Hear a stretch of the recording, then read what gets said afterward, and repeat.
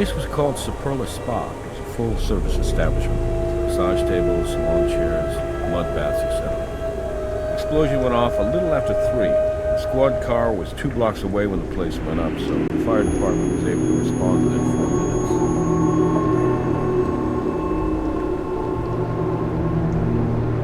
Not that it helped. The place was fully engulfed by the time they arrived. They were just lucky to keep it contained to just this building.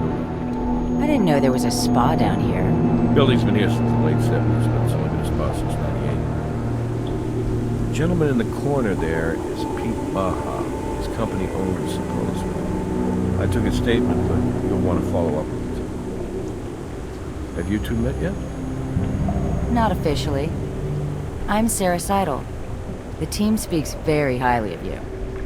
You want to take that interview? This is the CSI tutorial. You can turn it off at any time by selecting the option on the tutorial window and enable it again from the options menu. The cursor is used to both navigate and to select. Moving it to the edges of the screen will rotate the camera. When the cursor moves over something, it will change based on the action that can be taken. A speech bubble will appear over the people with whom you can talk. At any time, you can ask your CSI partner for his or her opinion about what you should do next. The PDA allows you to examine evidence, look over case notes, move to new locations, and change game options.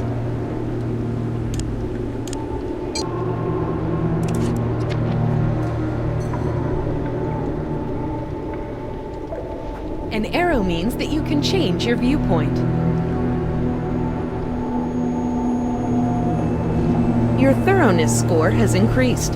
You can get a higher thoroughness score by navigating to viewpoints in a location that you have not visited before. If the cursor changes to a toolbox, there is evidence to find. One mud bath contains a lot more mud than the others. It might just be the way they do it. But the one next to it is filled only up to the line on the side of the tub.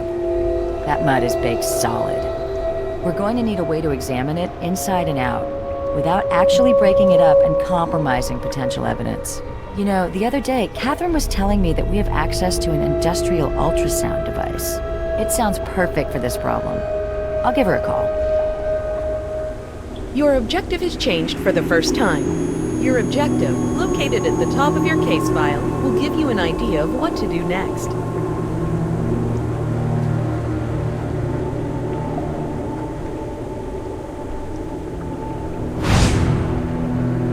Your tool case consists of 4 main sections: fingerprint tools, fluid detection tools, collection tools, and casting tools for making molds. Move the cursor over the type of tool you want to use and select it. Be sure to try and match the type of tool to the type of evidence you're trying to collect.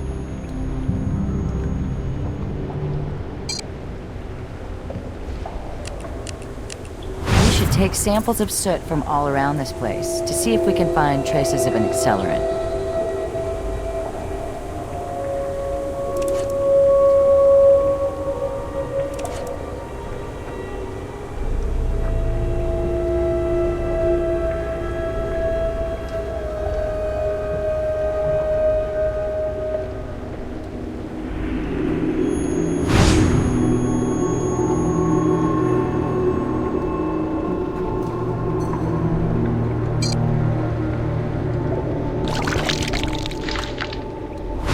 Burned away from its frame.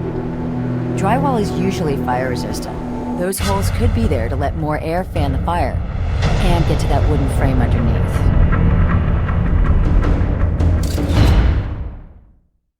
That could indicate arson, but we'll need a lot more evidence to prove it.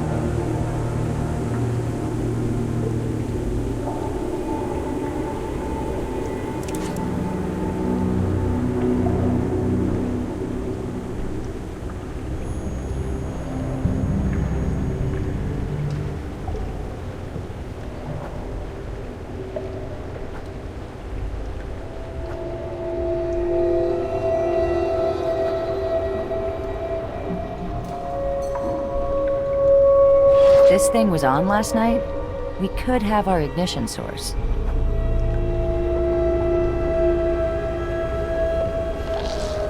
It's hard to tell what this was. Not much left of it. Judging from the charring in the inside of the oven, it was in there for long enough to catch fire. It's almost like a timed fuse. So far, that's two things that point to arson.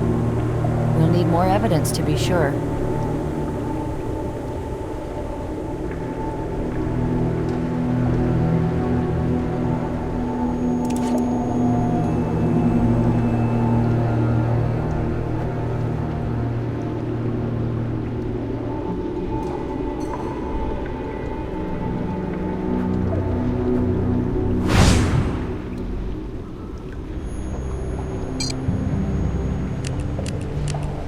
If we can get one more sample of soot after this one, we'll have enough.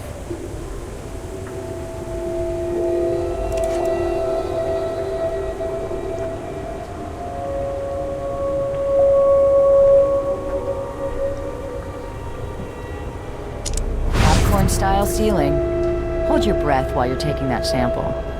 If it's as old as it looks, it's probably got asbestos in it.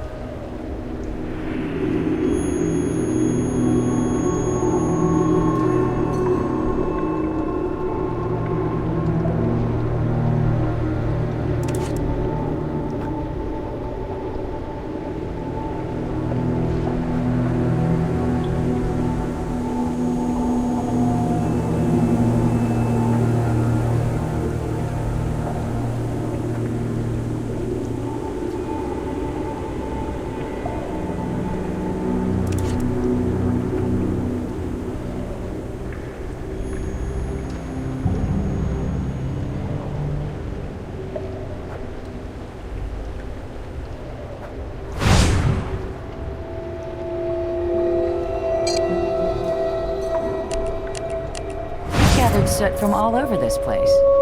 Should be enough.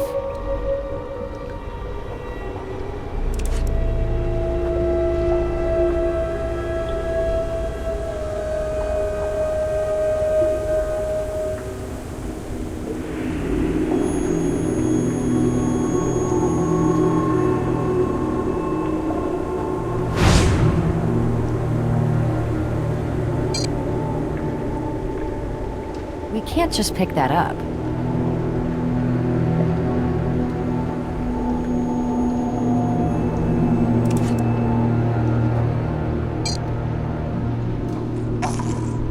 Look at the crimping along the edges of the split gas line. I'd say it was cut. That's the third sign of possible arson we found. I'm almost convinced.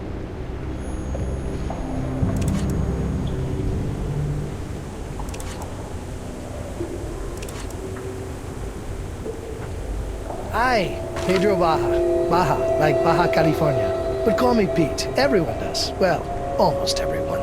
You in charge of this place, Pete? I'm the CEO of Miel LLC. It's less impressive than it sounds. It's basically a holding company for a few mom-and-pop style businesses that were worth rescuing when the original owners wanted out. The company owns Super La Spa, what's left of it.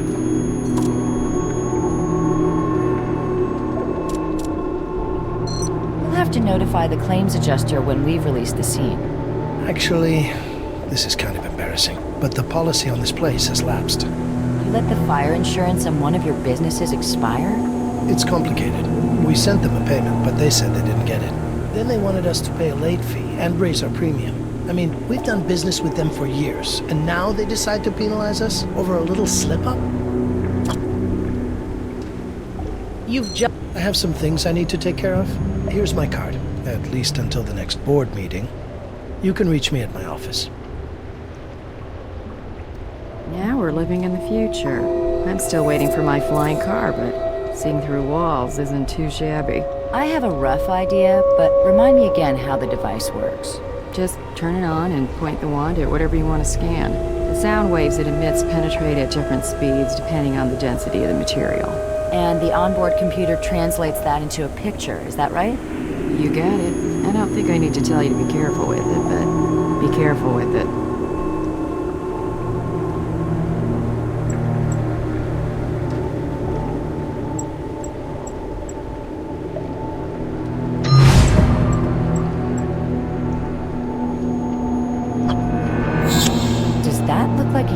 body to you, it looks like we have a victim after all. I'll call Doc Robbins for a pickup.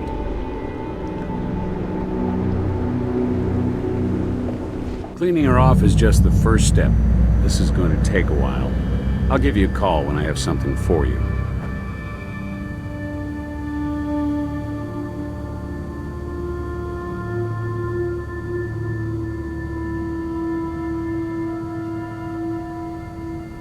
The left stick always moves the cursor. The right stick always moves the camera. Use both sticks at once to navigate an environment.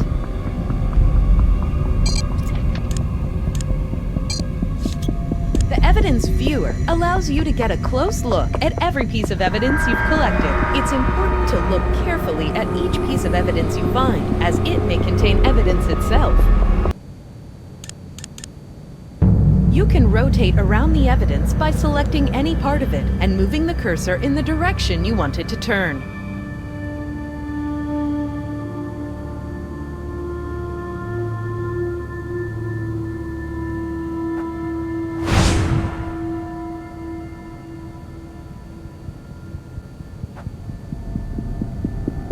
Some tools require you to hold the button down while moving the cursor over the area you wish to search.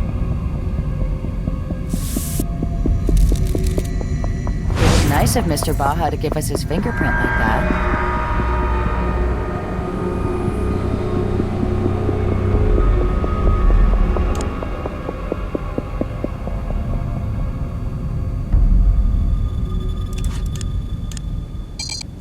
The location icons represent the different places you can visit. New locations will open over the course of your investigation.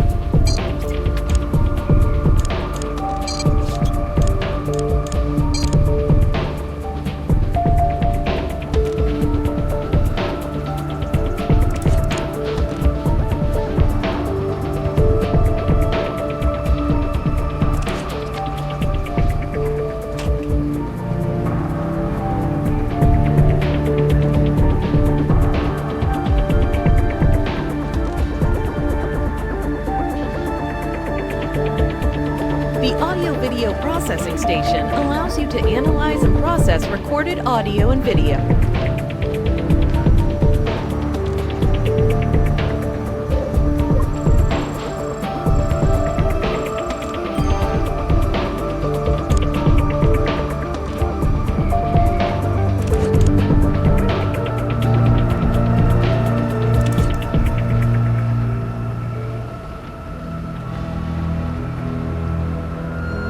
The data analysis station allows you to analyze fingerprints, search for medical records or research, and process computer evidence. If the cursor becomes a hand, it's a sign that you can interact with the object underneath it.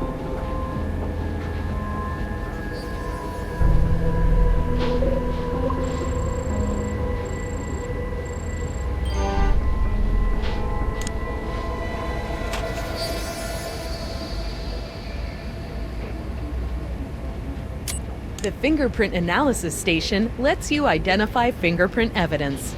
Select a piece of evidence using the Evidence button to begin.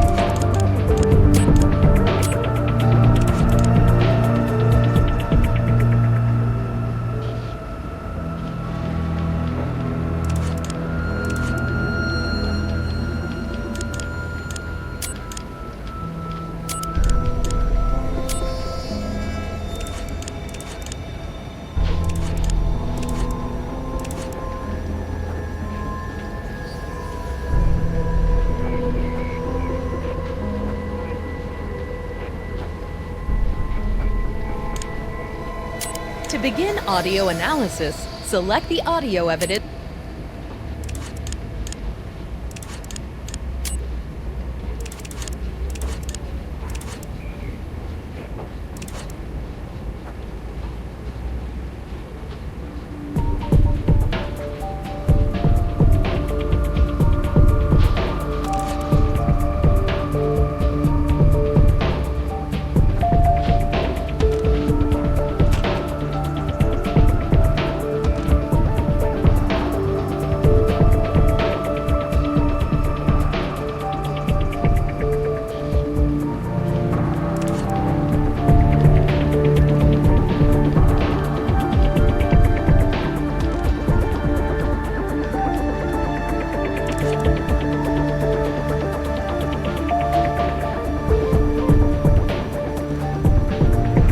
The Visual Enhancement Station allows you to view and compare both small and large objects and process document evidence.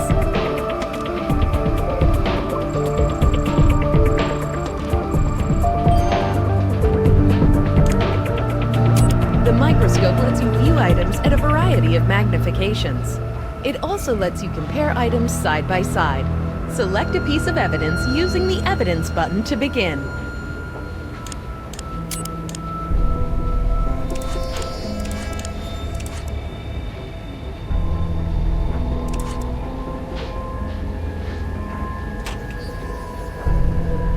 The Material Analysis Station allows you to analyze chemical composition and process DNA evidence.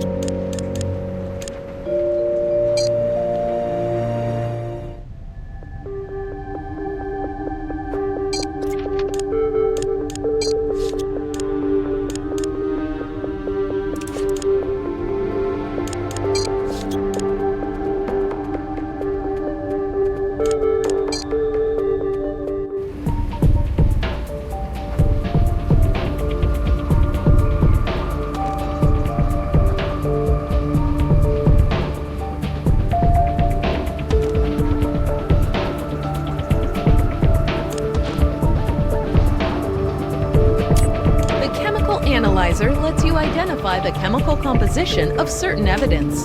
Select a piece of evidence using the Evidence button to begin.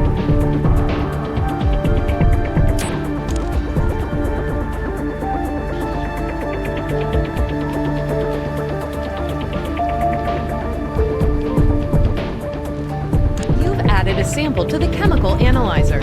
You can attempt to match the sample to another sample you've already collected, or you can attempt to search for a match. Use the Evidence button to select something you've already collected, or the Search button to search the database.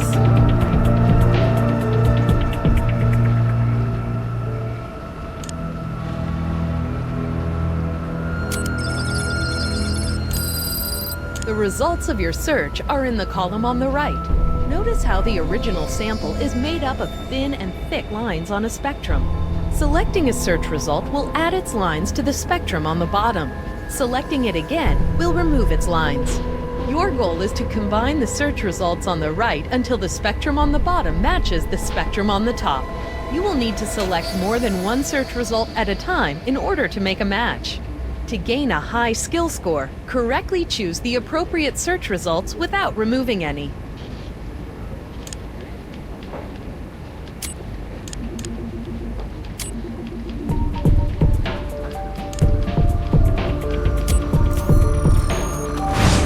It's mostly carbon, but there are traces of volcanic minerals and acetone. The mud at the spa is made of volcanic ash. The acetone is an anomaly. Acetone is sometimes used as an accelerant. We should test the rest of the soot we've collected.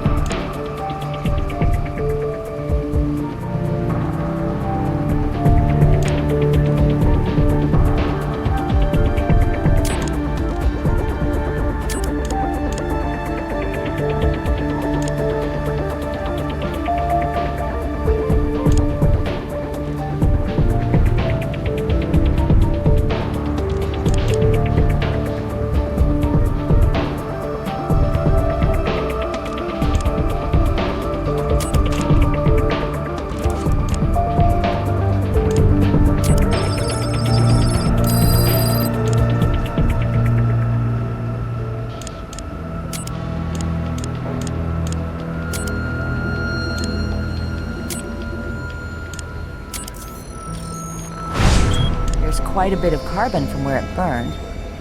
But there's also wheat flour, tapioca starch, and sodium carboxymethylcellulose. What I'm not seeing are any animal proteins. You know what? I think this is a vegan pastry of some kind. A muffin from the size of it.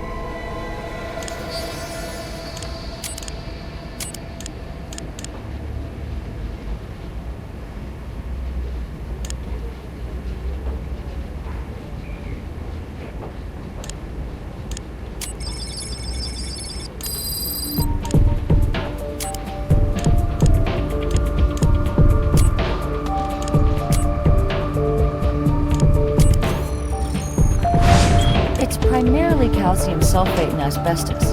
That explains why the ceiling didn't burn.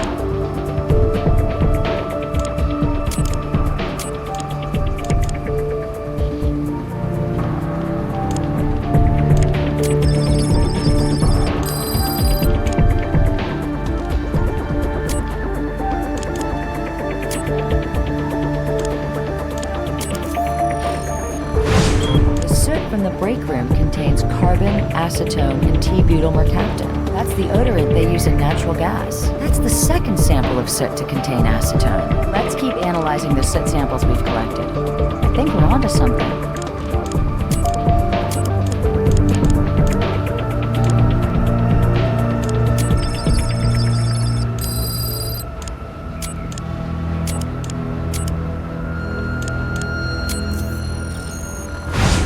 Lots of carbon, some acetone, and trace amounts of T-butyl mercaptan. We have acetone, a known accelerant, in samples of soot taken from every room in the spa.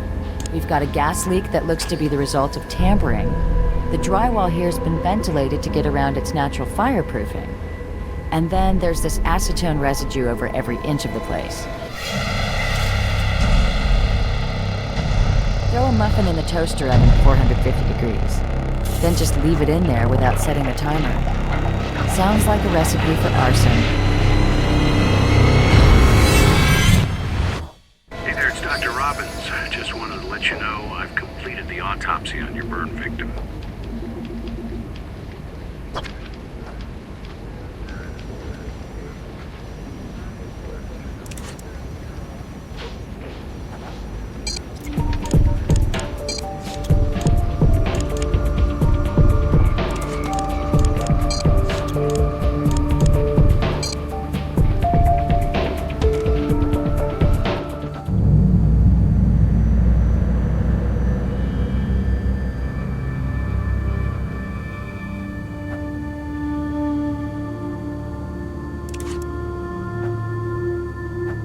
Hey Doc, we got your call. All right, let's begin. Well, her bikini probably left no room for imagination, nor an ID, but I did collect her fingerprints and DNA for you. Take a look at the third-degree burns on your victim's hands and face. You can probably tell that they were above the surface of the mud during the initial explosion and subsequent fire. In addition to the burns to her skin, she suffered thermal injury to her upper airway. She inhaled a substantial amount of smoke and hot gases from the fire. Carboxyhemoglobin levels in her blood exceeded 73%. Cause of death was suffocation due to carbon monoxide poisoning. In a fire that intense, carbon monoxide levels would spike rapidly. She probably fell unconscious pretty quick. Most likely, she slipped under the mud after losing consciousness. Time of death is going to be difficult to determine. Even without the fire, the initial temperature of the mud bath complicates my ability to offer an accurate estimate. I was able to extract samples of the vitreous humor from both eyes. Potassium accumulation in the tissue indicates time of death between 3 and 4 a.m. That's consistent with when the fire started. Not exactly, but take a look at this bruising on her arm. Does that look like a handprint to you? Yeah, looks like someone grabbed her pretty hard. From the coloration of the bruising, I'd say it occurred at least 6 to 12 hours prior to death. I certainly find no indication she was lying in that mud over a prolonged period of time. We need to get a photo of those bruises. My camera's memory card is full. You mind documenting this one? I'll wait.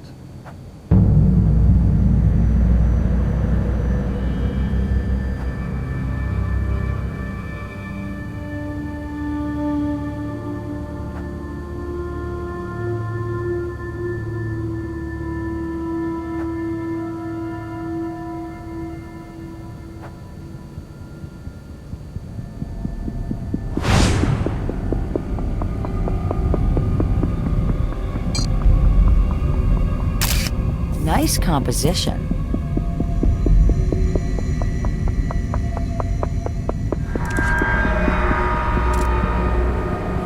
Maybe. Your victim had advanced mesothelioma. It's a type of cancer that attacks the lining of the vital organs. It's thought to be caused most often by exposure to asbestos. It looks as though it was an ongoing problem for her. I discovered indications of a pleurectomy, the removal of the outermost lining of the lungs. From the scar tissue, that surgery probably took place a few years ago.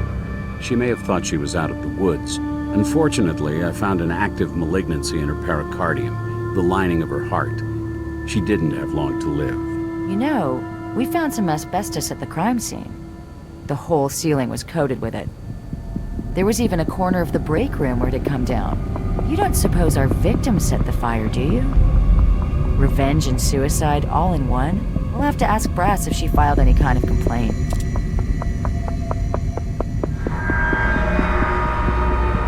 Well, the pleurectomy obviously suggests at one point she knew she had cancer. But there's no way to know whether she was aware it had recently metastasized to her heart. I ran an expanded tox screen. She hadn't been taking any cancer medications, and I didn't find any tissue damage from possible radiation treatments. I did, however, find evidence of a persistent, dare I say, habitual use of cannabis. You know, a Harvard Medical School study concluded that one of the active chemicals in marijuana, THC, may in fact inhibit the growth of certain tumor classifications, even though it says right there in the press release that the growth of some other tumors might actually be accelerated by THC. A man hears what he wants to hear and disregards the rest, right? So now the idea that weed cures cancer is spreading far and wide. Anytime.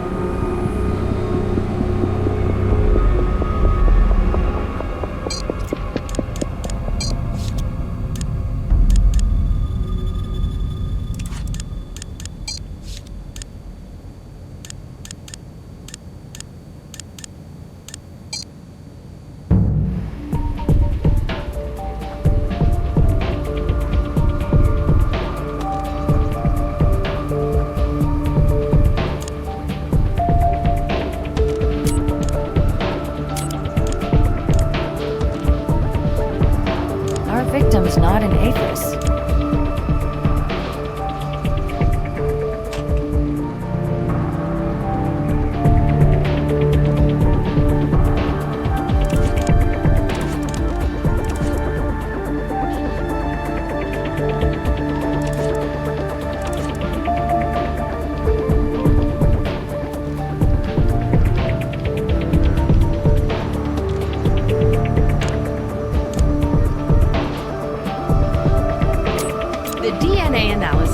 Allows you to identify a sample of DNA, either by comparing it to an already identified sample or searching the database for a match.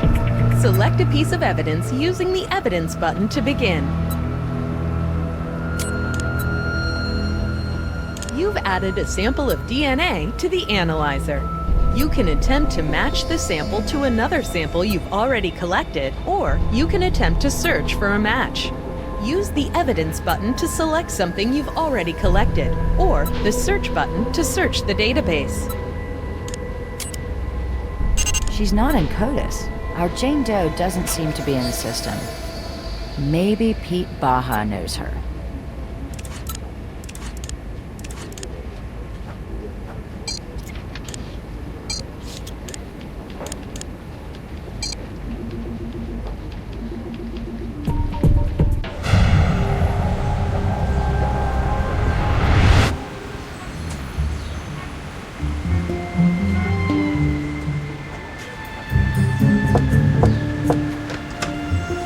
Hey, you two. I just got back. What do you need?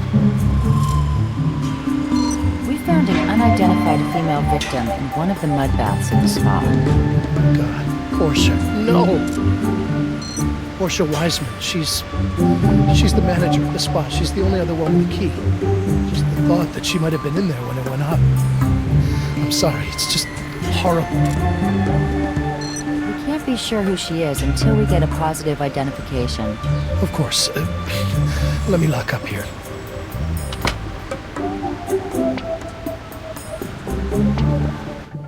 Oh, Porsche. No. What were you doing in there? Actually, we were hoping you could help us shed some light on that. Would you mind answering a few more questions? Sure.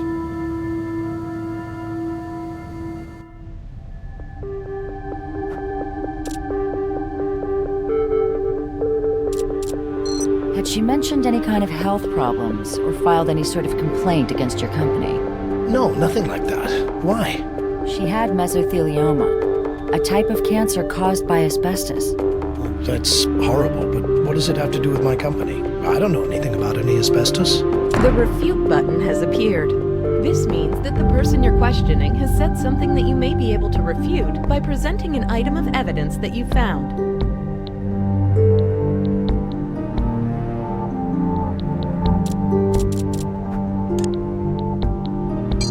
This is the evidence presentation interface. Choose the piece of evidence that best refutes the last statement made by the person you're questioning. The ceiling of the spa is coated with asbestos-laced paint. Really? I guess I'll have to take your word for it. You really think Portia got cancer from working at the spa? Well, she never said anything to me about it. Your cunning score has increased. Cunning increases when you correctly present evidence, either to refute a statement in interrogation or justify a warrant request to Captain Brass.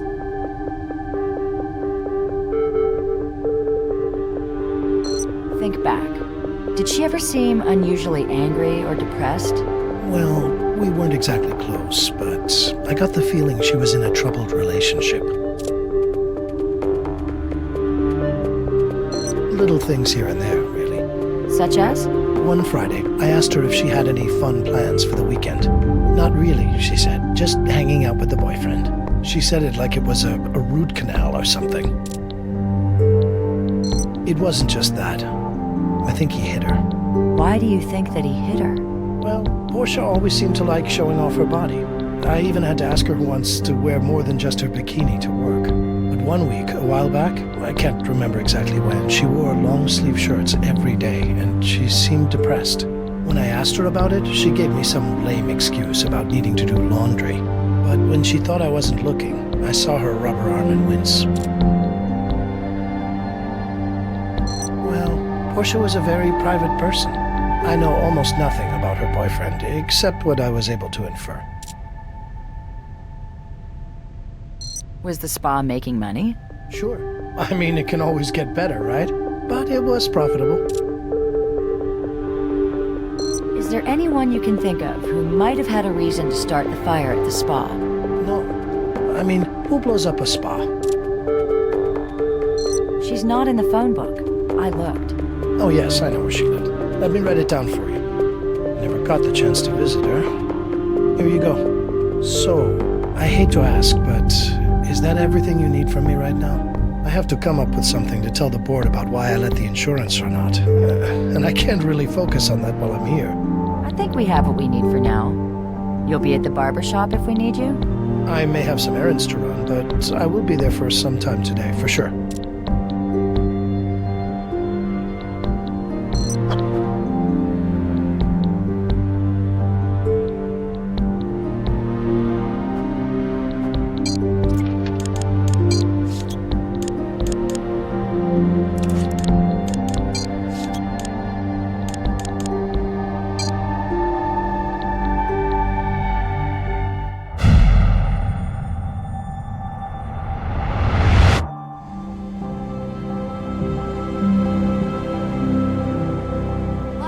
Crime Lab, drop the weapon now!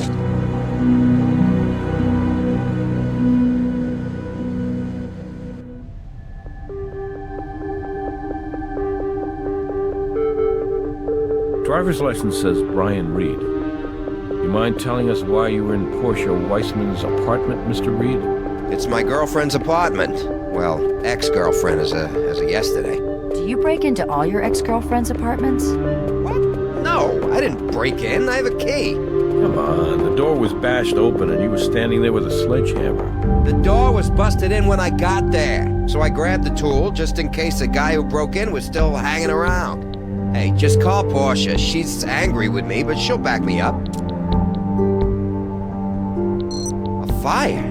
Oh, God. Is she okay? Unfortunately, Miss Weissman never made it out of the mud bath. You mean it can't be. Mr. Reed, we're sorry for your loss. A fire.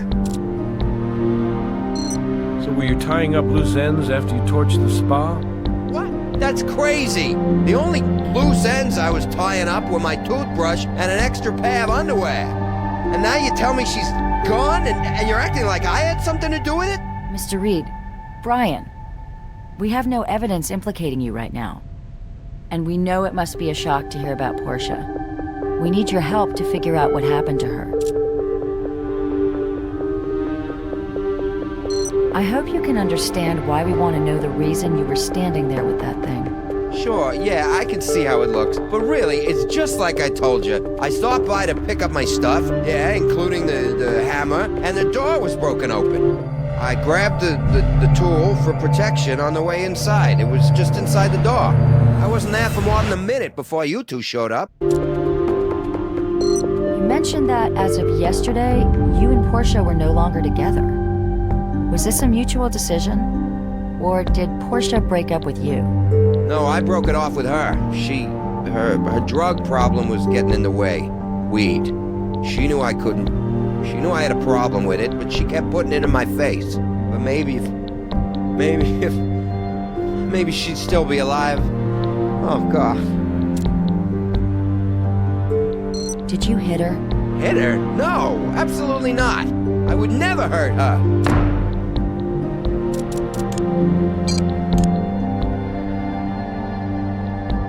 Come on, Brian, I get it. She got a little out of line, right? So you had to shake a little sense into it.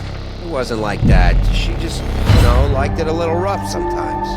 Look, it's not really my kind of thing, but she made it worth my while.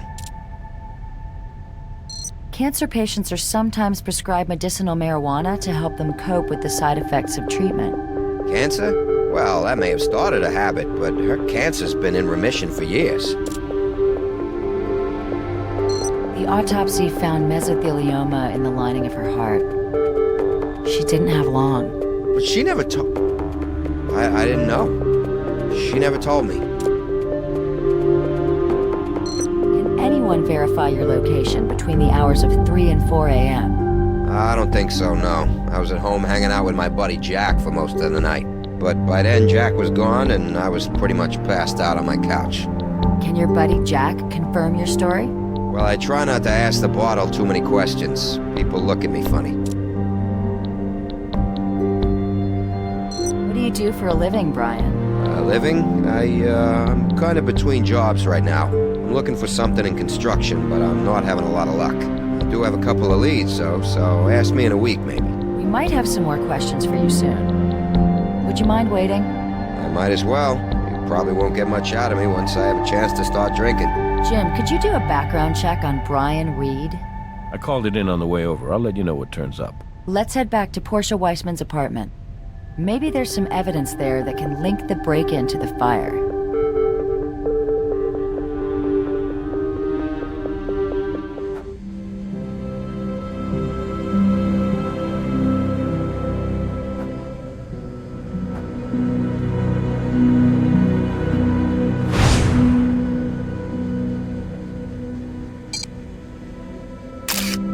To find a shoe that matches this impression. It's made out of some kind of dirt. We should get a sample.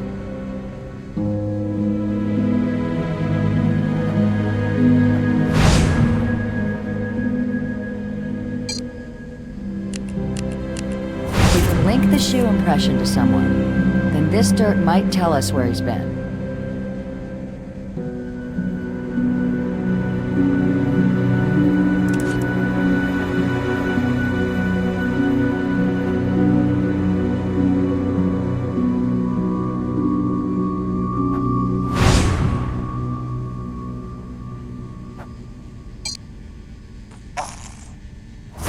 Here are thin and straight. but some are circular, just like the holes in the drywall at the spa.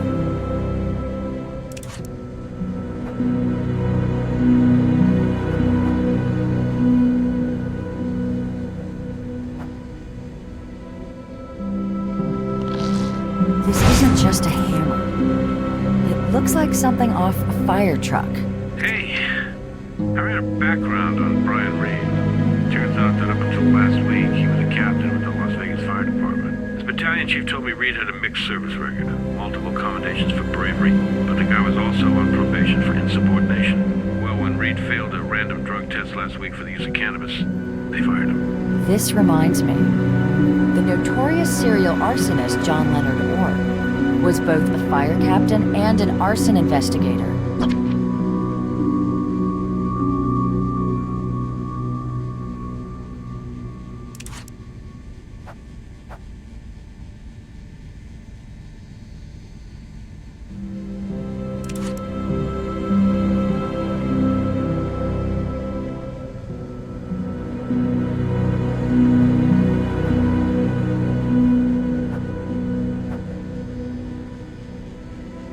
A black hair pulled out at the root.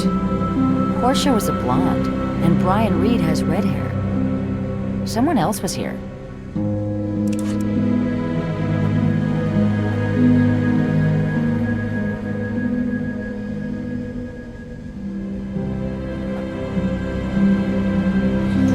Storing something in the broiler pan. Guess it's a little late to warn Portia about the fire hazard.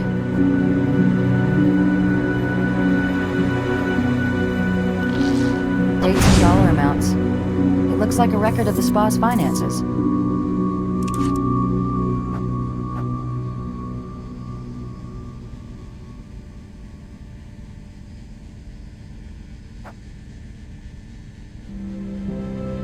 The case is open, and the hard drive is missing.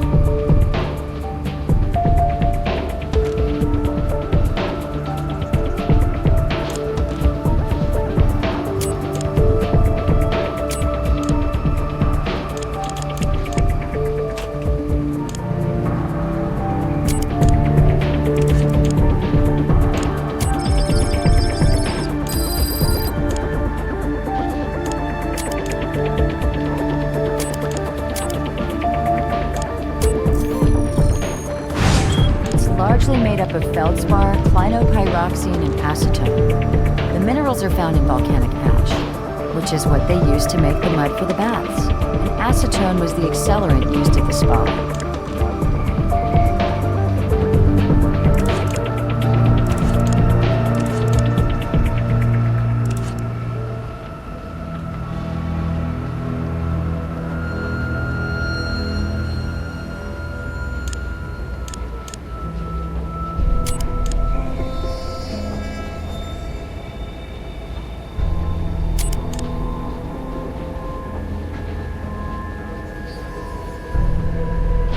You've added a piece of evidence to macroscopic comparison.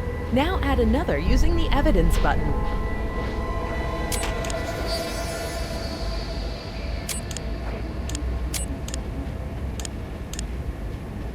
The axe head matches the thin slashes, and the hammer side matches the bigger holes. This tool, or one very similar to it, was used to ventilate the drywall at the spa.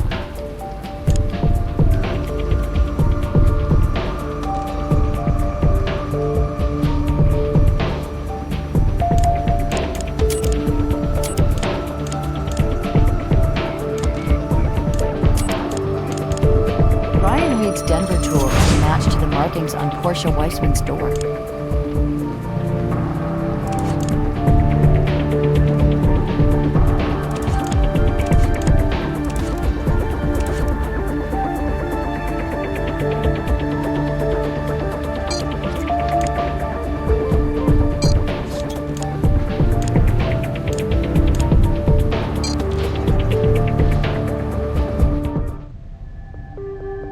Mr. Reed. Or should I call you Captain Reed? Not anymore. I'm no longer with the Las Vegas Fire Department. I bet you've seen a lot of buildings burn, and I bet you know a lot of ways to light them up. You know something, buddy? You are way the hell out of line. I devoted my life to jumping into the flames and saving people. And I lost friends in those buildings I've seen burn. So for you to sit there and insinuate that I may be an arsonist is the most offensive thing anyone has ever said to me. And Portia? You think I set Portia on fire? I mean, I don't know what kind of animals you people have to deal with, but that's not me. Being a firefighter was obviously very important to you, so it must have hurt to lose that. Yeah, well, they were just looking for an excuse. I was actually trying to keep my head down. You were on probation. It was a tenement fire in the Alphabets. Battalion chief thought the place was coming down. Ordered me not to go back in. You'd think I might earn a little slack for telling the boss to piss off, but let me save a room full of kids. And again, if I'd stopped at piss off, maybe I would've. Wasn't Portia the one with the drug problem? Yeah, it was her problem, and she's the reason I got fired. Portia made pot brownies. Now, she says she didn't dose me intentionally, but she did leave the damn things right where I would find them, and she didn't tell me what they were. I ate 3 of them. I could barely get out of bed for like a day and a half. I don't know how anyone can stand that stuff. And then, as if that wasn't bad enough, Happy Monday! Go pee in a cup. I dumped her because she got me fired from a job I loved. It's a firefighting tool, isn't it? It's called a Denver tool. Firefighters use it for getting into and out of places. Places like apartments? Only if they're on fire. We think you used your Denver tool to break Portia's door in. I told you I got a key. Look, take it if you need it.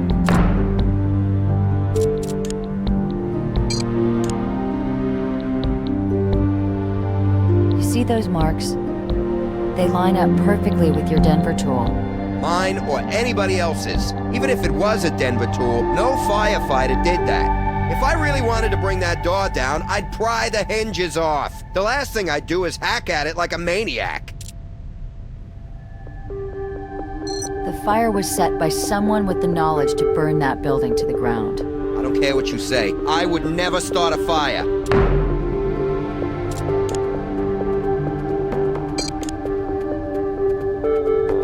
The drywall at the spa was ventilated with a Denver tool.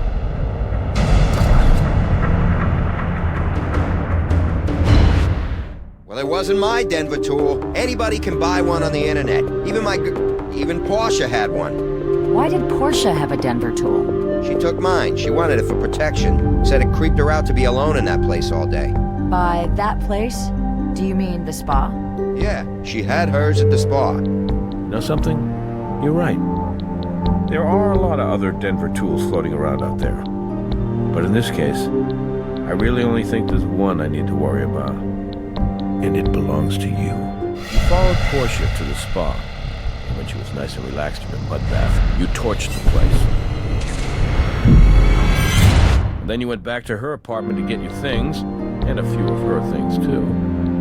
And then you tried to disappear. Bet you figured, hey, if it looks like a break-in, then no one will suspect the boyfriend who's already got a key to the place. And that might have worked for you too. But you forgot to light a fire under yourself. You were still standing right there when we rolled up. Captain, I respect the police. I really do. I know what it's like to go out there every day and put it all on the line. And I know you're just doing your job. But if you can look me straight in the eye and really hear what I'm saying to you, and yet still believe that I could do this to Portia, then I feel very, very sorry for you, because you're not qualified to carry that badge. Now, are you really gonna arrest me, or what? No, we're not going to arrest you, Brian. But we'd appreciate if you could hold tight here for a while.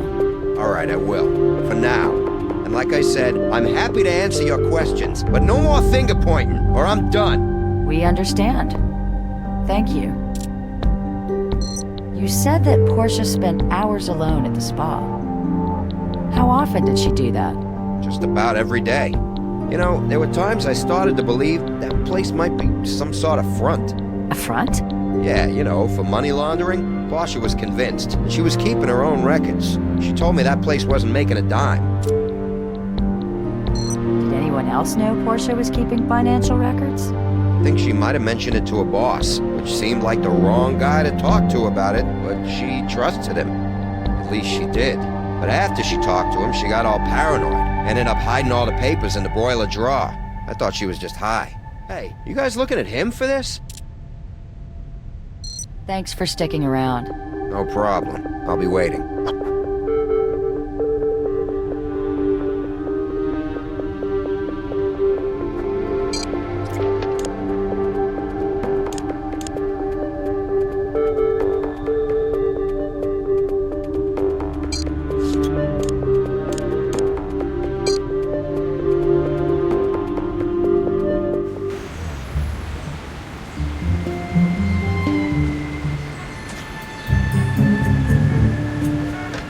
Hi. Sorry, I was shaving. Cut myself. What can I do for you? Portia Weissman owned a firefighting tool. She kept it at the spa for security. Have you seen it? No. She had some kind of weapon at the spa? Well, that's totally against company policy. We'll be back. Looking forward to it.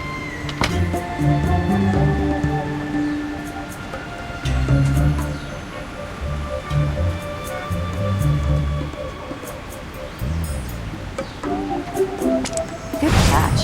That should contain a workable sample of his DNA.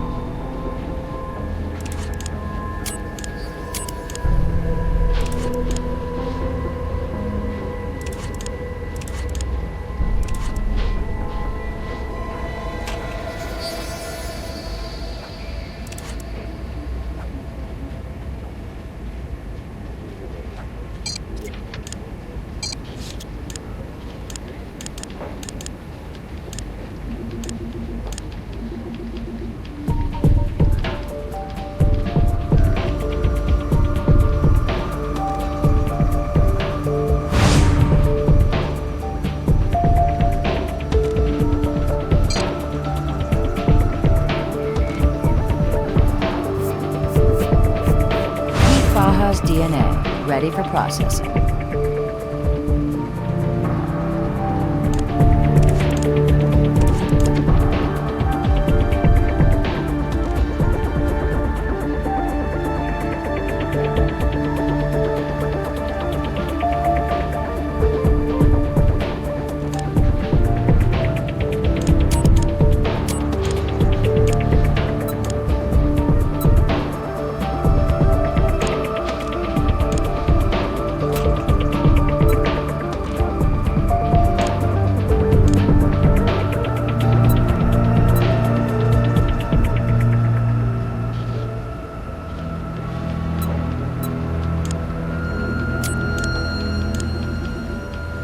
You now have 2 samples of DNA ready for comparison.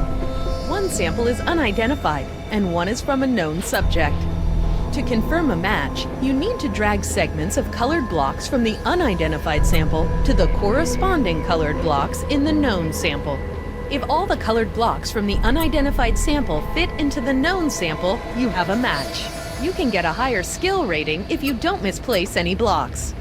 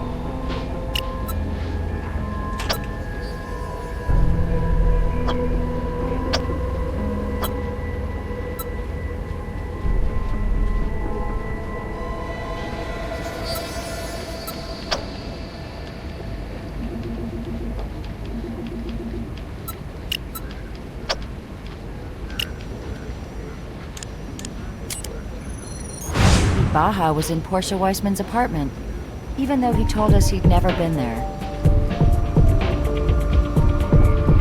How's the arson case?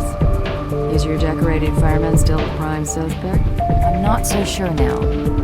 He's got an answer for everything. And what I thought was the best evidence we had against him, his firefighting tool, well, it doesn't actually provide us with anything conclusive. On top of that, the spa's owner, Pete Baja, lied to us about never visiting the victim's apartment. All right. Well, talk to Brass. See if he can help you take a closer look at this, Mr. Baja. All right. You're down here already. I was just going to call you. This is Special Agent Gene Huntby of the FBI. It seems your case may be crossing into his jurisdiction. Agent Huntby, why don't I let you explain the situation to them? Thank you, Captain Brass. It's my understanding your prime suspect in the arson fire at the Super La Spa is Pedro Baja. Is my information correct? We're looking at him for the arson and a homicide. A young woman by the name of Portia Weissman died in the fire. Is that right? Well, let me explain why I'm here. Are you familiar with La Reina de la Colmena? Unfortunately, as a member of law enforcement, you should be. In Spanish, it means the Queen of the Hive, and it's the alias for a woman named Beatriz Salazar, now the most dangerous drug lord in Mexico. We believe Pedro Baja was in her employ. Okay. So is this the part where you tell us to back off, Mr. Baja, and let you do your job? No, Ms. Seidel, not at all. I want you to get your man. I want you to get him so bad he'll have no choice but to cut a deal. You see, in the entire universe of La Reina de la Colmena's drug trafficking operation, Baja's just a satellite, a small-time money launderer through those little shops of his. But for some reason, we have him on wiretaps in direct communication with Salazar. The taps themselves are useless because Baja and Salazar communicate in code, referring to things like family, weather, whatever. But why she's talking to him directly instead of through an intermediary, I have no idea. But it's that direct connection that means, if we can bring down Baja, then we have our best shot yet at taking down the Queen of the Hive herself. Agent Huntby has requested the opportunity to keep tabs on us for a while, and run this one as a joint jurisdiction. You do your thing, I'll do mine.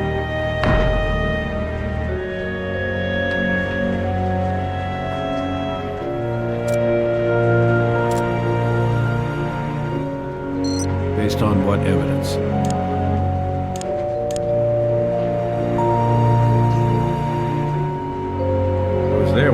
said he'd never been in Portia Weissman's apartment.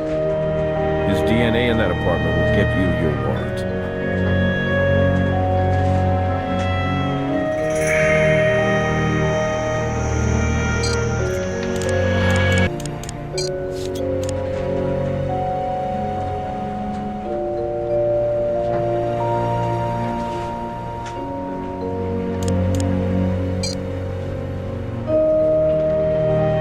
Baja, Las Vegas police. Open up.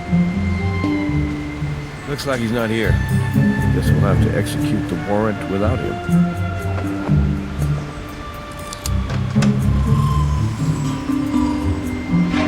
Score 1 for the lockpick gun. Always cleaner than bringing a battering ram.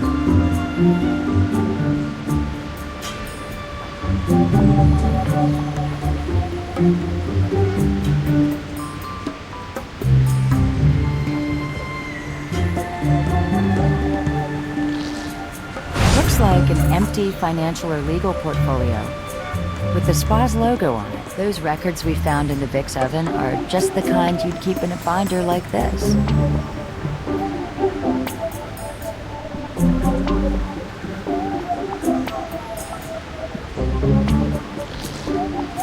Blueberry muffins. They look almost edible and flammable.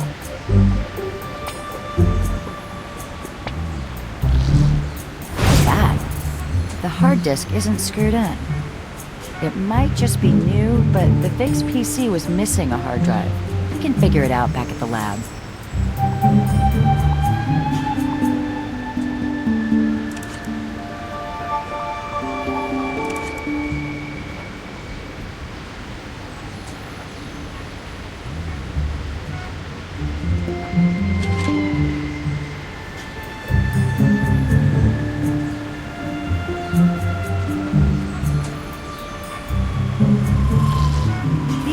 Forms claim that Superla Spa was highly profitable.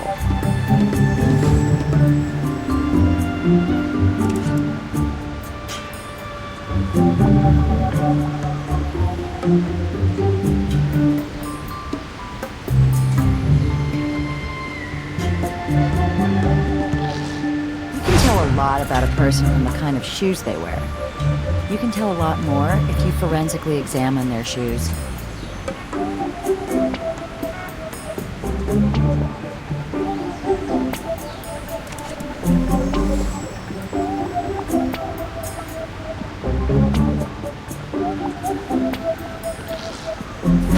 They need so much acetone. The place is a little too masculine for manicures.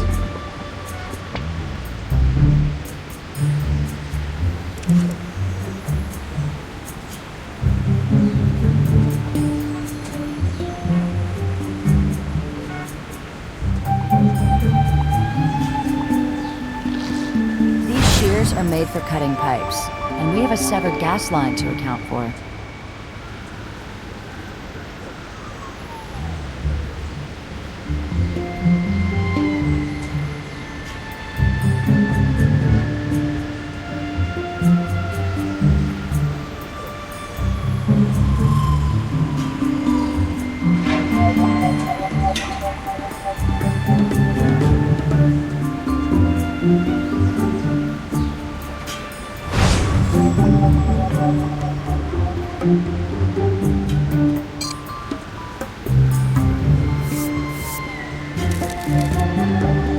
Pretty full print.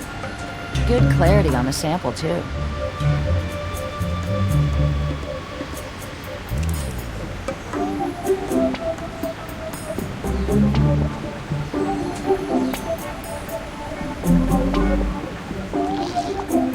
It's just like the tool we got from Reed.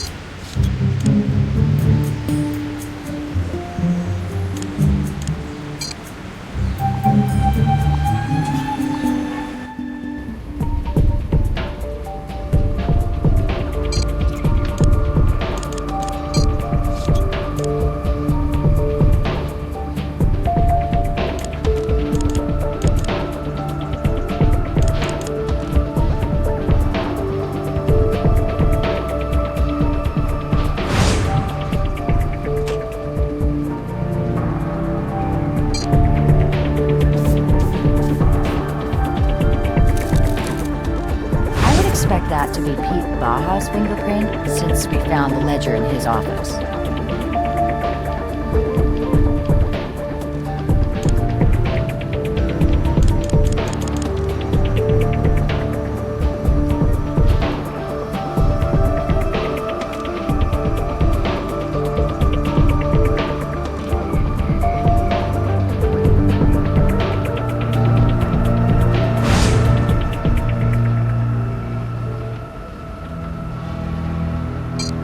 Can't just pick that up. It's like some kind of dried mud.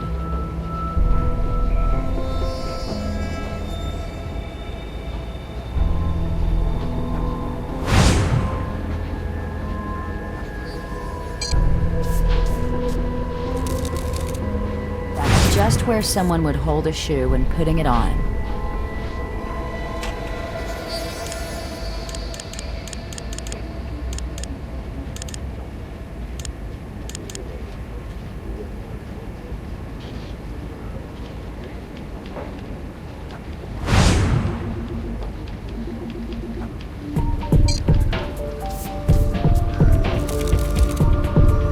Tell us who handled this tool.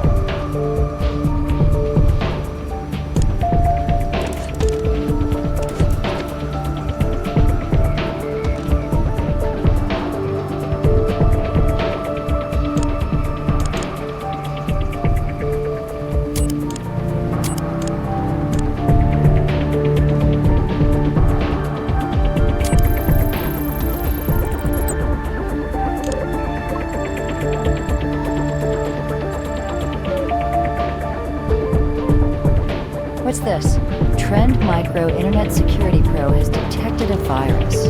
Repair. Looks like someone's been practicing unsafe surfing. Okay, let's see what Pete has on this hard drive.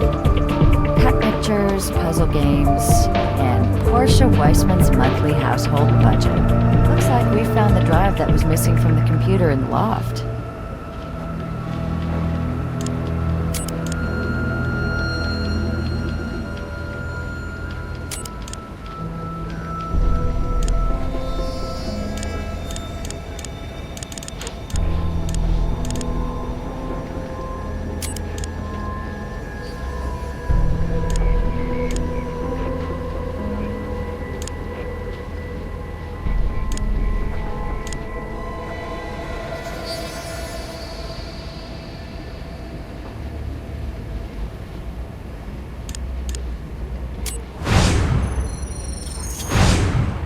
It wasn't Baja's fingerprint, but why would he have a ledger with Portia's prints on it?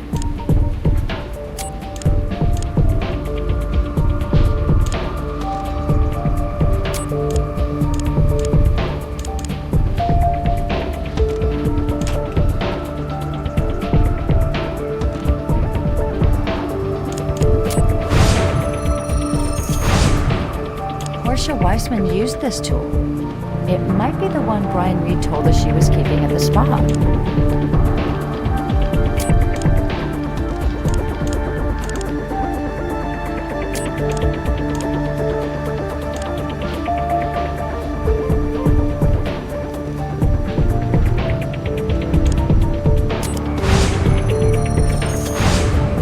Pete Baja's prints are on the toolbox in his office, which is not exactly a surprise, but it does suggest that the contents are his.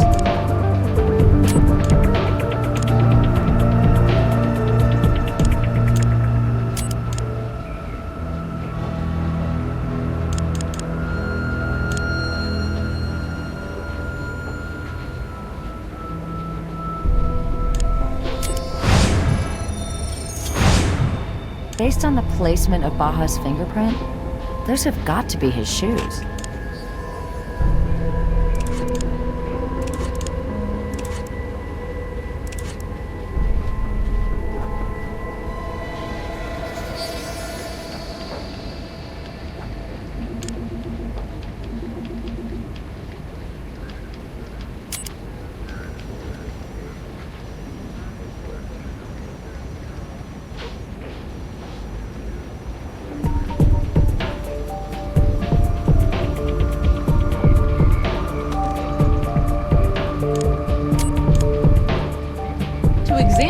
item more closely, you need to find the correct combination of magnification, focus setting, and position.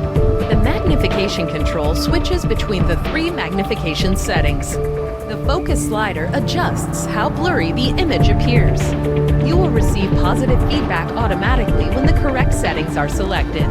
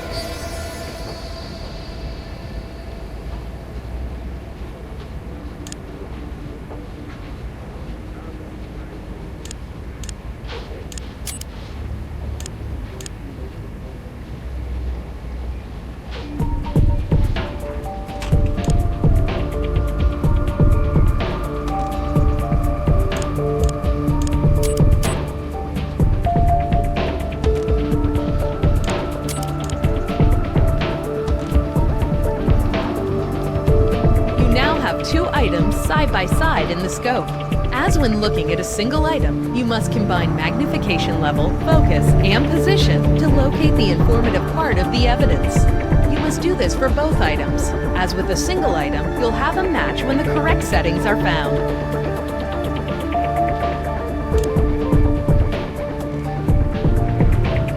Look at how the imperfections on the blade match up to the markings on the gas line. These shears were used to cut that gas line.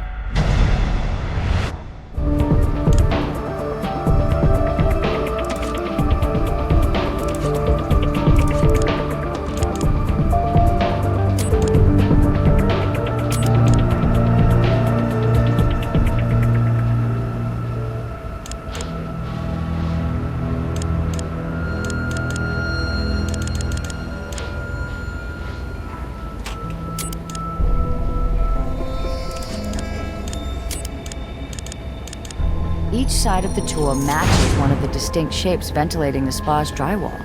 Brian Reed's Denver tool is just as likely to have been used to help spread the fire as the tool we recovered from the barber shop.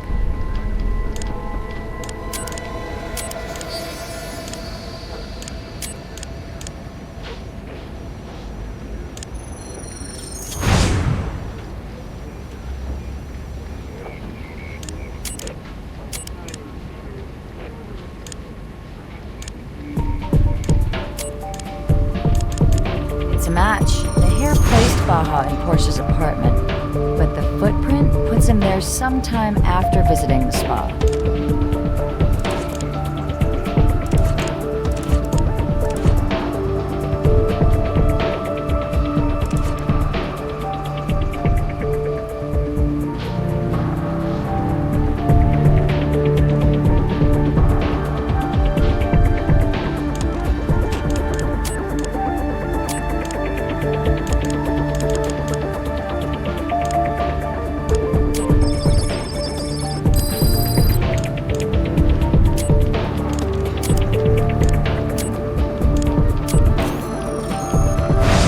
It's a vegan blueberry muffin, just like it said on the package. Factor out the carbon, and the muffin that helped ignite the fire is identical to the ones we found in Baja's office.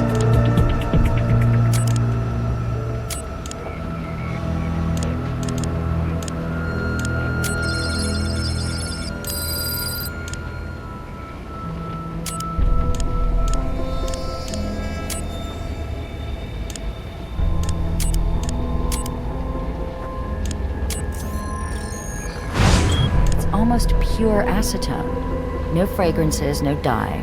Very few impurities at all.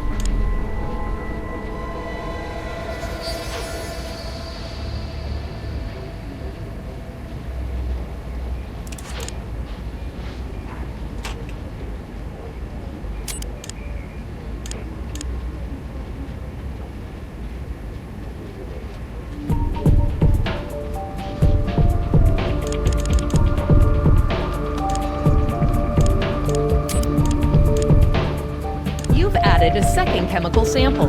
Does it contain the same pattern of thick and thin lines as the original? If so, then select Confirm Match.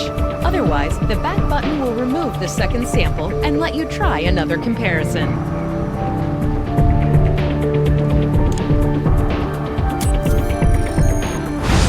More volcanic minerals and acetone. The shoes tie Pete Baja to the spot just prior to the explosion. I think we may have enough to nail Baja for starting the fire.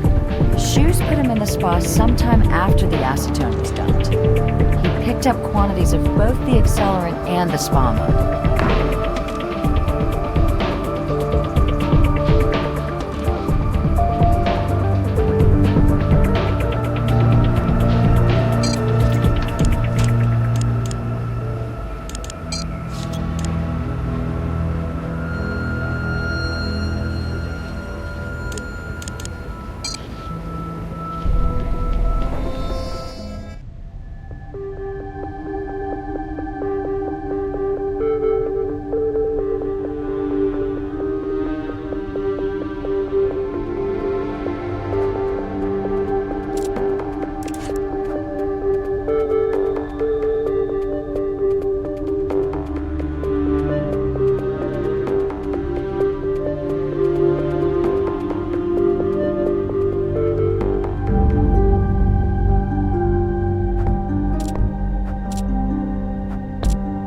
Thanks for sticking around. No problem. I'll be waiting.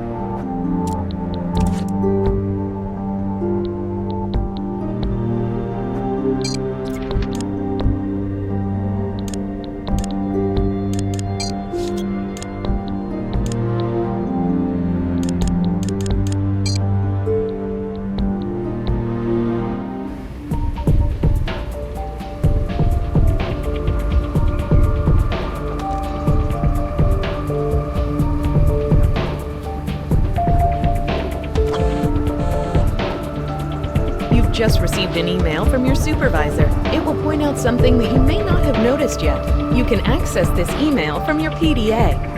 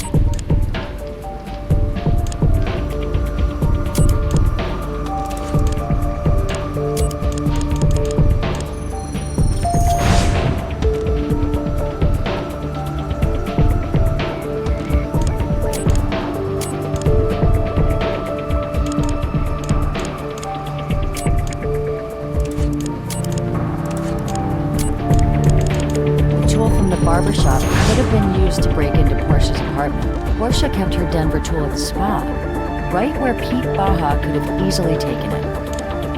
Okay, I think I have a pretty clear picture of what happened. Baja was laundering money, and when Portia confronted him about it, he panicked. Then he decided to rig the spa to explode. Portia probably showed up after Pete was gone. Doc Robbins said she had marijuana in her system, so she might not have noticed the acetone. While she was there burning to death, Baja was at her apartment looking for the record she was keeping.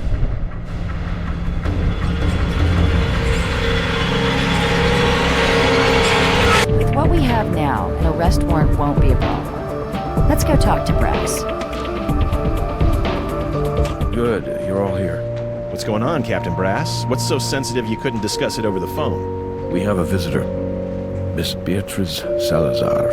You serious? She's here? The Queen of the Hive herself just walked in and asked to talk to the CSIs in charge of the Pedro Baja case. Do you mind if I sit in on this one, Captain Brass? Be my guest, you can even take my seat. I'll hang back and watch from the viewing room.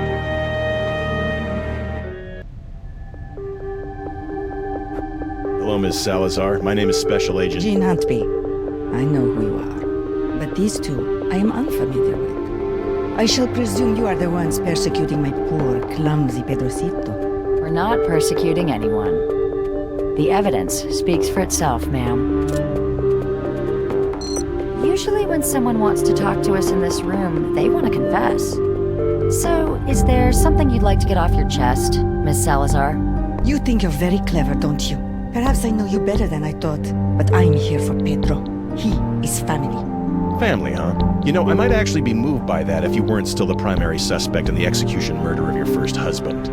My husband's murderer remains at large, Agent Huntby. Pedro is from Ayapa, my village in Mexico.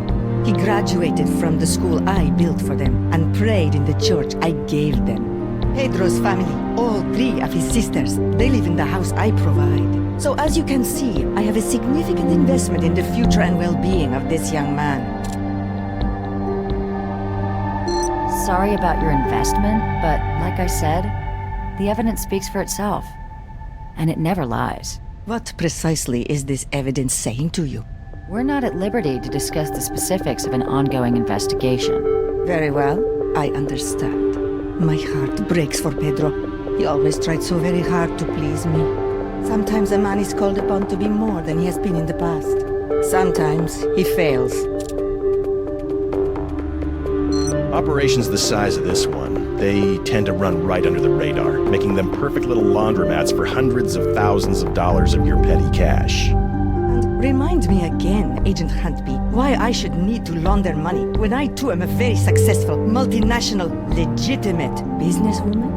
My Pedro was a legitimate small businessman.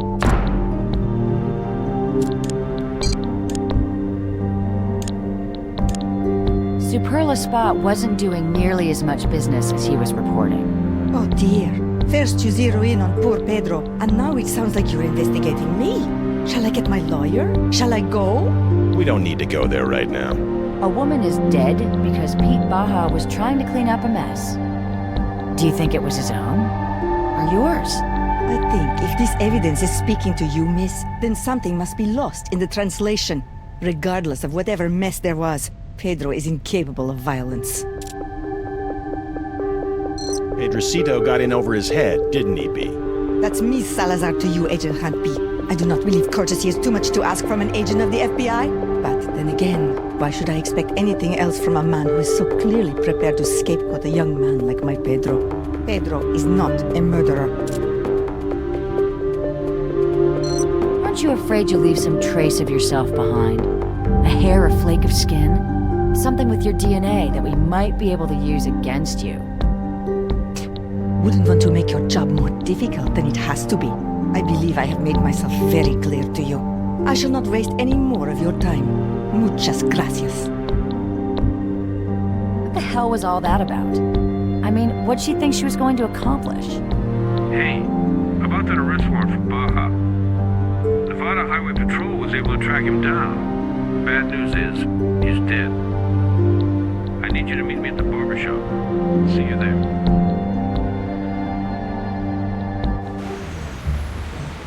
Two police officers came by to serve that arrest warrant again. They found him, so called it in. Is that a video camera? Aimed right at him.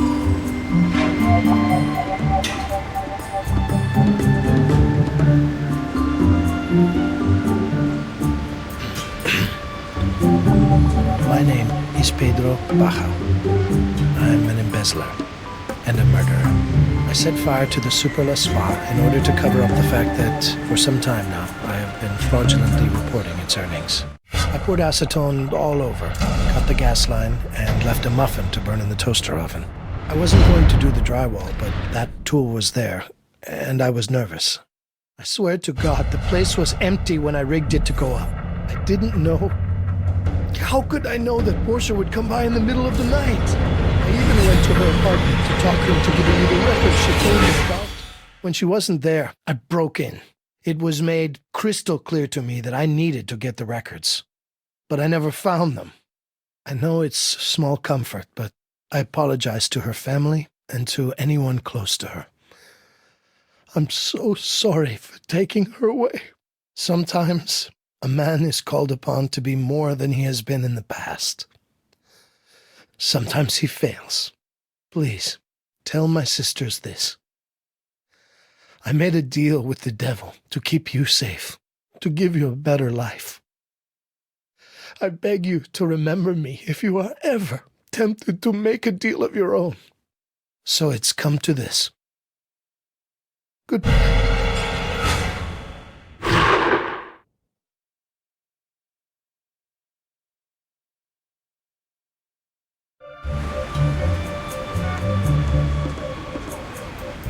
So all the forensic evidence supports what Pete Baja confessed to on the video? Yes, it does. But Pete Baja's confession wasn't for us, was it? Neither was his suicide. I think he was trying to make amends. To his queen. Well, this case may not have resolved itself the way Agent Huntley had hoped. Now he'll have to find another way to trap Salazar. But regardless, you guys did some very good work on this one. Speaking of good work, I'm glad you didn't have to arrest Brian Reed. I was reviewing his service record, and despite the disciplinary actions, he was a very brave firefighter. Won a Medal of Valor for saving a gymnasium full of high school kids. It's a shame what happened to him. He certainly deserves a second chance. You know what? I think the deputy fire chief just might owe me a favor.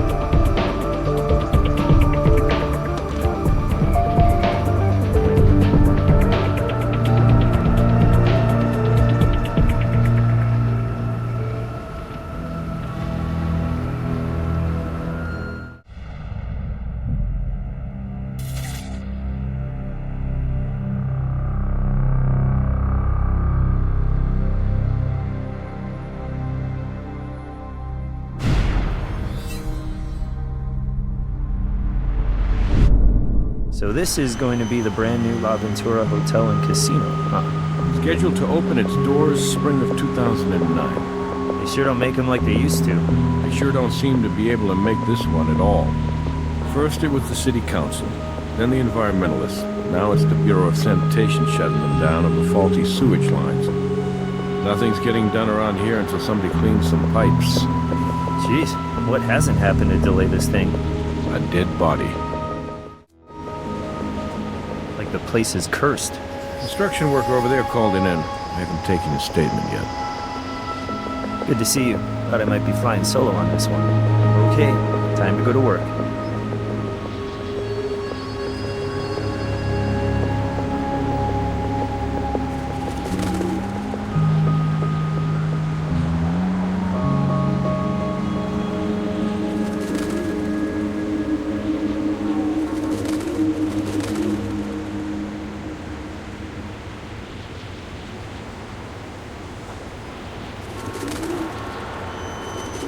Most of those windows are boarded shut, except for the one right above our Vic.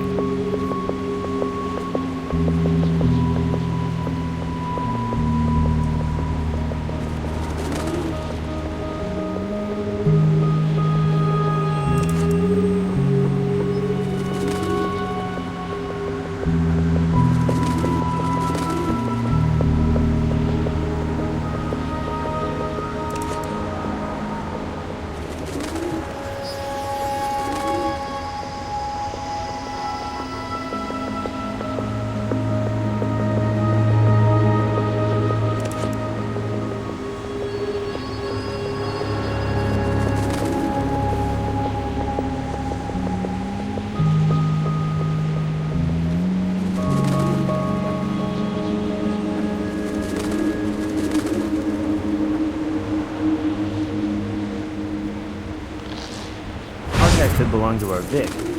but how to get all the way over here?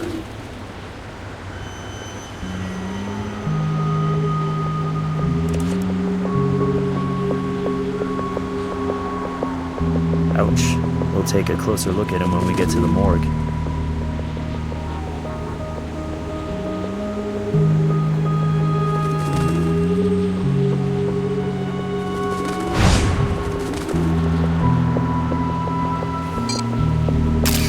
Partial shoe impression. Looks as though someone approached the body then tried to cover their tracks.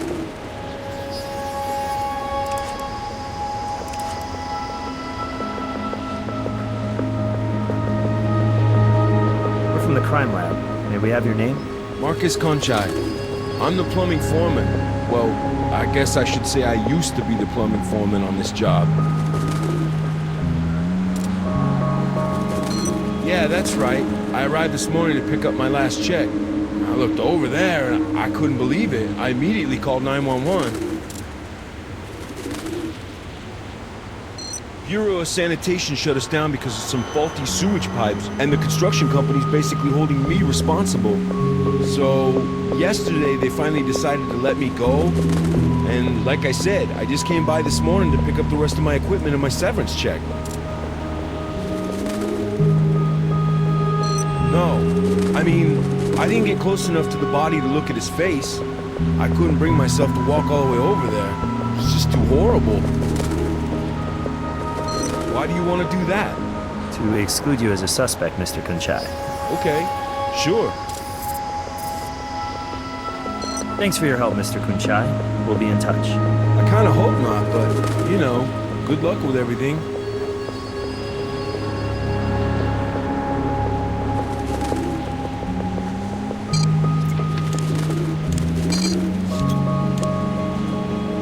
I'll have Robin send someone down to pick up the body.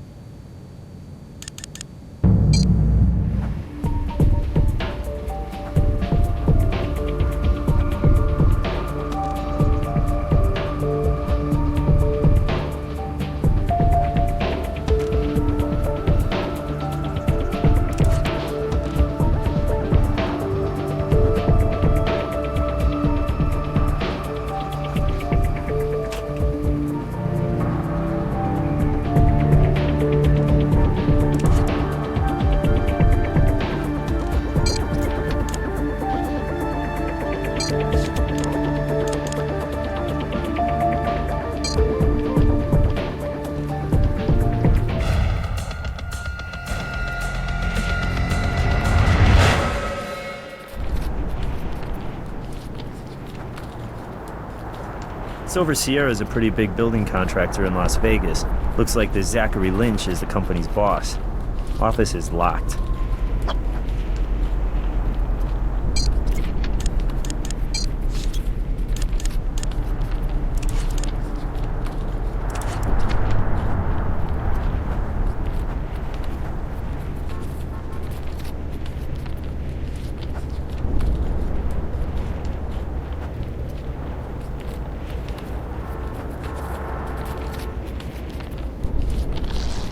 That's a 220-volt cable, but I don't see any outlets for one of those up here.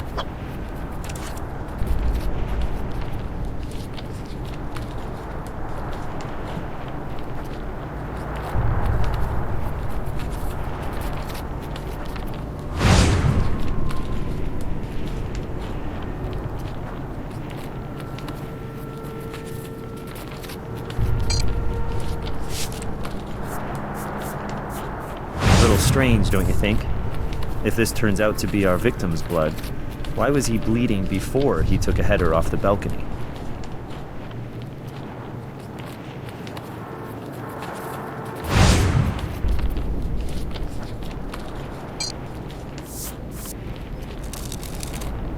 If these fingerprints on the balcony railing come back to our victim, it's suggestive of suicide. Contractors' fingerprints are usually on work cards in the system.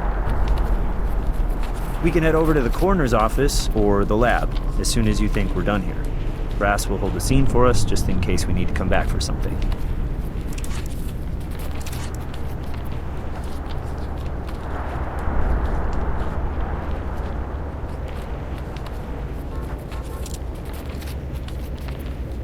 Maybe we can go to the morgue to get some more information about the victim.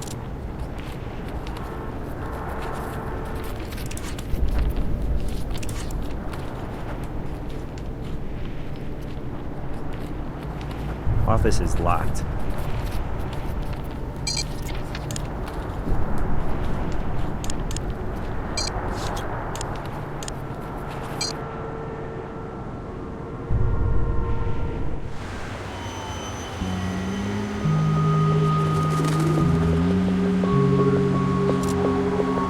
But I didn't do anything.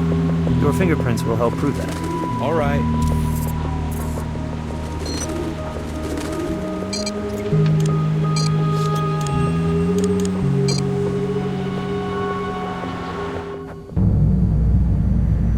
Doc, do you have our John Doe's cause of death?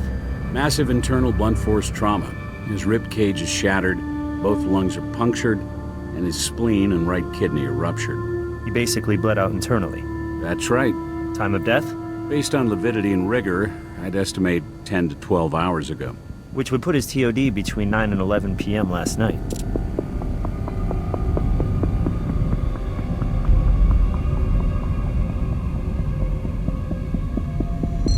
Two very distinct ligature marks.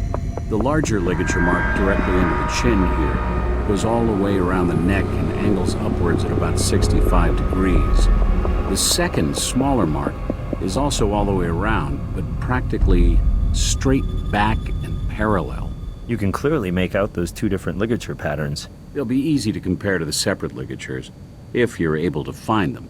Let me get a shot of those.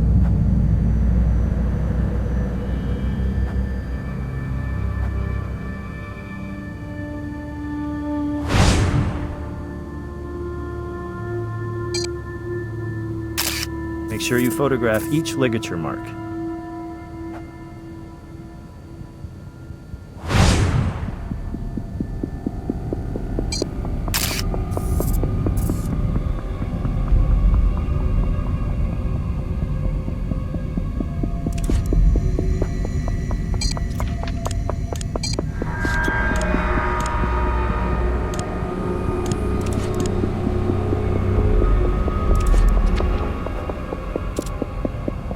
Well, one ligature mark might certainly suggest a suicide attempt. Two unique ligature marks complicate matters, without actually eliminating the possibility that the victim was trying very hard to end his life. Now, his internal injuries, which ultimately led to his death, are consistent with a fall from a considerable height. But again, there's no way to determine from my examination whether your victim jumped willingly Or had some help. So our John Doe's death under suspicious circumstances means... Means that until presented with evidence to the contrary, I'm forced to label his death a homicide. Absolutely. Here they are. Got it right here for you. Already bagged and tagged for you. What is that? Don't suicide notes always sound forged? Or do I just read too many spy novels? This one is conveniently typed and neatly folded for us to find. Is there anything else on it?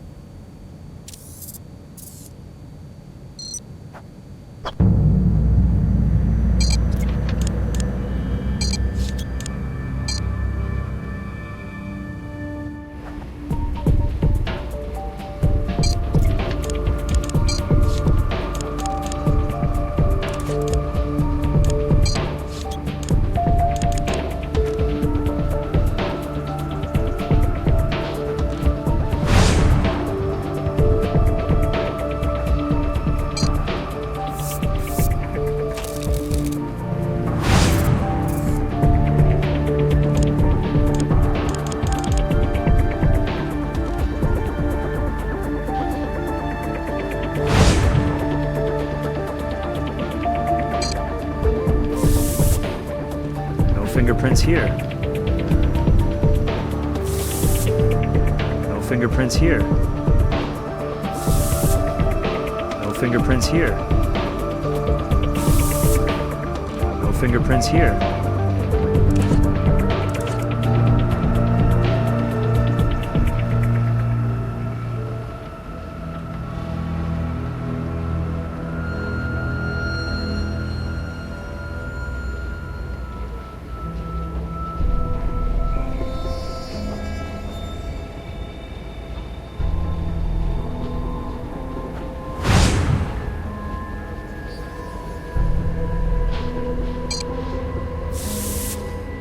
No fingerprints here. No fingerprints here. Partial fingerprint. Hopefully it's enough to start getting us some answers.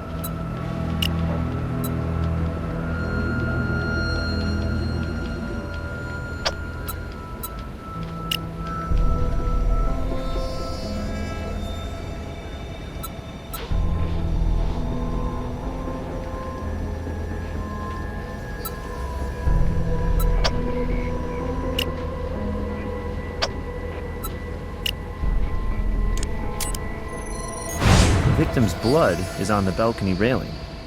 Seems a little odd if he were just by himself and getting ready to jump.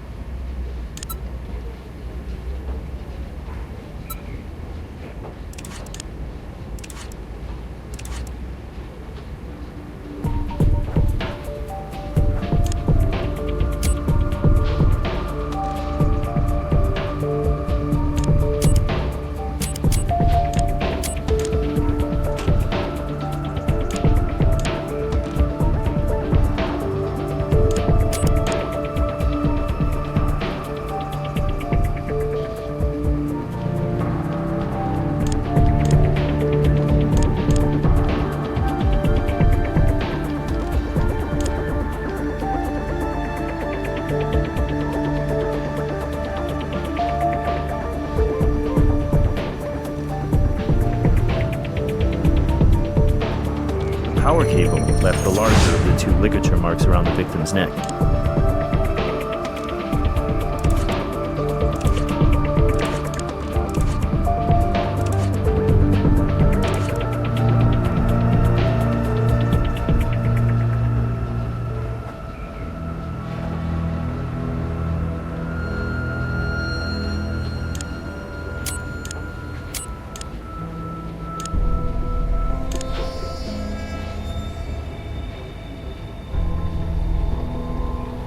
These records aren't exactly up to the minute, but they confirm Marcus Kunchai was employed at La Ventura.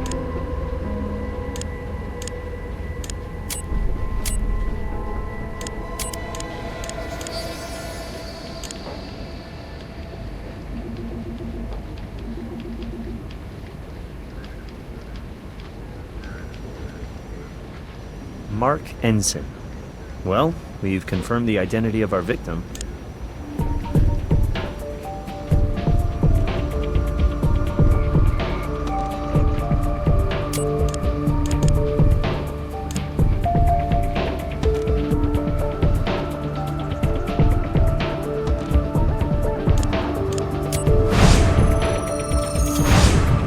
The victim's prints match the prints on the power cable.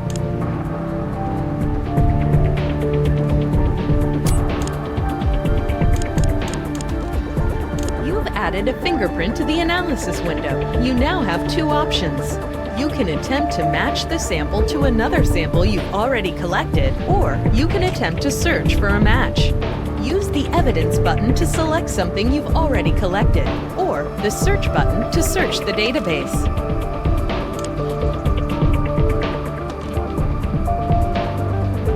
In order to prepare a fingerprint for a database search, you first have to find between 3 and 5 identifying points, known as minutia.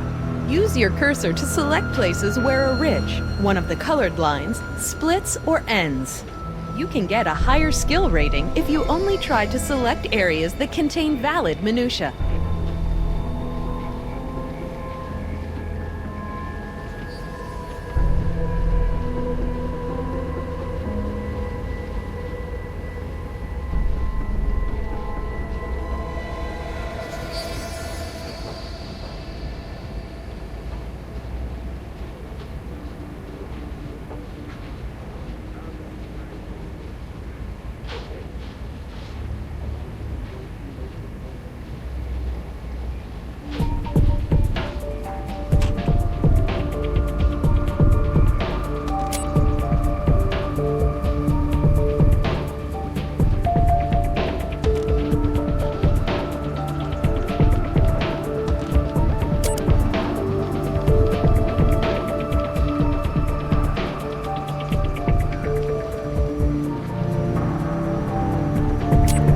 Great.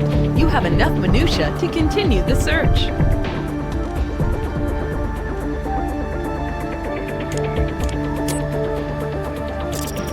The results of your search are in the column on the right. Select one to continue.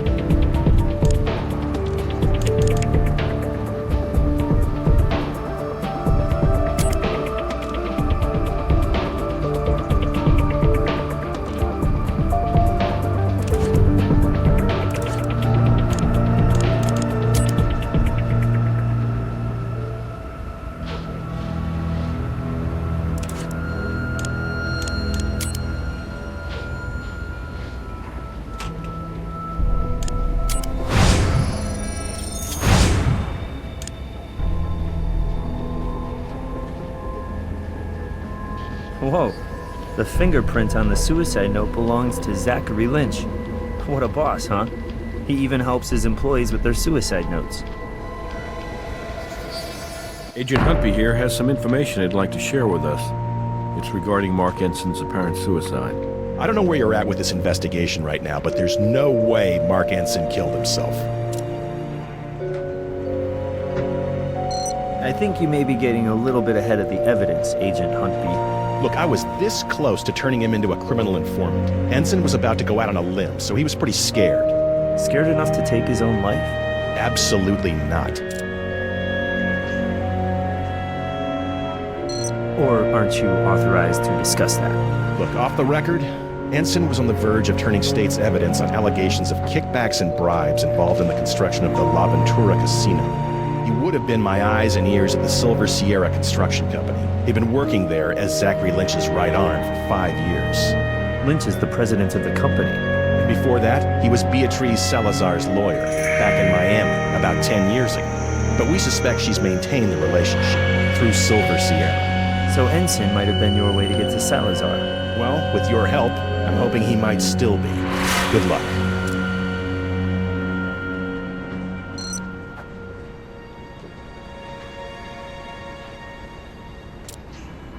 Based on what evidence? Lynch touched the suicide note? What else has he been up to? Why don't you go check out his office and see what you can turn up?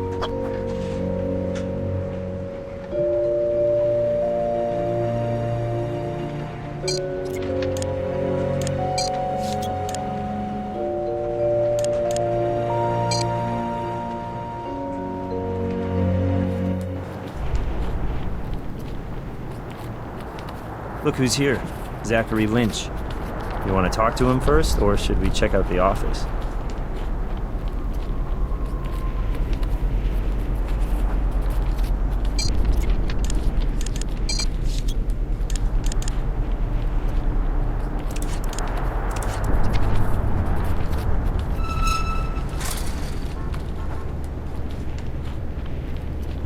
Mr. Lynch, we're from the Las Vegas Crime Lab.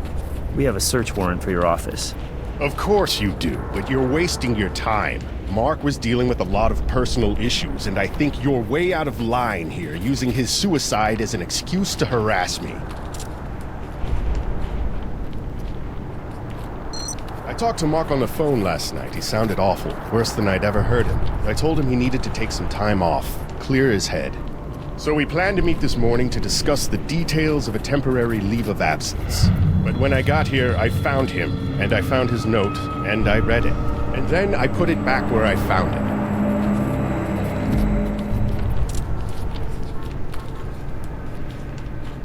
I should have, I know that, but La Ventura has suffered delay after delay, and I just needed to take some time to figure out what I was going to do next. How I was going to explain to my investors that our lead man on the job was dead, that he had taken his own life. Do you understand what I'm talking about? It just doesn't inspire a lot of confidence in my company's ability to finish this very expensive, highly anticipated project.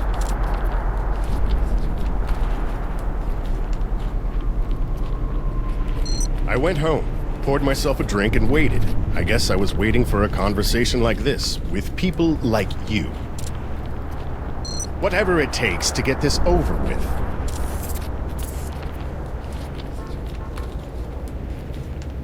We're done for now, Mr. Lynch. But don't leave town. Yeah, I wouldn't dream of it.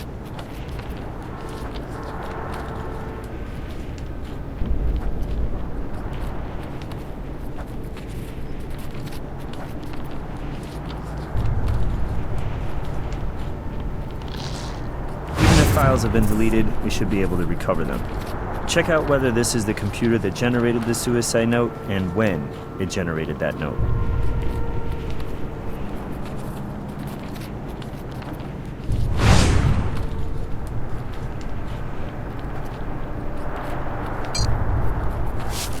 No fluids here.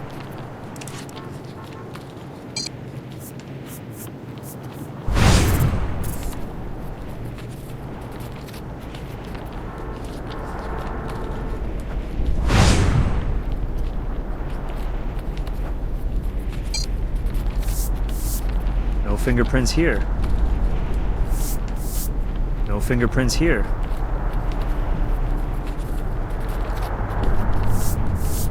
No fingerprints here.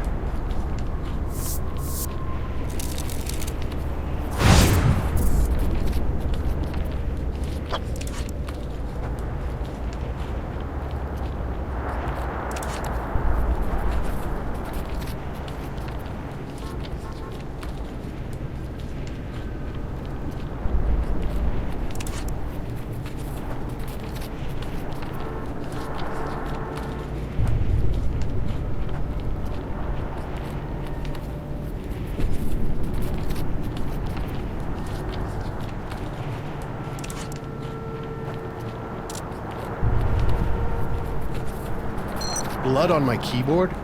It could be Mark's, I guess. No, it's not mine. Both Mark and I are authorized to use the computer. I bought the damn thing, but Mark was here on site all the time, so basically it was his computer.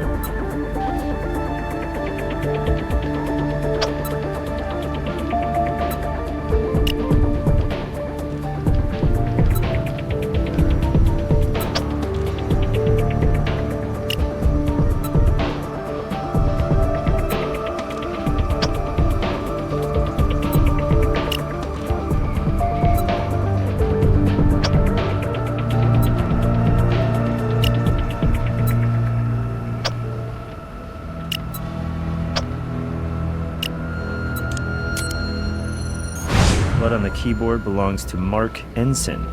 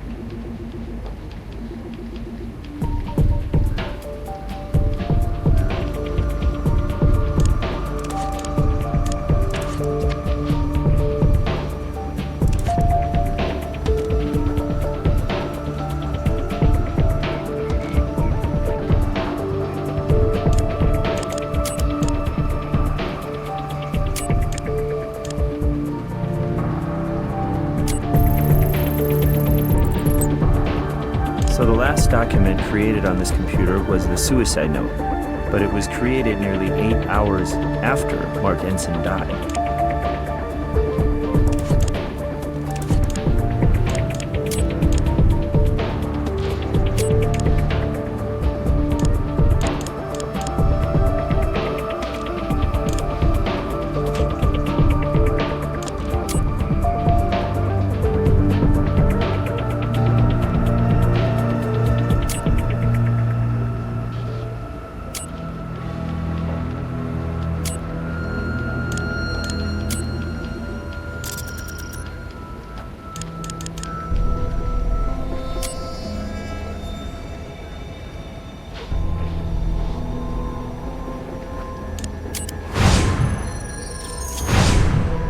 Zachary Lynch's fingerprint in blood on his computer keyboard. Now that's incriminating.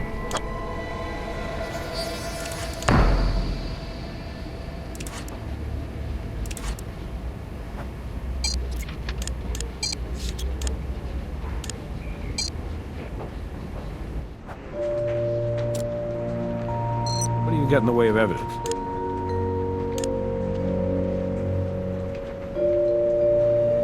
Print in the victim's blood. That'll do it. I'll bring him in.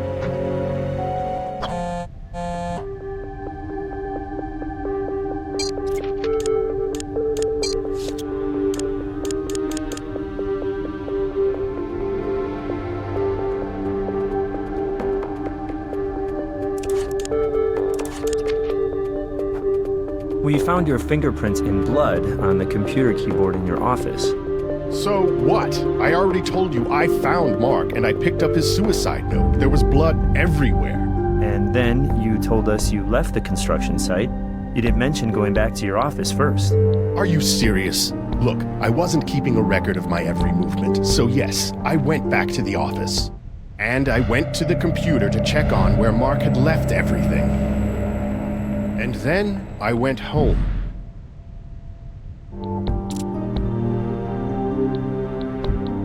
How dare you ask me that question? No, I didn't write Mark's suicide note.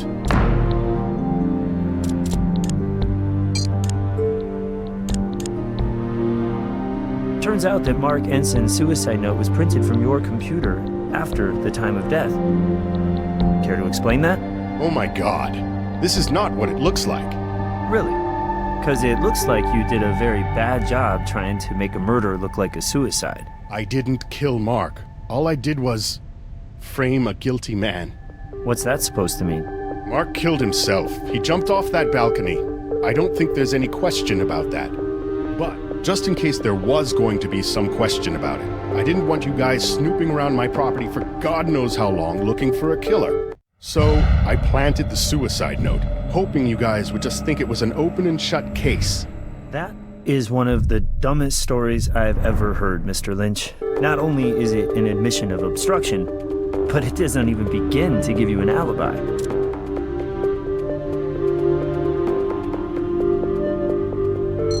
No one I can think of off the top of my head. But, you know, Mark was starting to alienate a lot of folks. He was starting to act crazy, manic, impulsive. I mean, the night he died, he must have called up some subcontractor out of the blue and hired him without my approval to completely rip up the lobby and then plant that weird native cactus garden. But who the hell do you call after business hours to plant a damn garden? I don't know, but maybe that guy knows something about what happened to Mark. Wait, you're telling us that that cactus isn't supposed to be there? Maybe we need to take a closer look at that garden. We can sit here and you can continue to harass and try to intimidate me, but seriously, I have nothing more to say to you people. You want to know my alibi?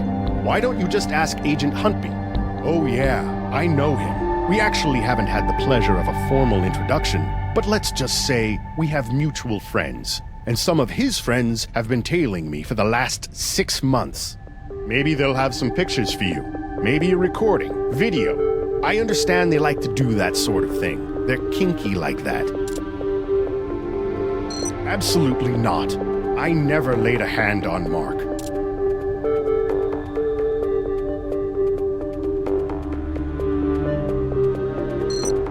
Look, Agent Huntby, I'm fine with you and the feds piggybacking on our investigation, but when you have information we need, you need to share it with us immediately. I appreciate your position, Jim. I do. I don't give a damn what you appreciate. I want to know why we may be wasting our time interrogating a suspect if you already know he has an alibi. I'm trying to tell you it wasn't my call. There are protocols for sharing information. Yes, we are, but I'm not in charge of that particular operation.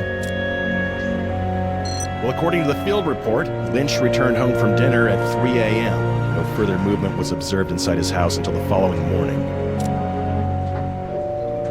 No. And the truth is, I can't confirm Zachary Lynch's whereabouts at the time of Mark Enson's murder. Why not? This morning, Lynch apparently gave our surveillance team the slip. So you trying to tell us that you don't trust your men? Yes, that's exactly what I'm trying to tell you, Jim. Off the record, that is. On the record, I should tell you to go to hell. Looks like we can't be sure whether Lynch was at home or not. Maybe it's time we looked at our crime scene a little more closely.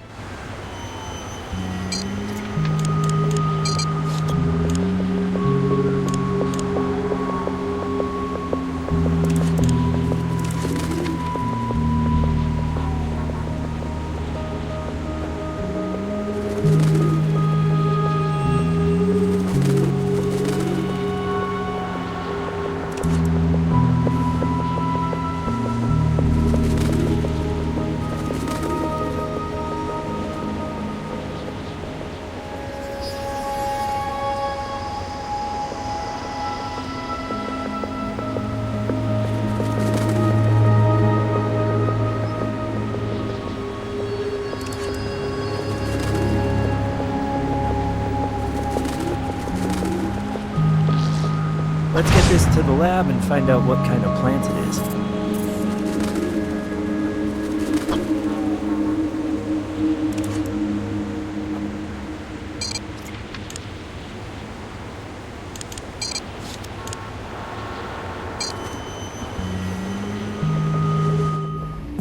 Check this out. So I was doing a little background on this ash meadow gum plant, and I found these articles related to the building of the La Ventura Casino.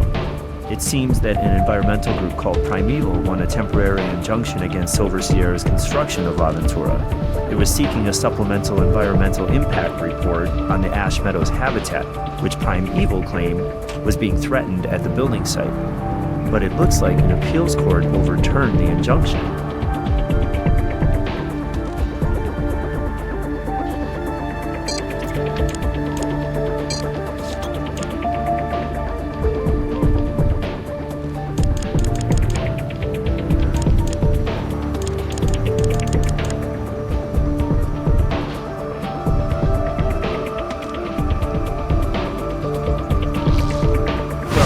From the smell of it, I bet I can guess what that is. And if it's some sort of specialty fertilizer, then maybe we can connect it back to a specific manufacturer or distributor.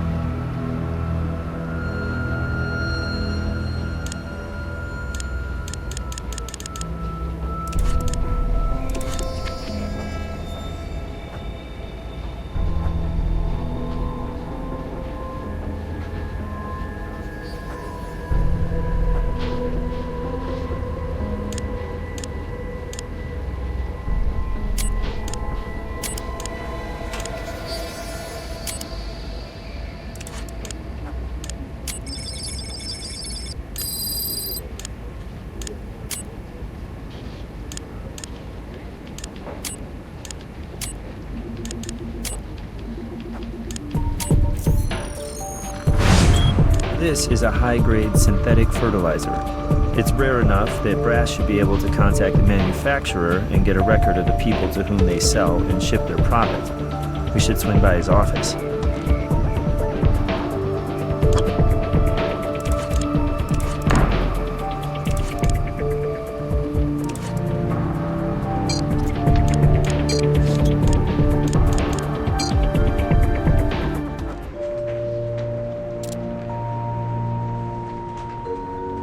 I'm on it. Obrera's lawyers were very cooperative. Unfortunately for us, there was only one buyer who purchased the fertilizer in our area. About 6 months ago, a nursery called Green Growth Plants. Turns out that nursery is owned by a man by the name of Todd Stewart. Todd Stewart? We can't prove it yet, but we suspect he's connected to a group called Primeval. We think he's a terrorist, an eco-terrorist.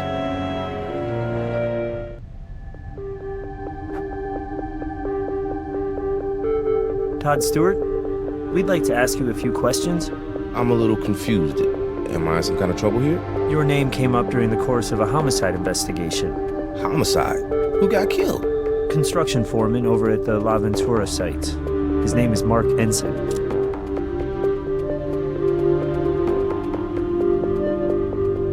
No, I don't.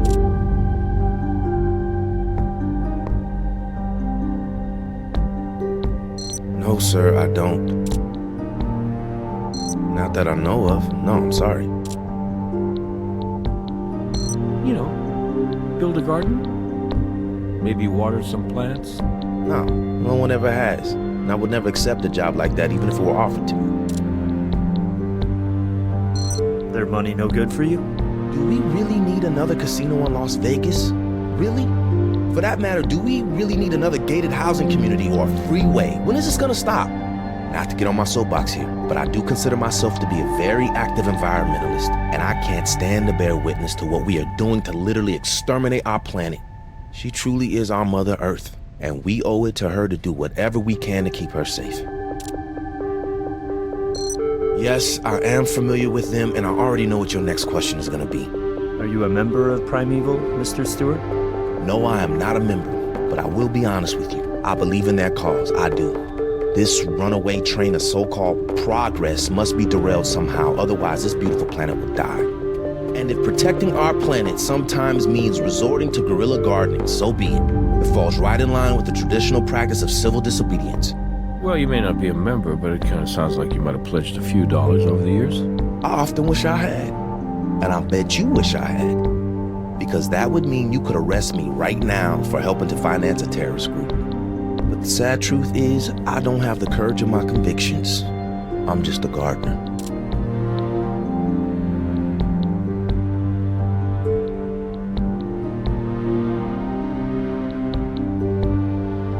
Of my shoe.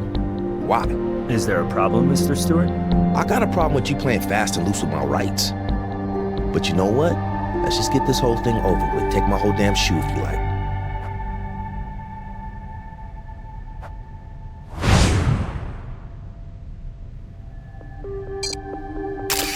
Thanks for showing us the bottom of your shoe, Todd.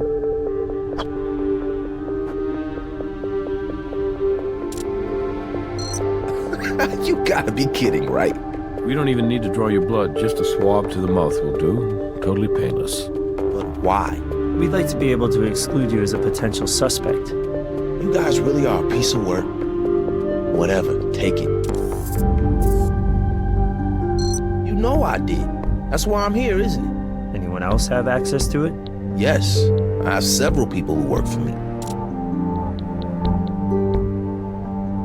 Haven't we been over this? No, I've never been to the Laventura site.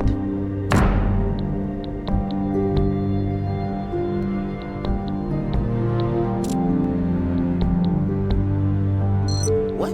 No, I've never heard a living soul.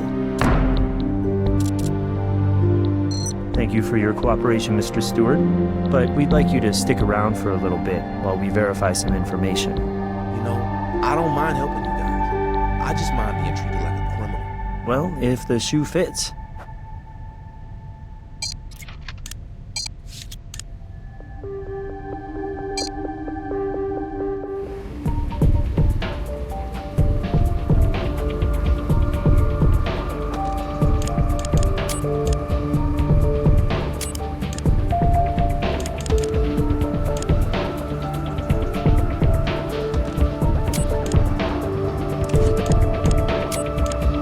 The shoe print we found at the crime scene is a match to Todd Stewart's shoe impression.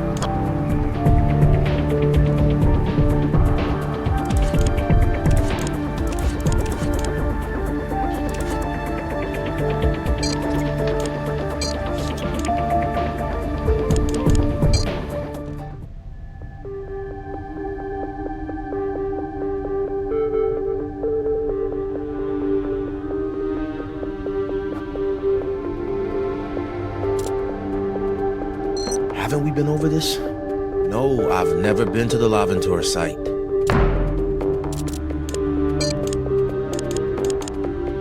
That's your shoe print at La Ventura, in the middle of the native garden, right where we found the body of Mark Ensign. I didn't kill anybody! Todd, it's time to come clean. Mark Ensign caught you vandalizing the property. He caught you in the act, didn't he? You struggled, and you killed him. All I did was plant the garden. My mission was to restore the ash metal to its rightful place. It had been smothered by the monstrosity of that building, and I put it right back where it belongs. And that's all I did, I swear. I have no idea what happened to Mark. He was alive when I left him. Well, now it sounds like you knew the victim.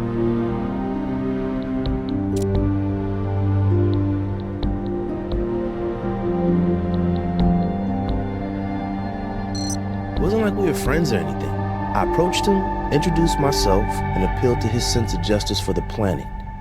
I asked him if he fully understood the havoc the building of La Ventura was wreaking on the native environment of the Las Vegas Valley, the genocide of the ash metal. That was over 6 months ago, and he totally blew me off. But then last week, he actually called me. He invited you to tear up his lobby? See, you're trying to perpetuate the big lie.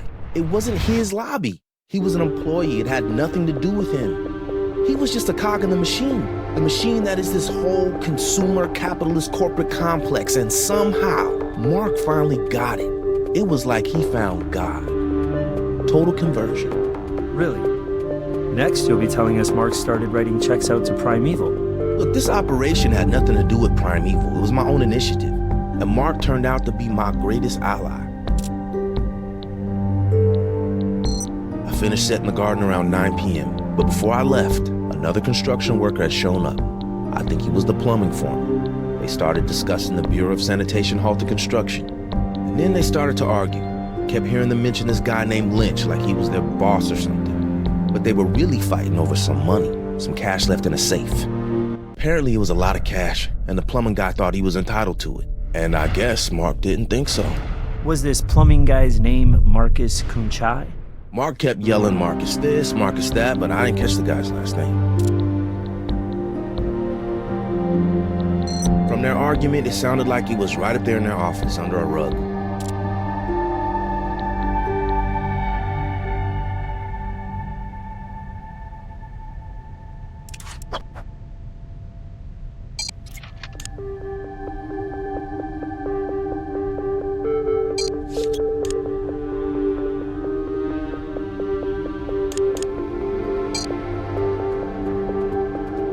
Just like Captain Jack searching for the buried treasure.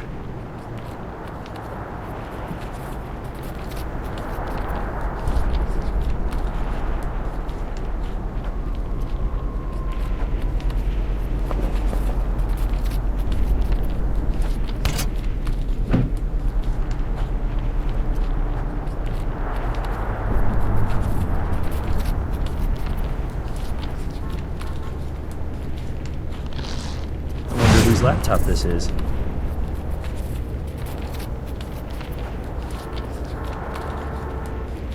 That's interesting. I don't think this fiber is from the rug.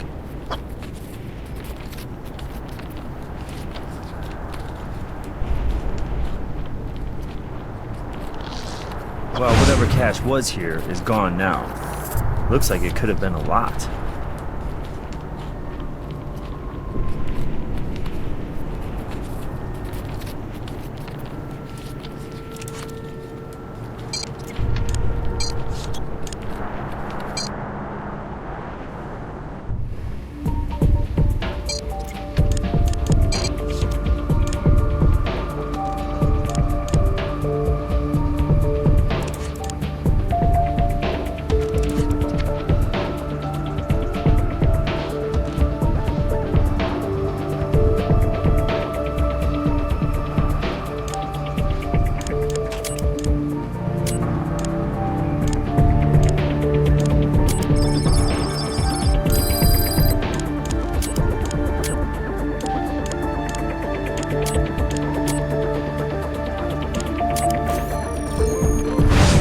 That fiber is from an industrial use glove.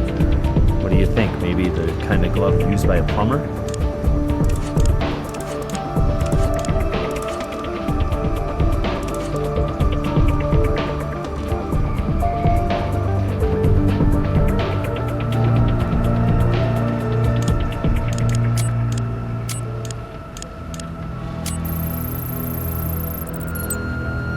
There are two interesting files here. Looks to me like a ledger of bribes, created by Ensign and signed off by Zachary Lynch.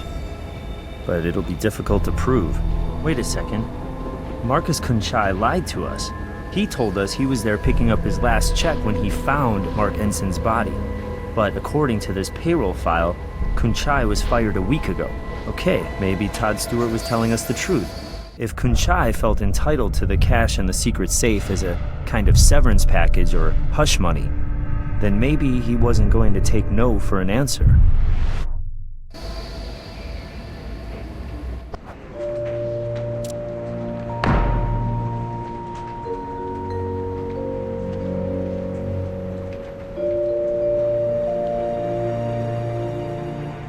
What evidence do you have? Good work. You've got your warrant.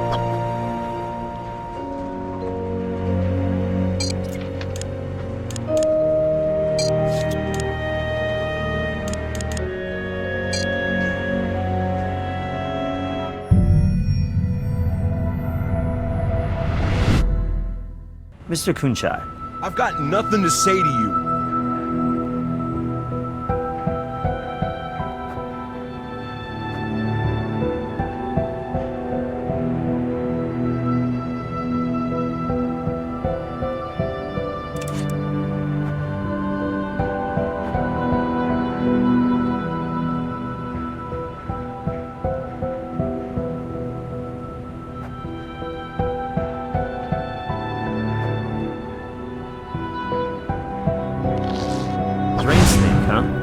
That could definitely be used to strangle somebody. Does it have any kind of distinctive pattern?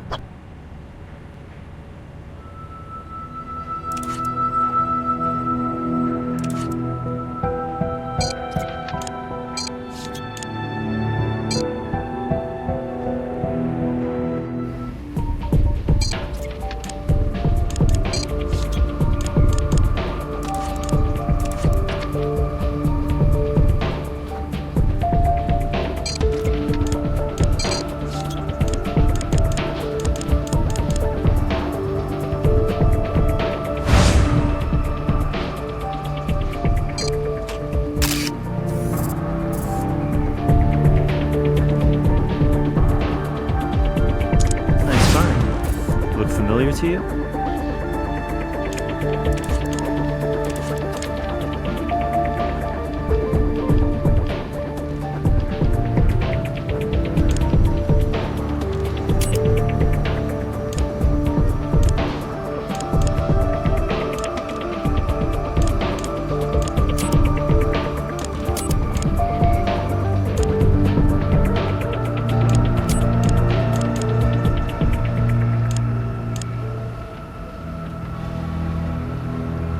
This drain snake left the smaller ligature mark around Mark Enson's throat.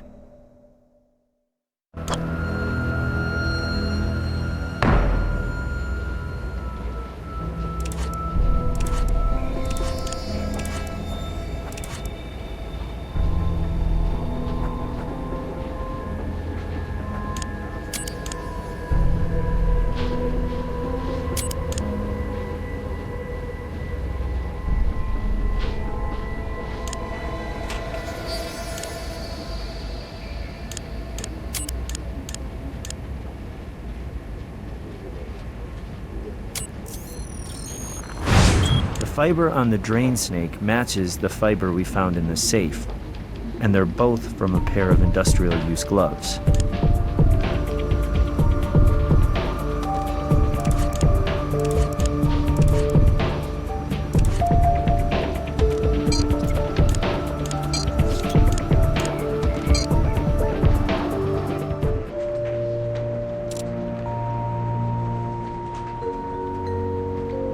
Based on what evidence? Looks like we may have our killer.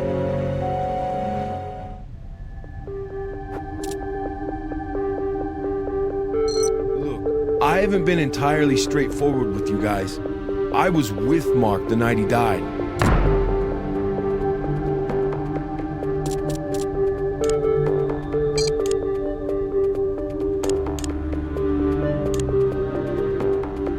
Recognize your work, Marcus? I didn't do this.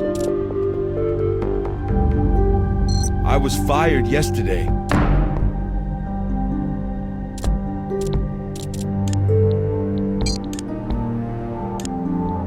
Okay, yes. Technically, I was let go last week. Technically, you're a terrible liar, Marcus.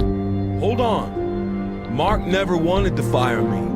Lynch told him he had to, you know, because of all the trouble with the Bureau of Sanitation. I mean, that was totally my bad, but Mark tried to defend me and keep me on the job. Marcus, stop wasting our time here. I'm pretty sure I can figure out what really happened between you and Mark.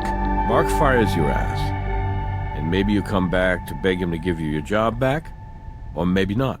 But you definitely come back for a little cut of that cash your boss's boss is keeping in that safe. Mark tells you to go to hell, but come hell or high water, you're gonna get that money. Mark put up quite a fight, didn't he? You just weren't strong enough to squeeze the life out of him, so you had to push him over the balcony. Personally, I think you got lucky. Are you crazy? That never happened. I mean, some of it did, but damn, you're twisting me all around in my head here. Please, just give me a second. Yeah, we fought over the money, but I'd actually come back there just to ask for my job back. I mean, I'd even left all my tools and stuff all over the site because I figured Mark would still let me do some side stuff, you know, off the books. But he said no to that too, right? Yeah, he said no. He told me he was done with all the shenanigans of La Ventura and Silver Sierra. he was gonna quit, start over. So I said, great, let's both take the money and run. How'd you know about the money, Marcus? It was the worst kept secret on the property. Guys used to call it the tip jar. I can't believe you guys were never able to bust Lynch and Company. And the way they used to kick back and bribe. Okay, let's stay focused on you right now, Marcus. You admit that you and Mark argued. Then it escalated. No, it didn't escalate. Mark was right. The money in the safe was blood money. I told him I didn't care, but I was just being a little bitch. Then I decided to give up on the whole thing. It was stupid. I left, and Mark was alive when I did. You really think I killed Mark, don't you? Most of the time, Marcus. We just try to let the evidence do our thinking for us. All right, I get it.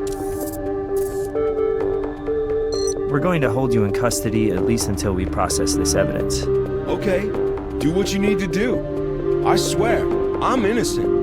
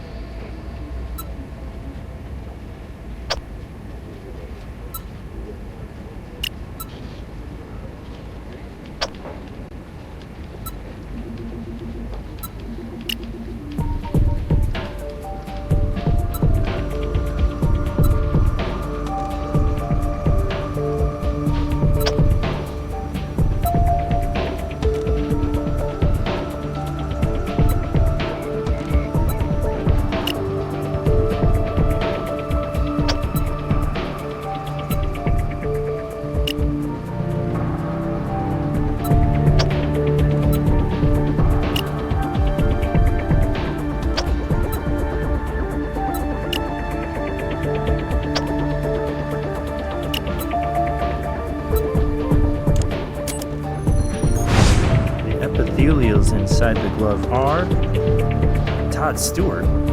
That means Todd must have been the last person to wear Marcus's gloves.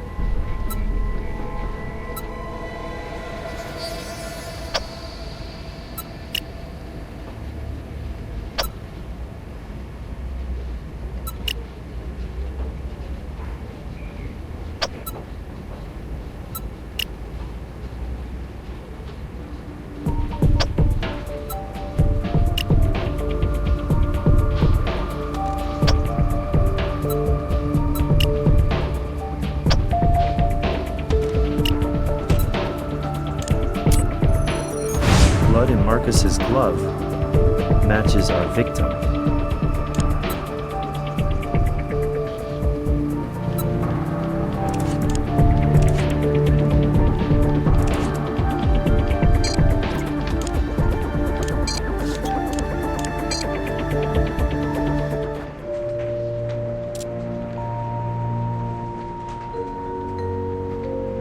What do you got in the way of evidence?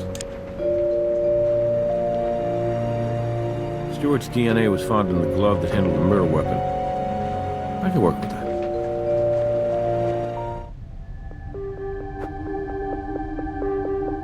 You know, I think I'm just about done talking to you guys. I tried to be as cooperative as I could, but I got a lawyer now, and I'm making bail and walking out of here in about 5 minutes. No, in 5 minutes, you're going to be making another call to your lawyer. What are you talking about?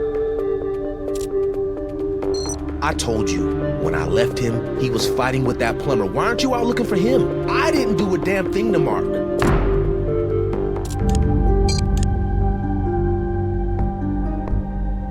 We found a unique fiber on one of the weapons used in Mark Inson's homicide. It matches the fibers woven into the plumbing foreman's gloves. You know what epithelials are, Todd? They're skin cells. Check out the big brain on Todd. The skin cells we found inside the plumbing foreman's work gloves, those are yours. You're wrong. I've never seen those gloves before in my life. You need to retest them, or whatever the hell you guys do with that kind of garbage in the lab. I didn't steal anything.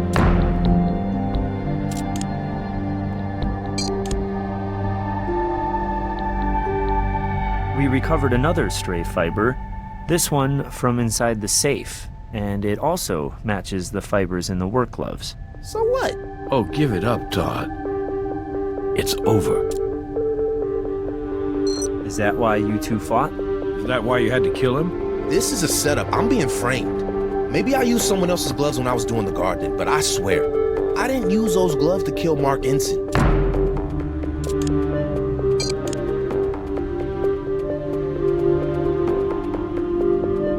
The Tree of Liberty must be refreshed from time to time with the blood of patriots and tyrants. It is its natural manure. Excuse me? There was $25,000 of cash in that safe. Mark said it was blood money, and he was right. But he didn't understand that I could redeem it, that it could be used to further the cause. Mark just refused to hear me. I grabbed a drained snake out of a tool belt that was just lying around up there on the balcony, and I really thought I'd killed him. I don't know what got in my head to try to make it look like Mark had hanged himself. Seemed like a good idea at the time. But Mark woke up, and at that point, what else could I do? The truth is, a sacrifice was necessary for the greater good. Well, you want to know another inconvenient truth, Todd? What? You're under arrest for the murder of Mark Ensign.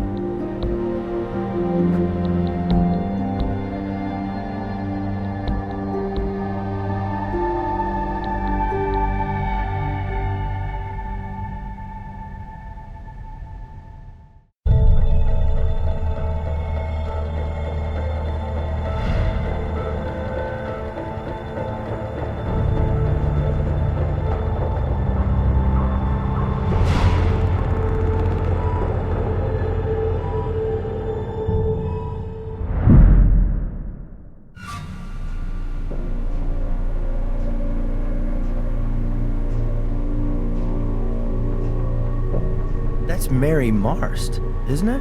The reputation preceded her, didn't it? Well, it isn't every day a spoiled heiress becomes the acting CEO of an international hotel conglomerate. That's true. The Marst Corporation. Mary was certainly Daddy's little girl. Well, this family has seen its share of tragedy recently. What is it, 2 years ago, Frank Marst and his wife Ellen died in a skiing accident over in Europe? Then Frank's will hands over the family business to Mary, only to have her nearly die in a car accident. She suffered second and third degree burns all over her body. I don't think she was expected to live, and that was over a year ago. Well, you gotta hand it to her. She always defied expectations. She was pretty tough. So tough, maybe someone just got tired of waiting. Mary's hospice nurse and her stepsister Jane Barrett found her like this. I'll let you guys go to work. If you need anything, you know where to find me. Okay, partner. Ready when you are.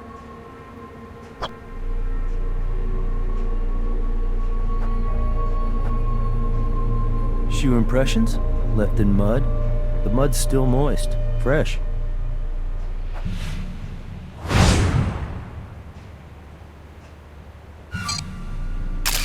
These muddy footprints have a very distinct tread.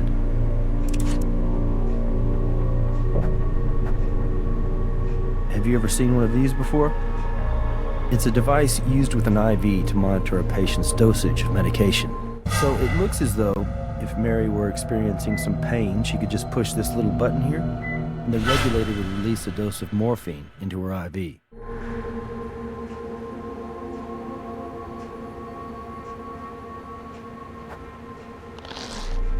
this? There's a serial number right along the broken seam here. So if we put these pieces back together at the lab, we should be able to read it.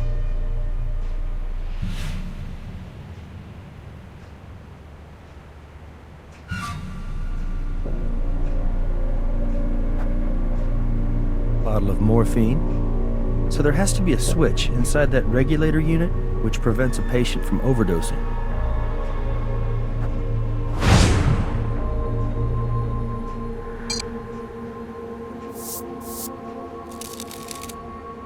That's an excellent print.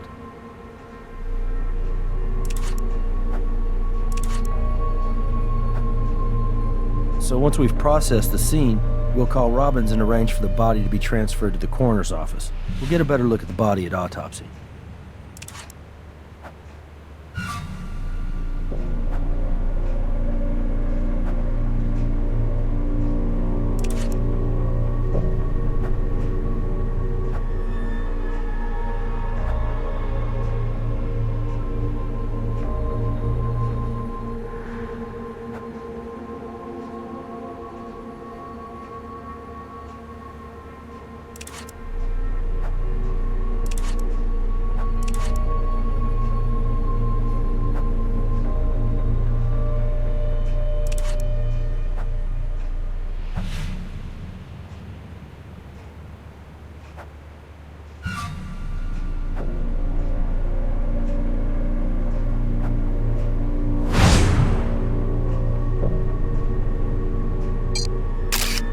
Compare these footprints to the ones we pulled from the next room.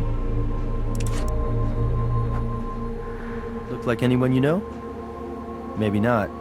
This bust is of the late Frank Marst, Mary's father. Looks like it's made of solid bronze.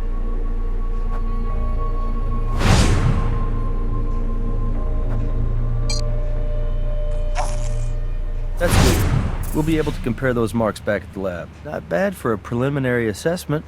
What's next?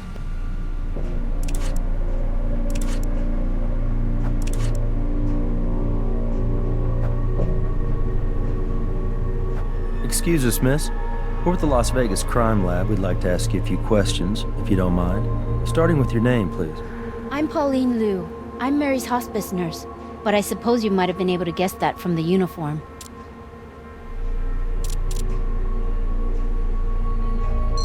That is, or was, the unit which regulated Mary's morphine dosage.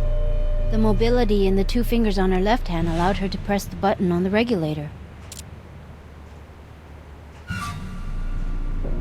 By breaking the regulator, there'd be no control over how much morphine Mary was receiving. There'd be no way to monitor it. If Mary pushed the button too often, then a small safety latch inside the regulator would engage. The latch blocks any further signals into the mechanism dispensing the morphine. It's what prevents an overdose. Yes, and Miss Barrett, that's Mary's stepsister. She and I found Mary. Like this. About 7:45, I think. Miss Barrett visits us every Sunday and she usually arrives by 10 o'clock, but today she was early. She rang the bell about 7:30. Miss Barrett and I were together when we came into the room and found Mary, just like this. I was just devastated.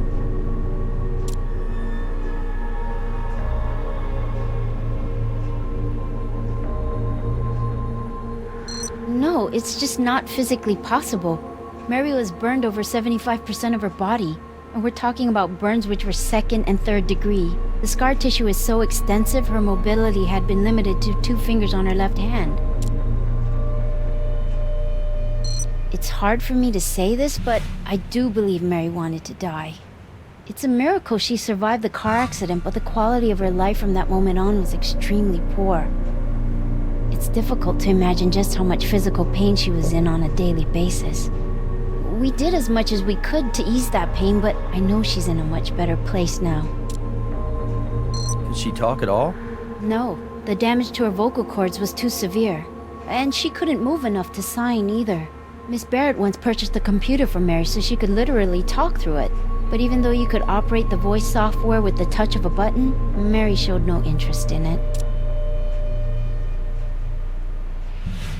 Are you familiar with the Nightingale Pledge? It's an oath nurses take, like the Hippocratic Oath.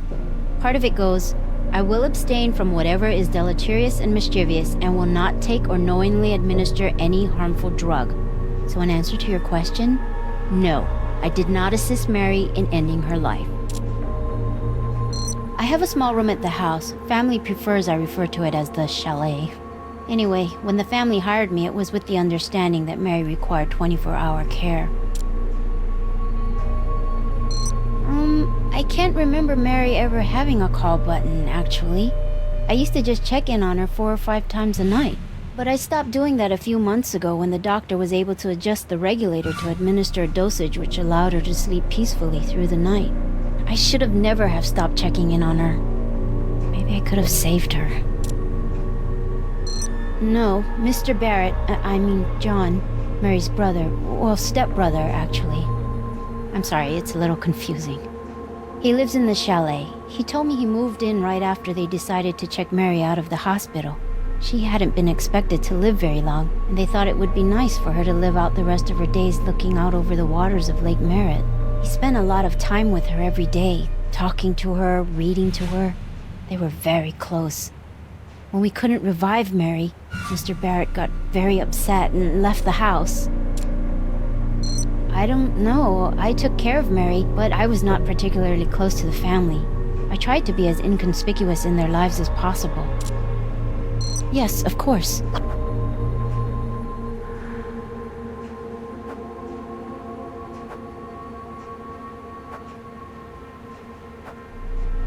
Miss Barrett, we're with the Las Vegas Crime Lab. I know you're upset, but we'd like to ask you a few questions if you don't mind. Of course, officers. Whatever I can do to help. That's correct. Mary's nurse and I discovered the body this morning. 7:30 this morning? Maybe 7:45? I'm not exactly certain. Yes, she was lying almost exactly like this, but the nurse and my brother John did try resuscitating her, so the body may have been jostled a bit. I made sure none of us moved anything else, because I understand the importance of not disturbing a crime scene. Her morphine regulator was smashed. Mary couldn't do that. Poor thing could only move 2 fingers on her left hand. God bless her.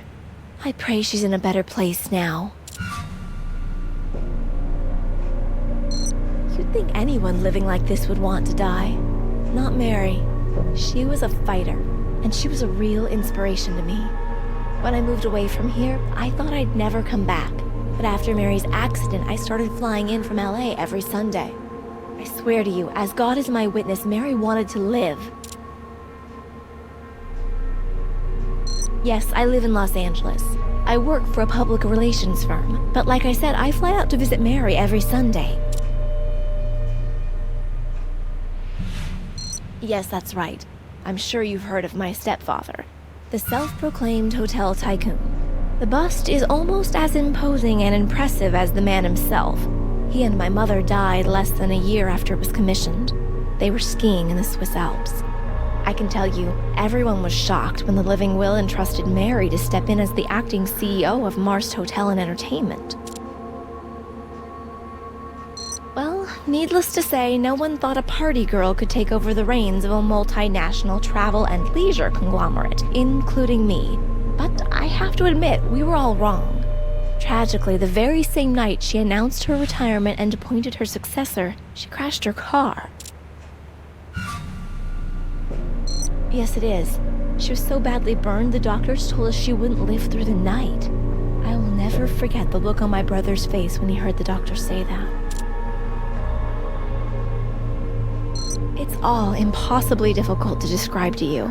I mean, first our parents, and then Mary? It was almost too much to bear. But the way she fought, she was stronger than anyone could have guessed. She wanted to live. Mary's nurse let me in, and it was just like my normal Sunday visit. I wanted to tell Mary about my promotion. And then, as soon as I saw her, I knew something was wrong. I could tell by the paleness of her skin. I think I screamed.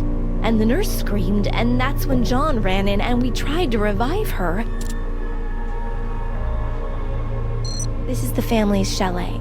When we all decided to bring Mary back here to spend her final days in peace, my brother John decided to move in too, so we could be with her and help take care of her. He and Mary were very close, much closer than he and I. No, we're not particularly close. Well, let's just say we have very different views about money, very different values about it. Growing up as an only child, Mary had always wanted a little brother, and John was more than happy to be spoiled by her. I have no idea. He ran out of here, and I haven't seen him since. Thank you for your time, Miss Barrett. We'd like it if you could remain here in Las Vegas until we have a better idea of what happened to your stepsister, okay? All right, officers. Whatever you think is best.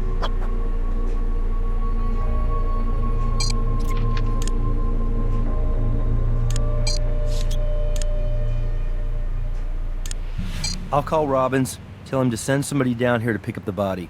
And I'll make sure the officers hold the scene for us, just in case we need to come back here.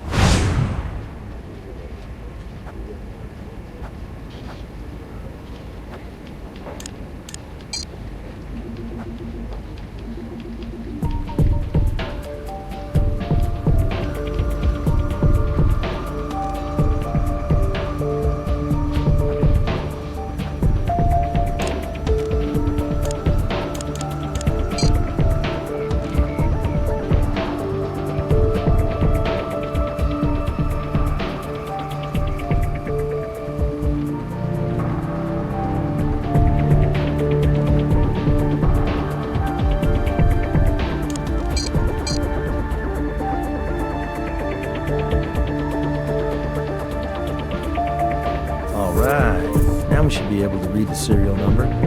I'd collect those bits of metal, too. They weren't part of the regulator.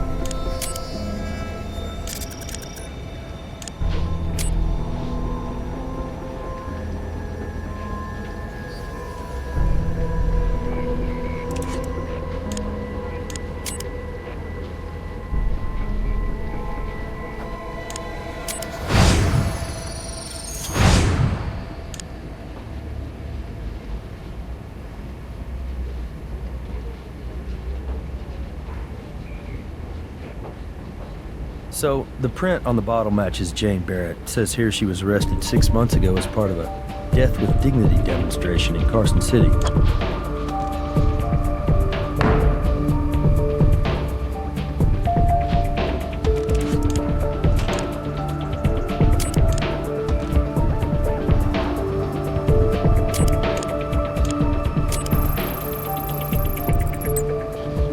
That's the record of Mary Marst's morphine usage. Take a look at the line of continuous usage during the last entry. Be surprised if that's not our cause of death right there.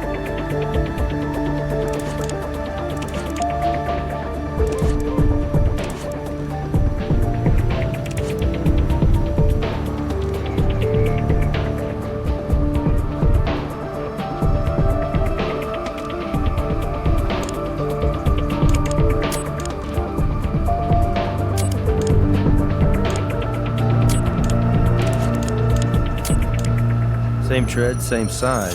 So whoever passed by the bronze bust of Frank Marst also approached Mary Marst in her bed.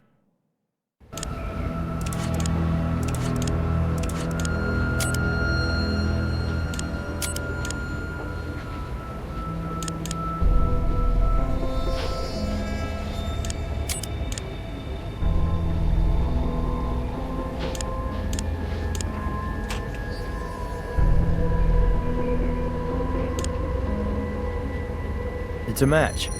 That bronze trace we found in the broken regulator pieces came from that bronze bust of Frank Marst. The evidence suggests someone took the bust from the front room and used it to break open the regulator. Then they removed the morphine control inside. Then the murderer pushed the button on the regulator to give Mary an overdose of morphine. If Mary was awake, she would have been forced to lie there and see it all happen. Helpless.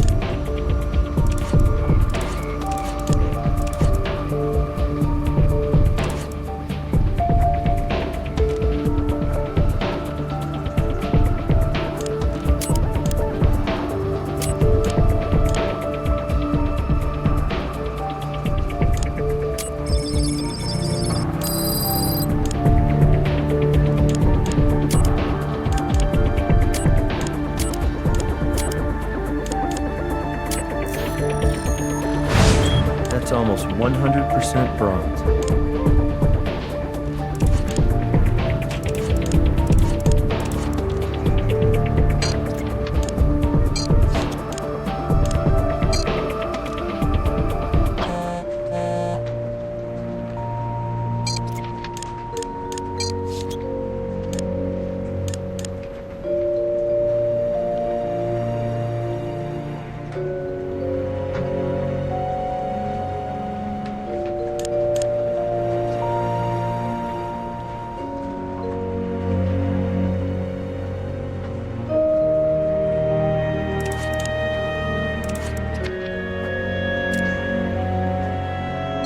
Based on what evidence?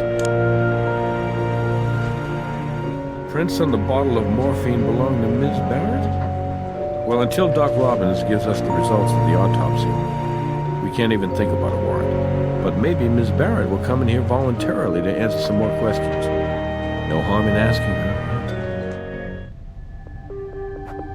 right? Thank you for coming in voluntarily, Miss Barrett. Of course, officers. I'm happy to help with your investigation. To be honest with you, I'm uncomfortable with her appearance. She's trashy. She wears that nurse's uniform more like a stripper than a caregiver. However, John seems to think she does a good job, and Mary approved of her. No, of course not. Mary had already passed by the time I got here.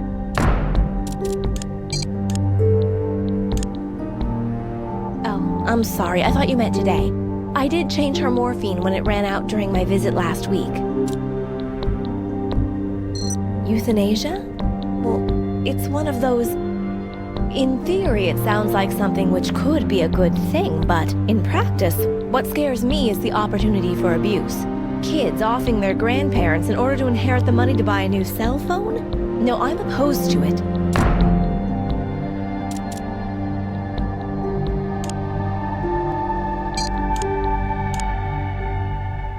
Miss Barrett, are you aware that your fingerprints are on record because you were arrested 6 months ago at a Death with Dignity demonstration in Carson City? I wish I could chalk that up to youthful indiscretion, but obviously I was old enough to know better.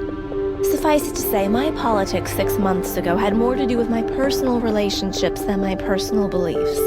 I don't mean to suggest that there's anything wrong with the Death with Dignity people. It's just that I wasn't really with them, if you know what I mean. And honestly, having lived with Mary like this for all this time, I can't say I could make a decision like that. Especially because, even though she can't speak, I know Mary wants to live. I know that very much in my heart. Miss Barrett, could you tell us your whereabouts for the last 24 hours? I live in Los Angeles. I come up here to visit with Mary once a week. I flew up here this morning. By that look on your face, I'd imagine you'd also like to know if anyone can verify what I'm saying, but I don't think anyone I know saw me. Oh, wait. Hold on. Actually, I have this excellent home security setup. Superior Security Systems. You see the way it works? You're either in the away setting with the motion detectors on, or the home setting with them off. They gave me an application for my cell phone that tracks when I'm home and when I'm away. I can send what it recorded for the last 24 hours to you, and you'll be able to see I was home, right up until I left for my flight this morning. Okay.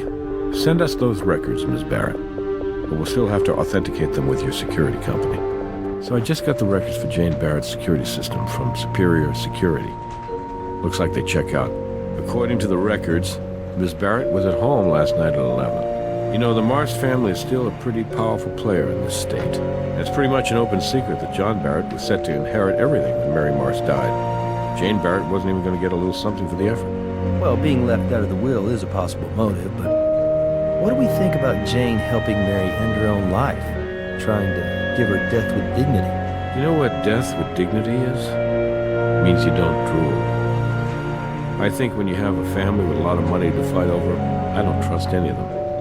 But if Doc Robbins tells us the time of death clears Jane Barrett, then I'll move on to the next best suspect, family member or not. Vault Insurance Company was only too happy to provide us with their claim file on Mary Marst's accident. Hey, Robbins here.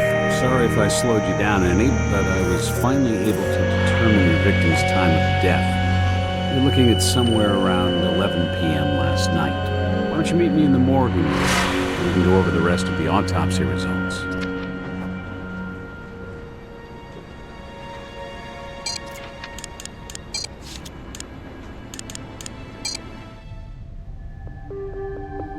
Thank you for coming in voluntarily, Miss Barrett. Certainly. Anything I can do to help discover what happened. Even though the family's resources are available to me, I have tried very hard to remain self-reliant.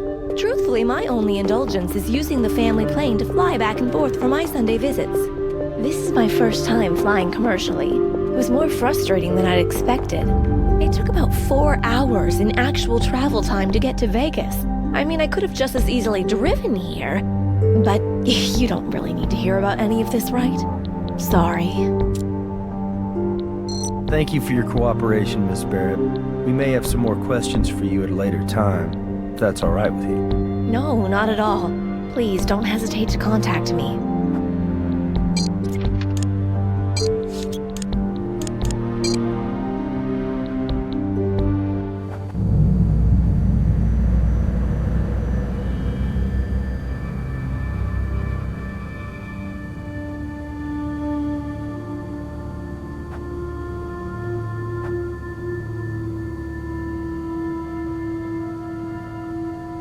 Thanks for waiting. Ms. Marst's previous injuries, which resulted in extensive hypertrophic scarring, made my job a lot more challenging than I'd expected. I'm sorry if I've slowed you down any. Just because something walks like a duck and quacks like a duck doesn't mean we shouldn't assume it's a duck. The massive amounts of morphine found in the victim's system would lead one to expect death by overdose-related causes, and I did determine Ms. Marst's cause of death to be asphyxia due to morphine intoxication. Because the extensive scar tissue in Ms. Marst's lungs was hypertrophic, it took a little while for me to distinguish the morphine as the root cause of the asphyxia, as opposed to a more general catastrophic failure of the respiratory system due to her persistent condition. Is it just me, Doc, or did this autopsy take a little longer than usual? Well, Nick, it's just been a while since I examined a body with such severely burned tissues that hadn't been a contributing factor to COD. I estimate time of death to be somewhere around 11 p.m. last night. The problem I had with this one is, if you take a good look at the muscular atrophy, it presents like advanced rigor. These pressure ulcers and skin abrasions also led to some initial confusion over the degree of livor mortis. And finally, once I got Ms. Marst's medical records and saw she'd stopped eating solid food about 3 months ago, I knew I couldn't use any partially digested food to help set her time of death. Man, you weren't kidding when you said this one was challenging. Yeah, but that's what keeps the spark alive in this job. It's a good question, and I have no answer for you. Now, in a situation like this, where such a high dose of morphine is involved, I look for signs of cadaveric spasm. Because when voluntary muscles are deprived of oxygen due to, say, strenuous activity, these muscles tend to seize up perimortem, and indications of cadaveric spasming, let's say in the hands or arms, would tend to suggest the victim was in the midst of a struggle around the time of death. And I looked for such indications. When I got the full tox report back, it seemed to me that the level of morphine in her system was so toxic, it probably caused her to slip very quickly into an unconscious state just prior to the total collapse of lungs. So, absent any indication of cadaveric spasm, I concluded your victim's voluntary muscles were not engaged in any such strenuous activity perimortem. The more important point here is that whether this was a deliberate act of murder or an assisted suicide, Mary Marst's death was the result of a homicide. No, it would have been impossible. Her medical records indicate Ms. Marst sustained multiple near-fatal injuries in a car crash. Apparently, she actually inhaled burning fuel, which obviously severely and permanently damaged her vocal cords.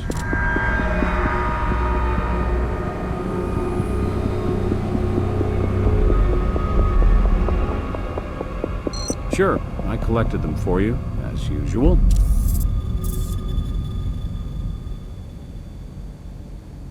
Anything I can do, feel free to take a closer look at the body yourself. Oh, almost forgot. There's a shard of some kind embedded in the back of her left hand. I left it for you to collect. Scar tissue here is extensive, as well as hypertrophic.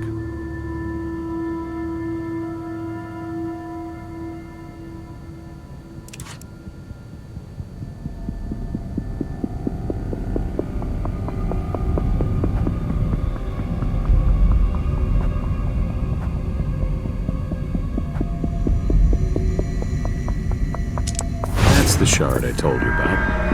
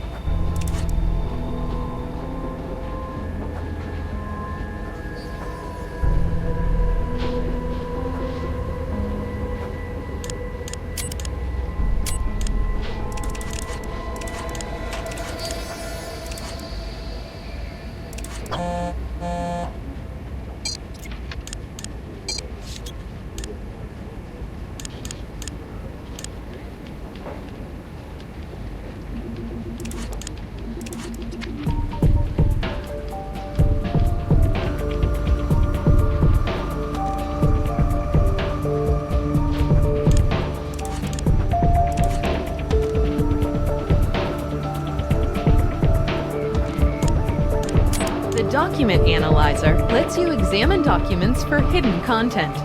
Select a piece of evidence using the Evidence button to begin. Okay, so this pretty much backs up what Jane Barrett told us. She was home in Los Angeles last night. Pretty solid alibi. You may have something there. Jane comes to visit every Sunday, and every Sunday Mary's morphine usage becomes erratic. The records from Jane's security system indicate there was one Sunday when she stayed home. Now, don't you think it's odd she didn't happen to mention that one Sunday to us? It's also not reflected in Mary's pattern of morphine usage. It doesn't contradict Jane's alibi, but it's definitely worth keeping in mind. You've added a piece of evidence to the document analyzer. To find any hidden information that might be there, you'll need to adjust each of the 3 sliders. Select and drag the first slider until the hidden information partially appears. Repeat this for each slider until the hidden information is fully revealed. You will receive confirmation when you've found what there is to find.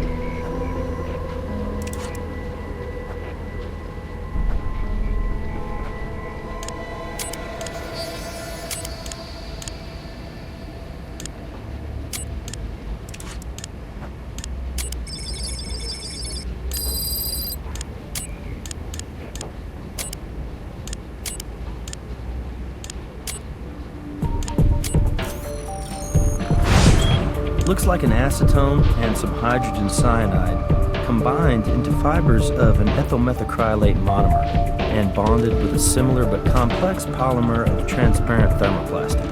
It's a tiny piece of a cosmetic fingernail. I wonder, when was the last time Nurse Lou had her nails done?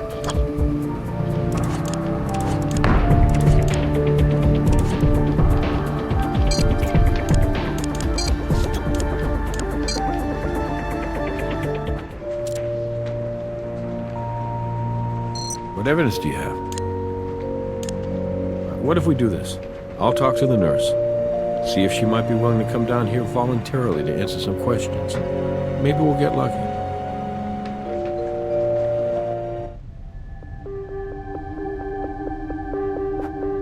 Nurse Lou, we appreciate you coming down here voluntarily to answer some questions.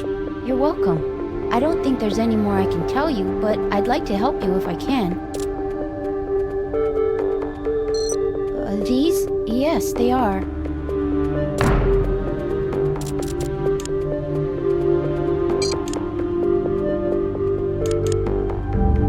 That's odd. Oh, but you know I did get a nail tip put on my index finger when the real one broke last week. It's been on my hand all week, so I guess I kind of forgot about it. But you can see it's not chipped or anything.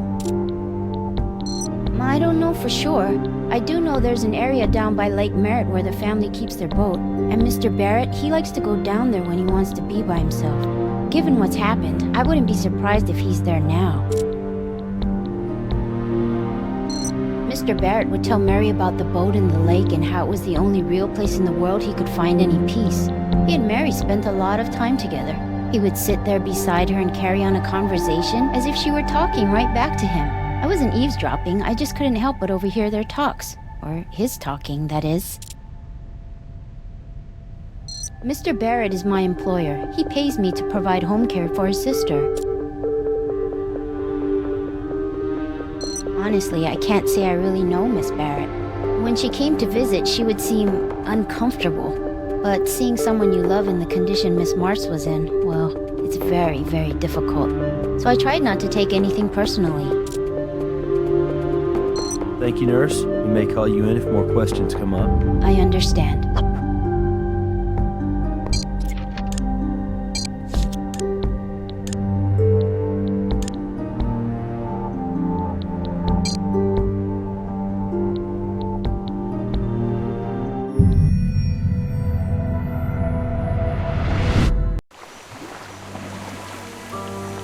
That must be our man. Right where Mary's nurse said he'd be.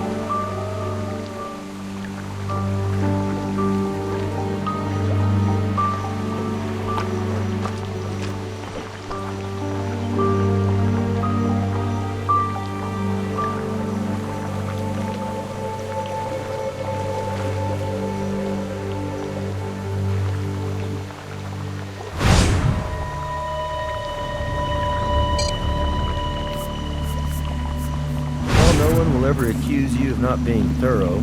I'd say you might be overdoing it a little bit, but it never hurts to practice, right?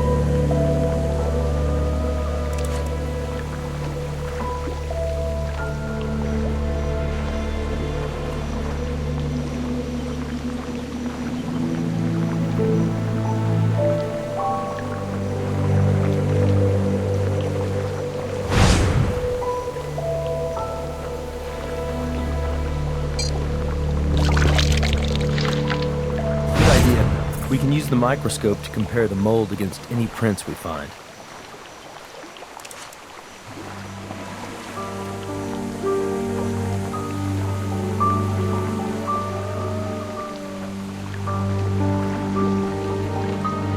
Yeah, that's a nice boat, but it's not why we're here. Let's stay focused.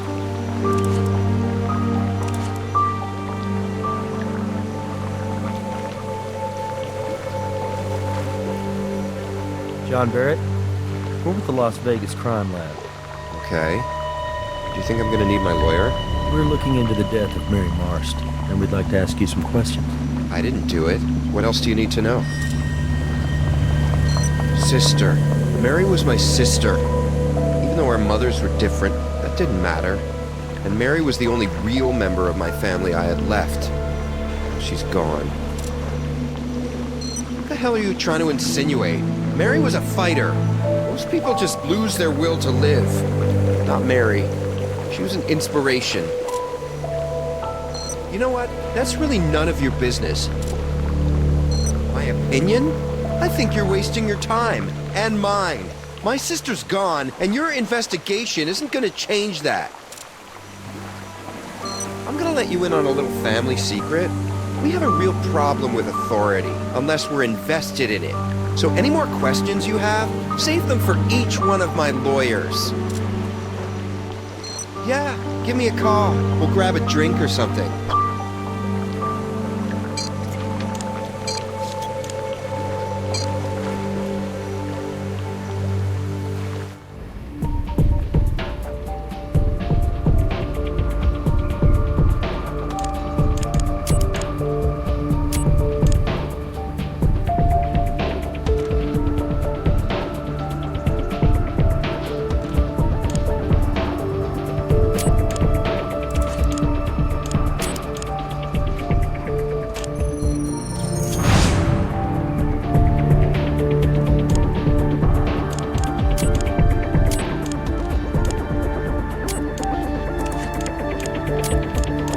Size and the tread patterns match. Our suspect was wearing these shoes.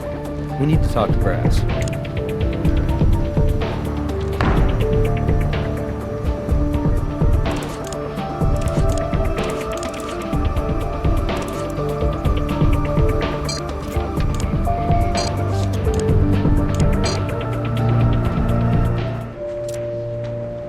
What do you got in the way of evidence? This is good. We can get a warrant to search the kid's room with this. Problem we have now is it's Sunday, which means the judge is indisposed on one of several possible golf courses. I'll have to chase him down to get the warrant to search John Barrett's room. Why don't you head back to the lab? I'll call you when I have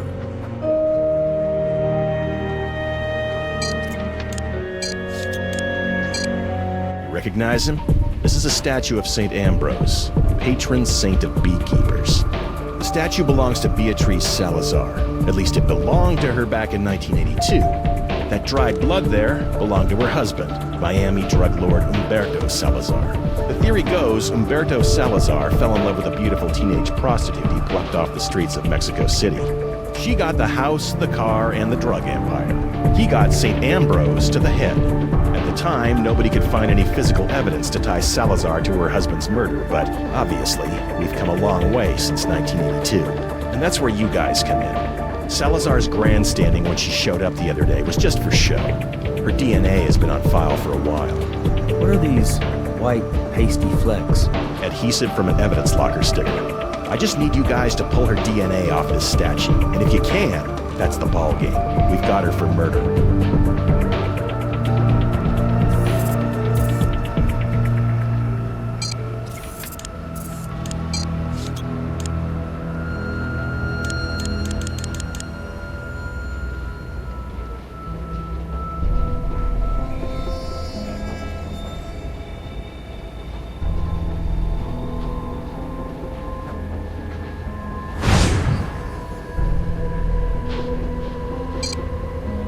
collect here.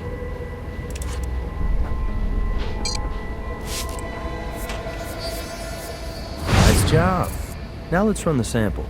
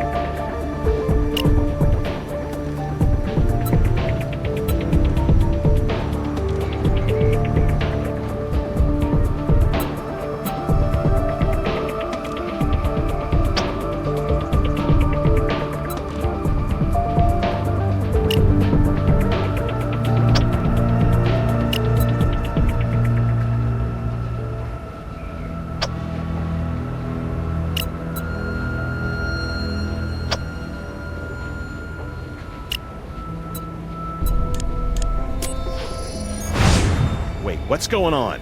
I'm not sure. Somehow, proteins got denatured, cooked. They're useless. Son of a bitch. What the hell happened? It doesn't make any sense. The concentration of sodium lauryl sulfate is way too high. But I was standing right there beside you. I saw you prepare the sample correctly. Damn it, I can't believe this. I'm taking this statue back into my custody, and I'm going to make a formal request to the deputy director and to your sheriff that an investigation be immediately conducted into the CSI's possible malfeasance. Mr. Stokes, I would suggest you take this matter into your own hands before it brings down this entire lab. Tell me something. Are you just incompetent, or did you just deliberately destroy potential evidence? I know this sounds crazy, but I think Agent Huntley set us up. I think he deliberately set us up so that we would consume that potential DNA sample in analysis. And he wanted us to take the fall for it. Catherine, we gotta get our hands back on that statue. We need to analyze whatever traces on it, and we have to figure out what the hell's going on with Huntley. He just left the building, and he took the statue with him. I'll notify the FBI field office, see if they can help us. I think Nick is right, and I'll do everything in my power to get that statue back here and have you retested. But until we can get this thing totally resolved, I think it's best for the credibility of the lab if I keep you off any cases pertaining to Beatrice Salazar. I understand you have another case you're handling right now. I recommend the two of you keep working on it. So, walk me through this again. Okay. We used a moderate concentration of sodium lauryl sulfate to lyse the cell walls. Okay. Cell walls open up, allowing us to extract the genetic material inside and prepare it for DNA analysis. Exactly. Except this time, for some reason, there was a much higher concentration of SLS than we normally use. So when the sample was hydrated in preparation for our DNA analysis, the water and the high concentration of SLS produced a chemical reaction that gave off enough heat to raise the temperature of the water way above 80 degrees Celsius. Which would have denatured the protein and destroyed the viability of the sample. Agent Huntby is claiming you incorrectly prepared the lysing solution by adding too much SLS. Catherine, with all due respect to Agent Huntby, I was standing right there when it all went down. The solution was prepared correctly. Now, as we were swabbing the sample, I did notice a trace amount of some sort of pasty substance on the back of the statue. So I asked Agent Huntby about it, and he said it was just some glue residue from an identification tag. Now you can create a paste with sodium lauryl sulfate, concentrated enough to have that reaction when hydrated. It's Brass. I finally tracked down the judge and got him to review and sign our search warrant for John Barrett's bedroom. It's a go.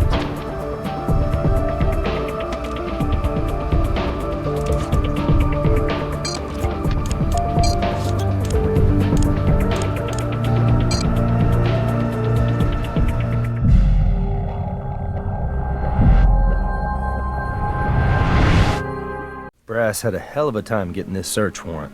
Let's not waste it. Stay sharp.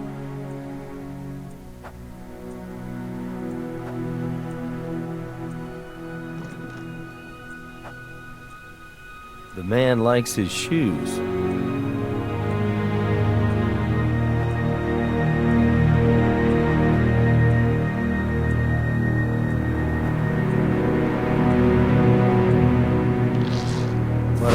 Looks like it hasn't dried. It's fresh.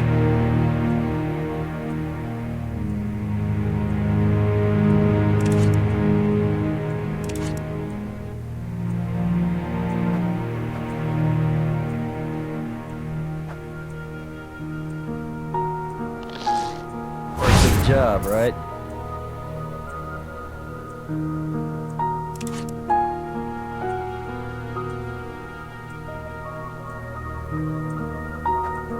This guy may be rich, but lucky for us, he obviously doesn't pay for a daily maid service.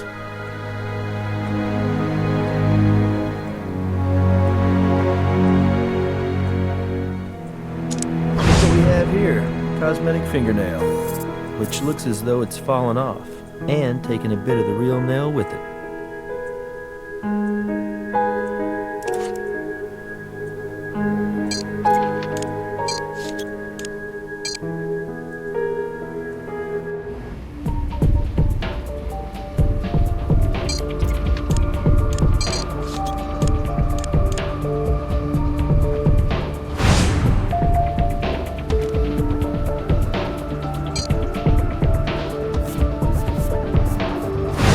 But somebody's got to do it. Hopefully we'll be able to recover some usable DNA. If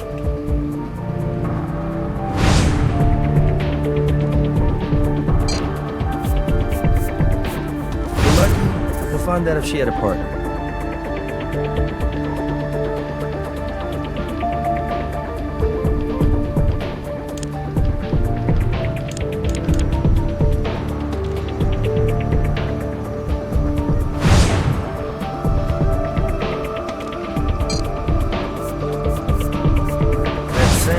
May allow us to positively identify who the nail belongs to.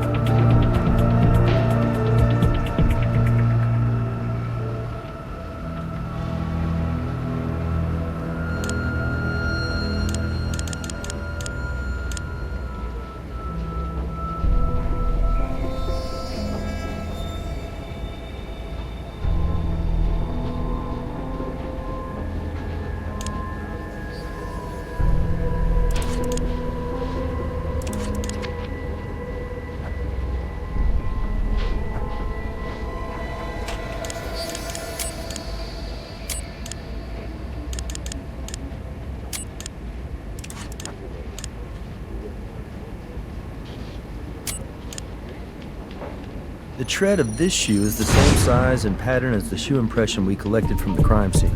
Gotta say, it doesn't look so good for John.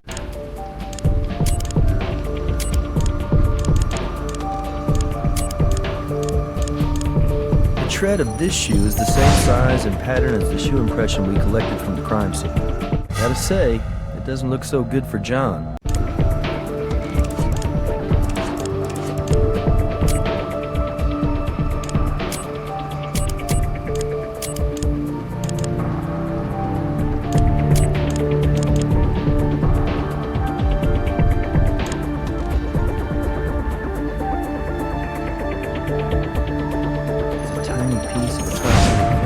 Matching an unknown to an unknown like that doesn't tell us much. If we processed all of our evidence as thoroughly as we can, seems like we might have a test or two to run.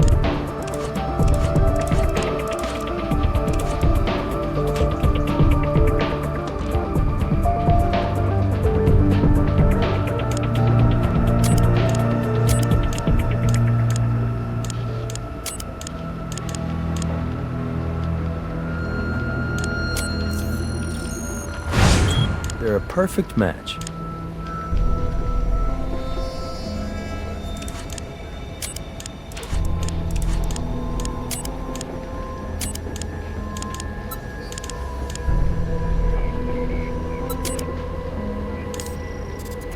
The results of your search are in the column on the right. Select one to continue.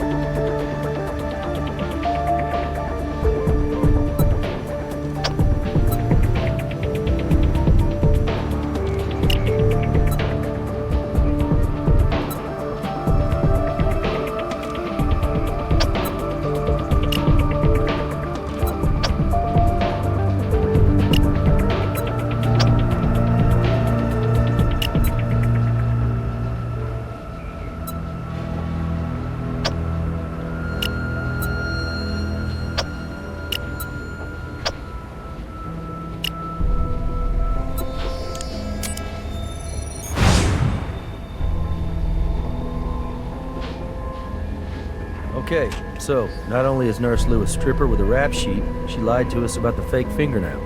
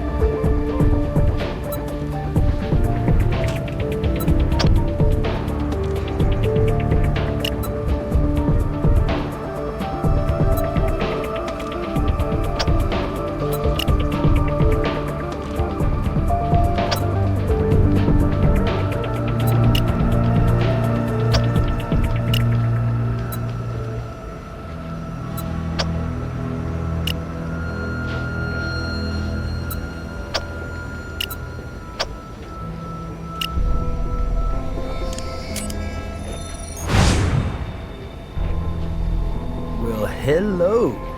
It's always the naughty nurse, right? Not only does Pauline Lou have a work card because she's been a dancer at various gentlemen's clubs around town, but she also has an arrest for solicitation on her record. Looks like John and Nurse Lou didn't want us to know about their little relationship. Do you want to tell Brass, or should I?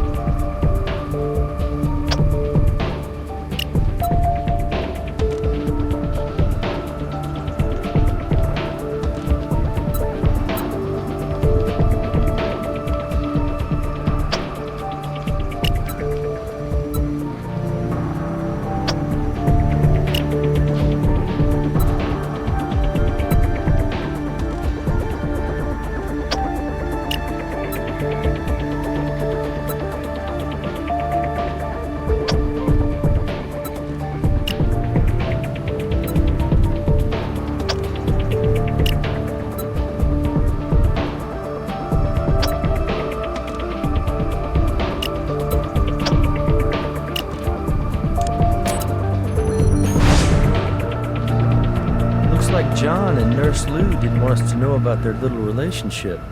Do you want to tell Brass, or should I?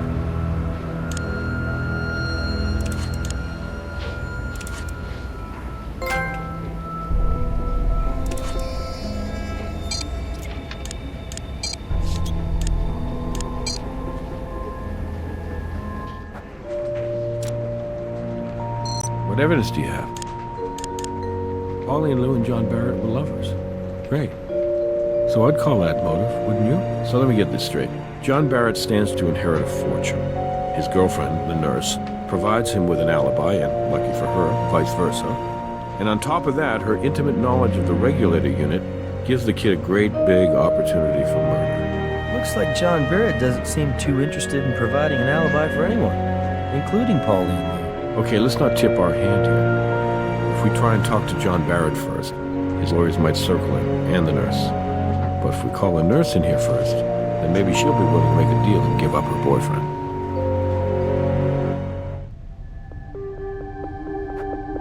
I'm very confused by this situation. I've tried to be very cooperative. Have I done something wrong? Well, like I told you before, I chipped a nail and replaced it with this one I have on. And I've had it on all week. Why are you asking?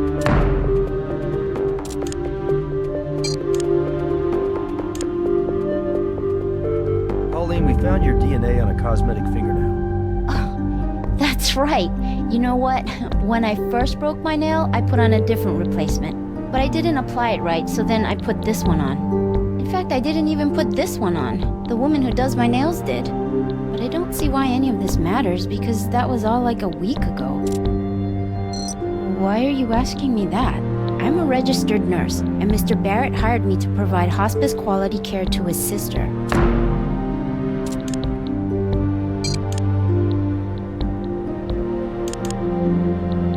Pauline, I'm gonna ask you again. What is your relationship to John Barrett? I think you know why I'm asking. Because according to the semen and vaginal contributions we found on this underwear, you and Mr. Barrett were very intimate. At least on one occasion. It's true. I love John. We've been together for some time now. I met John not long after his parents passed away. I probably fell in love first. I think he was more interested in being distracted. You see, before I was a nurse, I was a dancer. A stripper, actually. It's not something I'm proud of, but it's not exactly something I'm ashamed of either. It paid my way through nursing school. I'd always dreamed of being a nurse. And it brought me to John. But I never quite had enough confidence, or I don't know. Maybe I just didn't have enough experience to pass my certification tests. John was the only one who ever believed in me. He's the most sensitive, caring man I've ever known. Pauline, you've been telling us this whole time that you're a registered nurse. Yeah, well, for all practical purposes, I am. It's just that I don't actually have this certification yet, and I didn't want to get John into trouble for having hired me. Look, I swear to God, that's the only reason I tried to hide our relationship from you. All my life, all I've ever wanted to do is be a nurse and help people. I couldn't bear the thought of being barred from the profession for good because of this.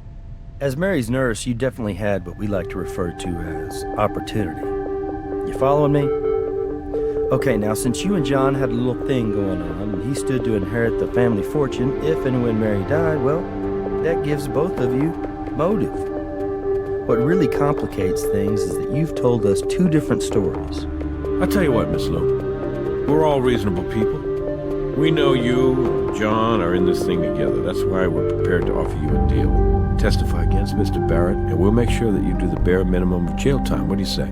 No, please, I'm innocent. You've got to talk to John. He'll tell you. We were together all night. I swear to you. You lied to us, Pauline. Now it's kind of hard just to take you at your word. And since John's not talking, we're really going to need your help to find something to back up your story. If John knows what's going to happen to me, he'll talk to you. I know he will. He's a very complicated man. Before her accident, Mary gave John a gift. It's a goofy little thing. This little finger puppet. It was like this private joke between the two of them. But then when Mary got hurt, that stupid puppet began to mean the world to John. He would hold it at her bedside and try to make her laugh with it. But last week, the puppet got lost somehow. I'd been cleaning up and I must have misplaced it, but John went ballistic. I mean, you'd have thought I'd run over his dog. Anyway, day before yesterday, I found the damn puppet. I was thrilled. I went down to the lake, down by where they keep the boat. And I was gonna surprise John with it, but before I could say anything, he started screaming at me. And that's when I threw that stupid puppet away, for good. Well, not exactly for good. I tried throwing the damn thing in the lake, but instead I ended up tossing it into the family's boat. Okay, this is the crazy part, and the whole reason I'm telling you this. I think if John gets that puppet back, then he might be able to open up to you guys. He's missing Mary so much. He just needs to have a piece of her back, and then he'll open up and tell you everything you need to know. I'm sure of it.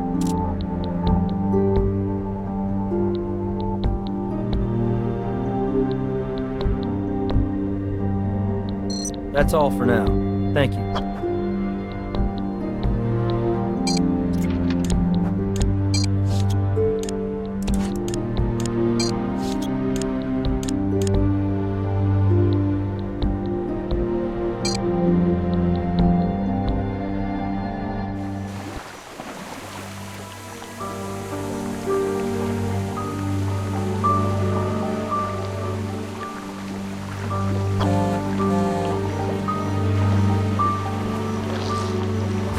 Here's that little puppet Pauline was talking about. It's ridiculous. I don't mean to be disrespectful, but it's just really hard to believe this would mean so much to Mary's brother.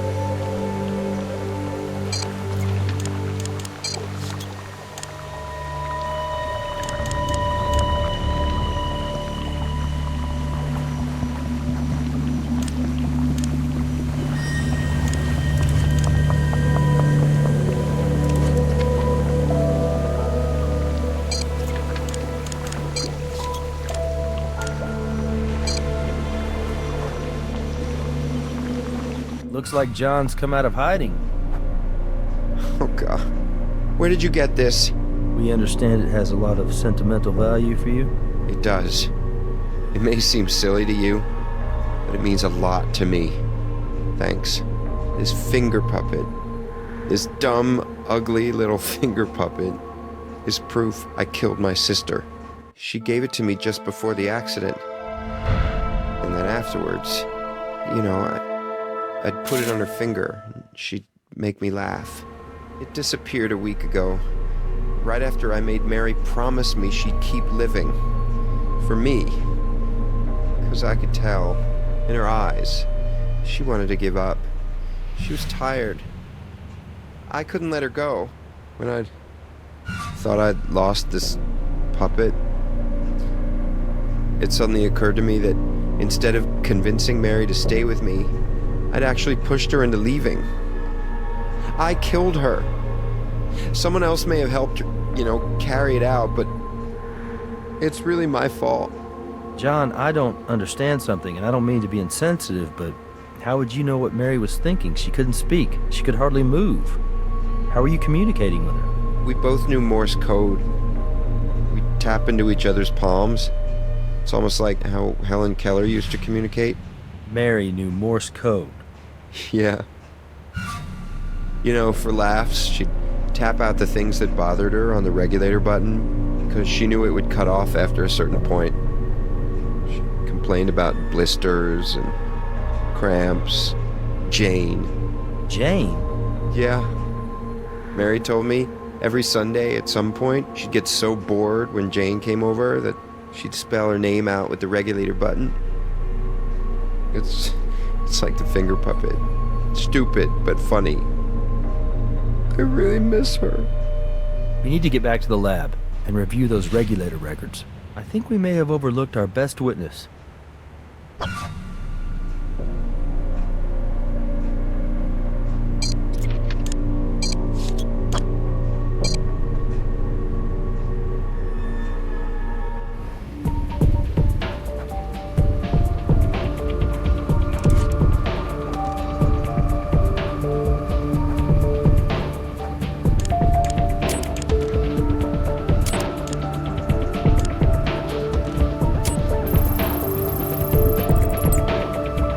So here's what's bugging me. Every time Jane comes to visit, Mary all of a sudden has this wildly unpredictable pattern of morphine dosing. And I just couldn't put my finger on what was gnawing at me. What could Mary possibly be thinking? And then it hit me. If you were to take Mary's erratic pattern and filter it through the computer as a Morse code pattern, did you see Mary's final message right before she died? J-A-Y-N. You know, Morse code has been in use for over 160 years. It only ceased to be an international standard for maritime communication in 1999. And for some reason, I remember when the French Navy ceased using Morse code in 97.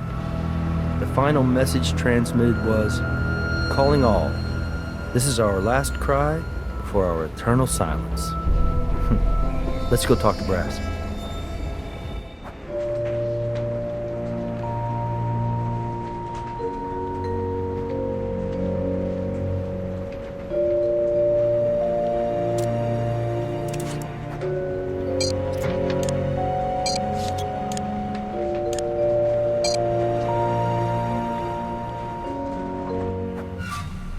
Look, officers, this is a really terrible time for me right now.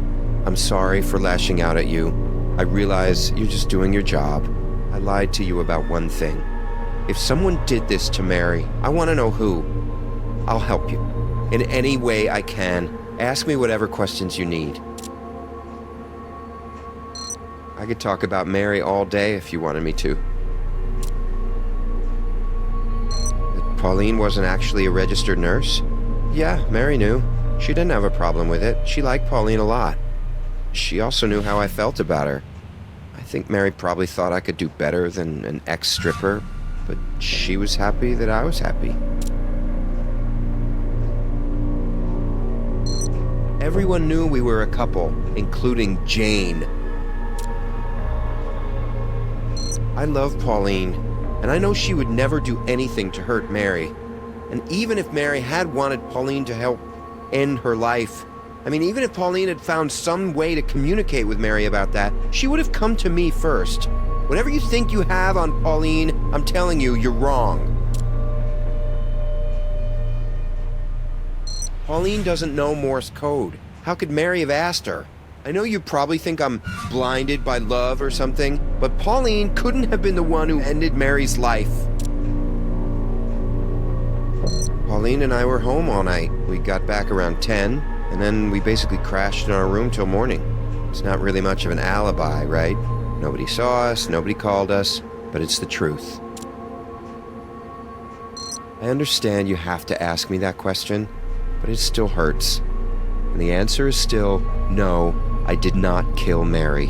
You see, John, the problem is, absent you having an alibi we can confirm, the evidence we have right now suggests that you had both opportunity and motive in your sister's death. What evidence? Well, for one thing, we found a shoe impression beside your sister's bed. It was left in fresh mud. We were able to match that impression to the shoes we found in your bedroom, the ones which still had caked mud on them. Wait a minute. Think about it. If I was really gonna kill Mary, why the hell would I track mud all over the house and leave my shoe print where you guys can find it and match it right back to me? You ever hear the expression consciousness of guilt? It means deep down, you might have subconsciously felt guilty for doing what you did. I didn't do what you think I did. The thing is, I have another pair of shoes just like those. I keep them on the boat. Somebody else could have used them. Somebody who wanted to make it look like I did it. Now, the weird thing is, I keep those shoes in a locked cabinet. But here's the key. Go check it out. Jane. My sister and I don't exactly get along anymore, but between the two of us, I'm the one capable of murder, not her. Jane didn't like Mary. She didn't trust her. But then after the accident, Jane tried really hard to make things right between them. No, Pauline and I were there all day. We never saw her. Do you lock the front door? No, we don't. I mean, I guess it's possible Jane could have come in without us seeing her. Anything's possible, right?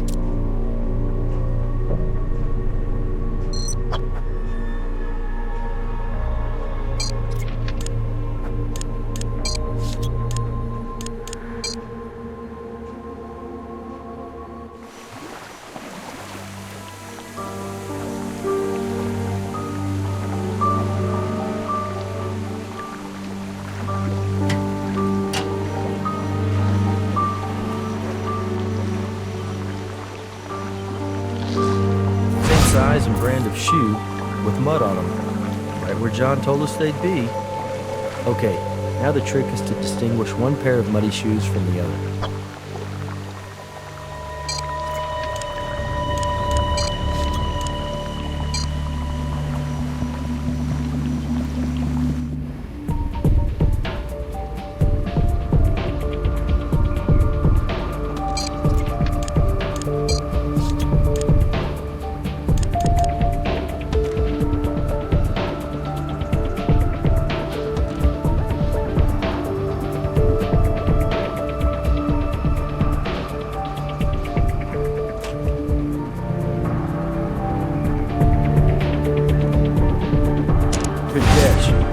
Very fine strand of hair.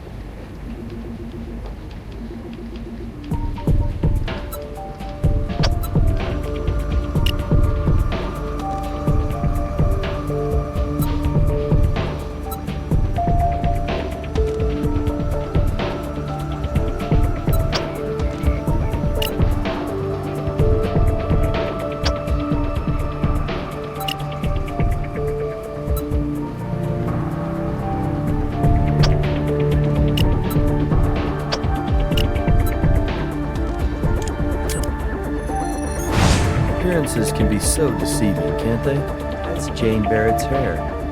You know what? That crime scene was staged. We need to talk to Brass.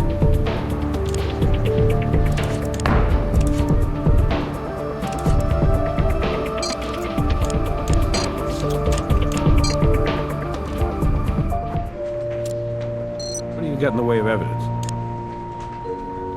The DNA evidence puts Jane Barrett right at the crime scene. I'll get your warrant.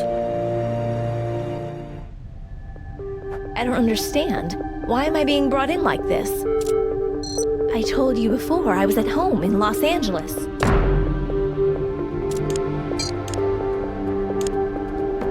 Miss Barrett, we found your DNA location which ties you to Mary's murder. That's not possible. I gave you my home security system records. I wasn't even in Las Vegas. I was home. This has to be some kind of mistake. Didn't you check with the security company? That's exactly what we did, Miss Barrett. You, and everyone we talked to, mentioned how you would always pay Mary a visit every Sunday. But when we reviewed your home security records, we noticed one Sunday when your system listed you as home all day. I have an explanation. That is, May we see your phone, Miss Barrett? I'm gonna get a search warrant for your home in Los Angeles, Miss Barrett. I'm gonna have LAPD turn over the place and tell me exactly what they find. May I save you the trouble, Captain? You won't find anything there. You have no case. Just because I wasn't home doesn't mean I murdered my stepsister. That's actually quite a remarkable leap of imagination. And I would guess those don't usually play very well in front of a jury. I just heard back from the LAPD. They searched Jane Barrett's Lost Hills residence from top to bottom. Found nothing. Look, maybe Jane didn't want to risk traveling around with incriminating evidence on her, so she stashed it around here somewhere. All I'm saying is, it's worth looking into.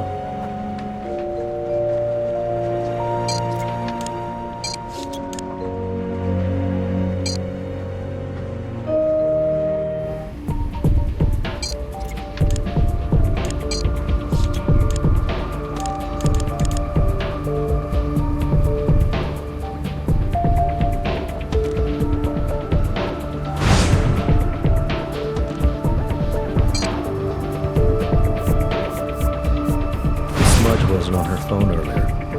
It's not sticky, it's viscous, like oil.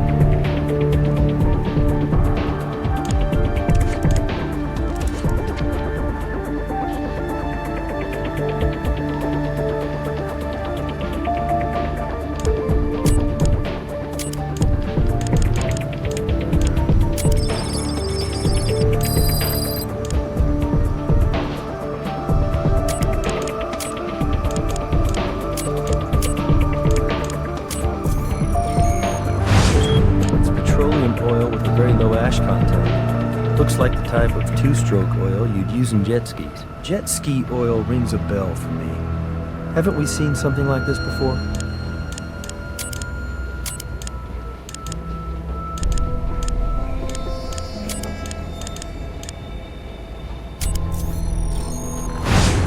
It's petroleum oil with a very low ash content. Looks like the type of two-stroke oil you'd use in jet skis. Good job, partner. You proved that pool of motor oil is absolutely a pool of motor oil.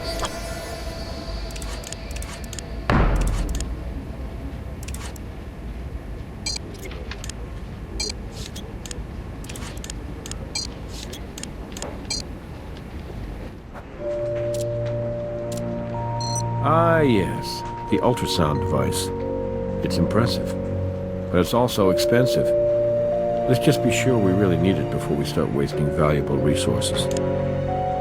This evidence places Jane Barrett in proximity to that pool of motor oil. Okay. I'll get you that ultrasound device. Let's see if we can find out why she was there.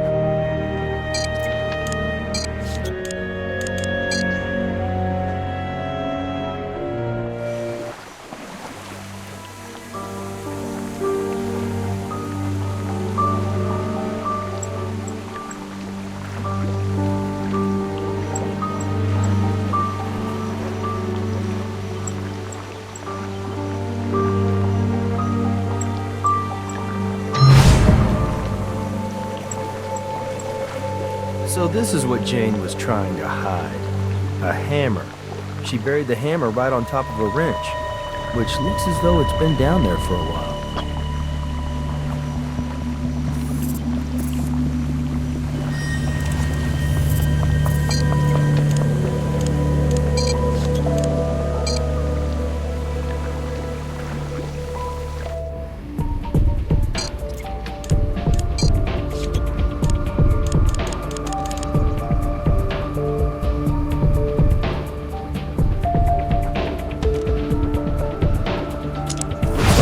kind of softer metal got embedded in the pitting on the hammerhead.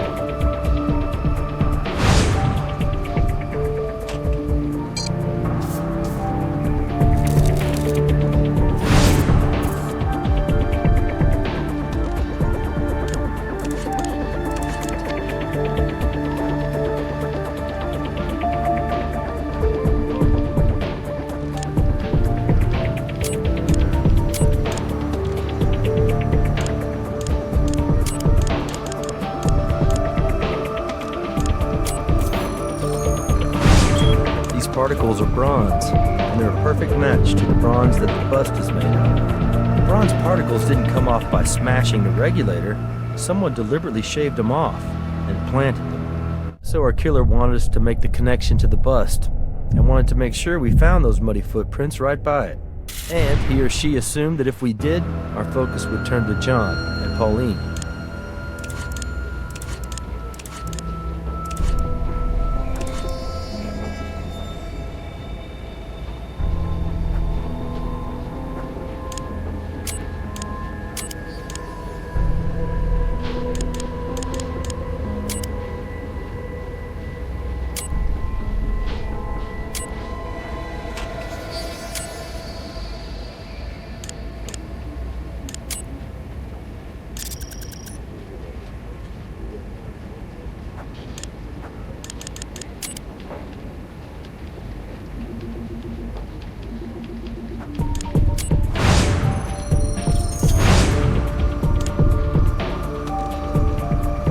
Jane Barrett's fingerprint is on the hammer used to smash the regulator. I'd really like to hear what Jane Barrett has to say.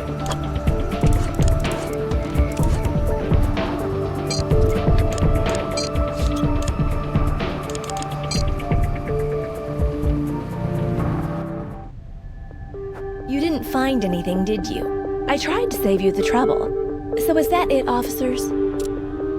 You'll never really know, will you?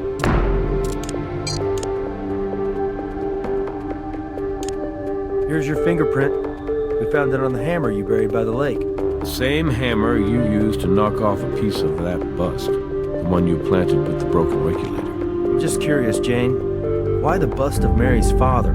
Did you resent the Marst family that much? I hated them. Hated them for stealing my family from me.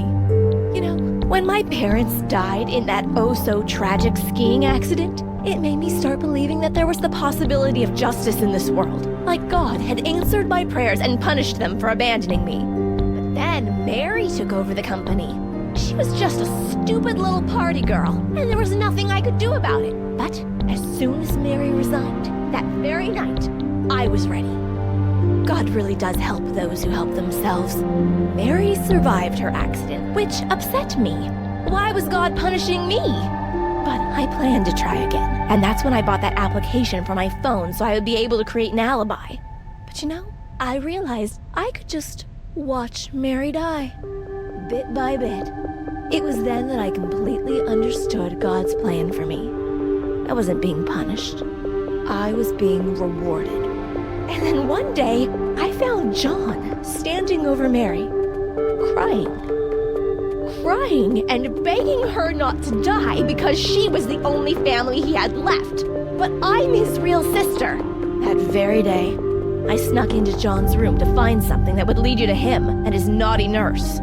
I took a chip of her fingernail from the trash in his room. Then yesterday, I used my phone to make it look like I was home. Then I drove to Vegas. It only takes about 4 hours. In the right car, that is.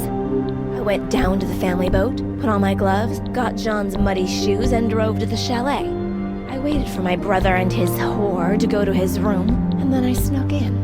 I put on the shoes and took the bronze bust from the front room.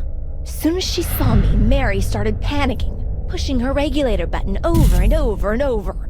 Do you need some help with that, Mary? I cracked open Mary's regulator with the bust, then used the hammer to chip off a bit of it. That part was for you guys to find. Then, and this was the best part, I put the broken regulator in Mary's hands and I forced her to push the button. I looked into her terrified eyes to watch the morphine melt her soul away. And then, she almost wrecked it. She looked at me, and she smiled at me. She was trying to trick me, make me think she was glad to die. Like this was what she'd wanted all along, as if God was freeing her, not me. After she was dead, I planted that tiny bit of the fake fingernail on her hand. I replaced the bust, returned the shoes to the boat, and buried the hammer. Then I drove home. I got back just in time to catch my flight. You might be right, Jane. Mary may have been happy to finally be released of her burden.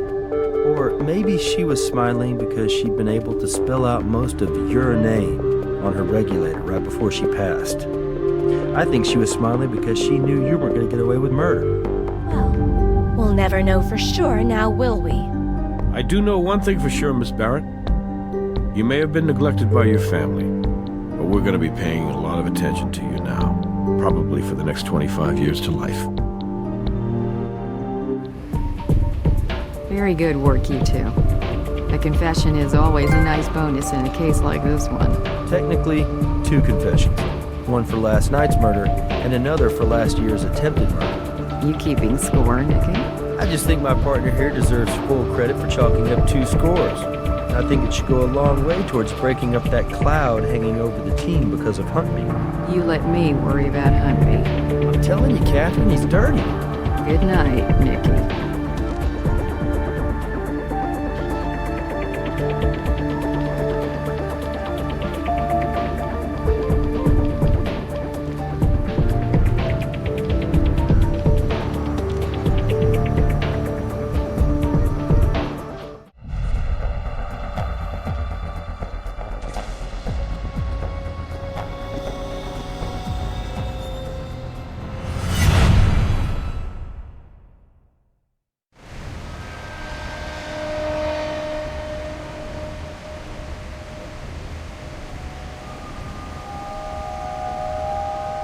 Vic's name is Jessica Marnier. She's a temp secretary. Car wash's owner knows her, says she comes in every week. But just to wash her car, right? Right. Miss Marnier didn't strike him as the kind of girl who did drugs. Appearances can be deceiving. Something tells me that the outside of the car is the only place that's clean. Before we get down to it, what's the status on your partner here? I heard Huntby talk to the sheriff. He did. And the sheriff talked to me about conducting a formal review of our DNA testing protocols. Which I did. Nothing was compromised. But I'm sure that won't satisfy the feds. They can satisfy themselves. We've got more pressing matters to deal with. Right now, let's leave the vehicle where it is. So that means we'll only have full access to the front seats. When we have the coroner pick up the body for autopsy and impound transport the car back to the garage at the lab, we'll be able to finish processing the rest of the car wash. That's the victim's roommate over there, named Veronica Carver. The owner of the car wash called her. All right. Well, I'll run our victim through the database, see if anything pops up. Let's get this done by the book, you two.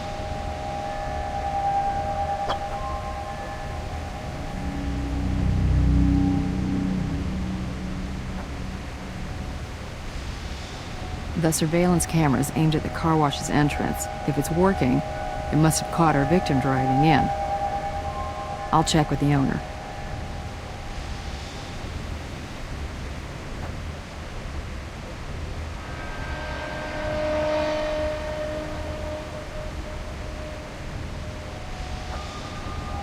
We'll be able to process the brushes once we get the car moved to the garage. But let's make sure we've completely processed the initial scene first.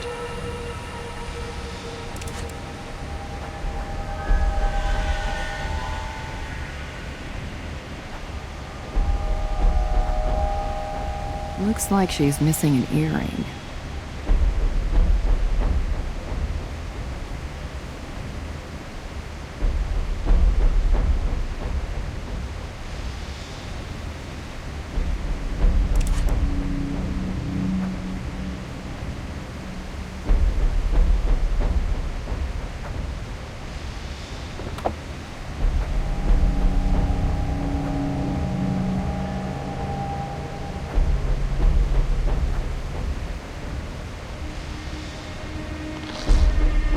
Victim OD'd, then that may be our murder weapon.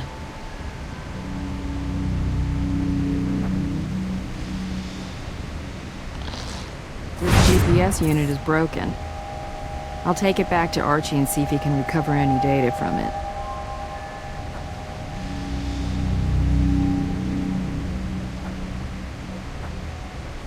Victim might have gone into convulsions and knocked the GPS out of its holder.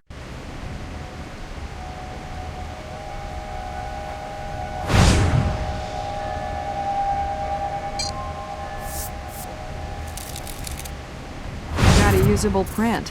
Probably our victims. But better run it anyway.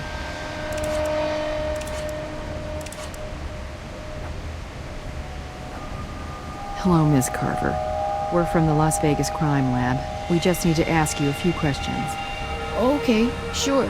I mean, of course. I'm just a little, shaken. I see death all the time, but never like this. Never someone I was close to. You see death all the time? Oh, that sounds awful, doesn't it? I mean, I'm a registered nurse. I'm sorry if I sound a bit out of it. It's just that when the guy here at the car wash called me about Jesse, I'd just gotten off work in a double. He called me around 9 p.m., by the way, if that's important for you. Drugs? I really don't know. Maybe some pot occasionally. Pot. Never anything else. You know, Veronica, it'll really help if you tell us the whole truth. Okay. I've seen Jesse use cocaine a few times, but just recreationally. This is Vegas, right? Sometimes you do stuff you don't exactly write home about. Yeah, I knew about her little road trips. Jesse told me she liked to come here because she just loved the sound the brushes make as they clean your car. I guess they sound pretty damn good when you're stoned. I wouldn't know. Jesse seemed like she could handle it, But all those drugs... Oh, who was I kidding? I should have done more to try to stop her. I should have tried to help her. But I only tried to mind my own business and pray she got better. Jesse's my roommate. What was my roommate? We live like 10 blocks from here.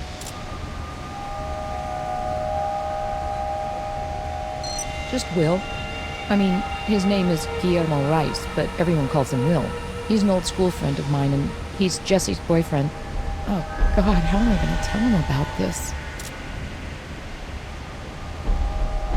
Thank you, Ms. Carver. You've been very helpful. Go get some sleep. We'll be in contact if we have any more questions.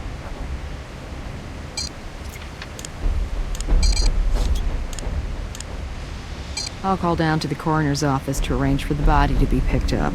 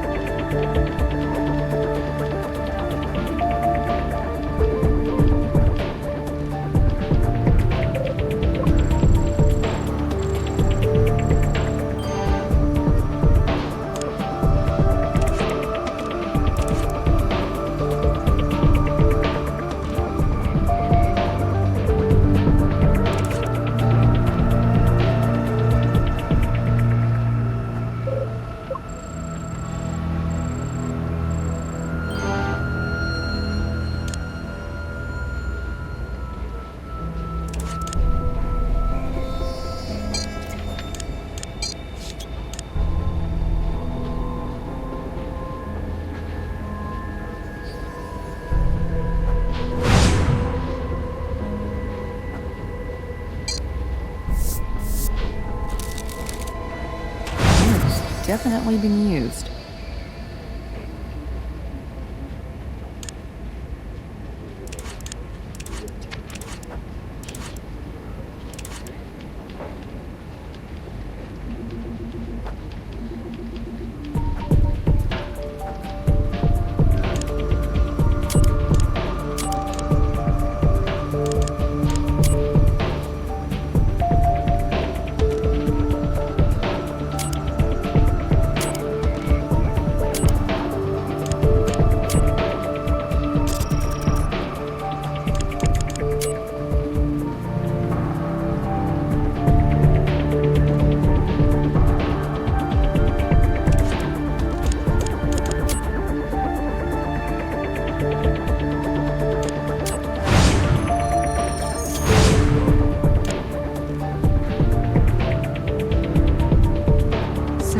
fingerprint on the GPS holder isn't Jessica Marnier's.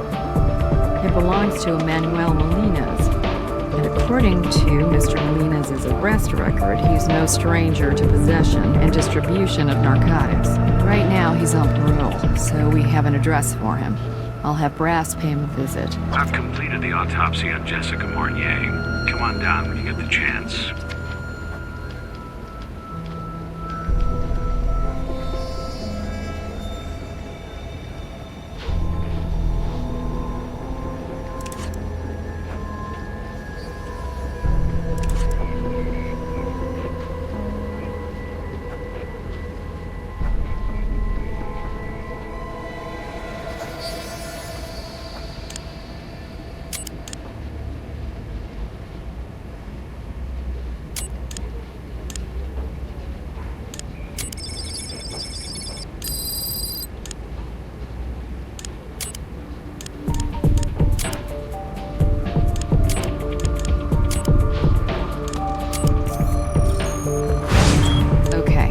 We have traces of cocaine and morphine in the syringe.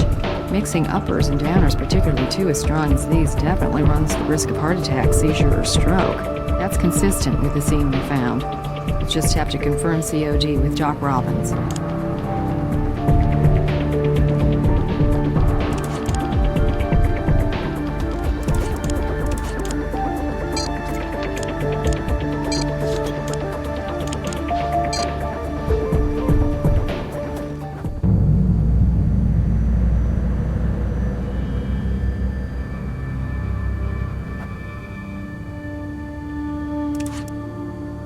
Hi, Doc. What you got? Your victim's COD probably won't surprise you. Acute myocardial infarction caused by intravenous ingestion of benzoyl methylecgonine and morphine. Based on liver temp, I'd say her time of death is somewhere between 8 and 10 this evening. I did recover some skin cells from under her nails. Here they are.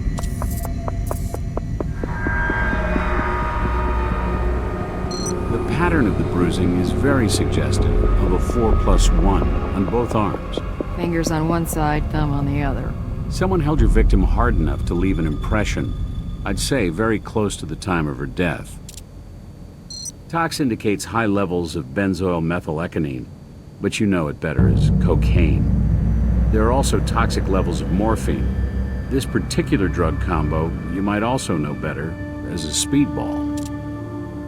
Inflammation of the tissue inside the nasal cavities is definitely consistent with recent habitual use, and dare I say, abuse of cocaine.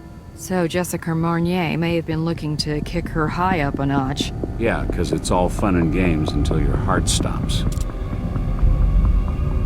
Yes, it is. You know, this may be nothing, but your victim's medical records indicate that she was right-hand dominant. So you'd expect to find any injection points along her left arm, not her right. But maybe she was just desperate for a good vein. Obviously, I can't say anything with absolute certainty. But what I can say is the bruising and the injection site are not inconsistent with the passenger inside the vehicle around the time of your victim's overdose. That passenger may be Manuel Molina's. We need to talk to him as soon as possible. You're also going to need Jessica Marnier's DNA and prints. Hey, I just thought you should know. Something strange has come up with Agent Huntby. No one can find him. It's been 48 hours, so the feds are asking me to put out a bolo for him. I don't know what's going on, but it's not good. I'll let you know if I hear anything else. Also, we didn't have any luck finding Manuel Molina's at his home address. Got a bolo out on him, too. Impounds delivered Jessica Marnier's car to the garage. I want you to process it very carefully. I also want us to go back to the car wash and make sure we didn't miss anything. Now that the vehicle's gone, we can process the rest of the car wash. Let's take a better look at those brushes.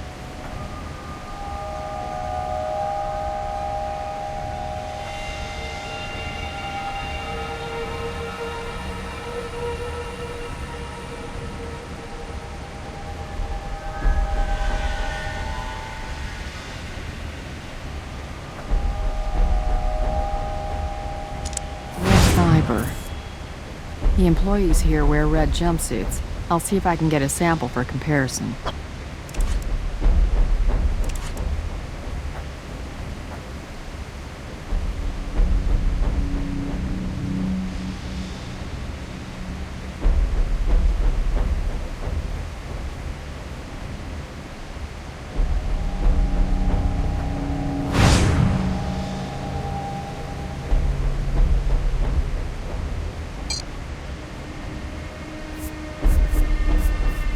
Cup Veronica Carver was drinking out of.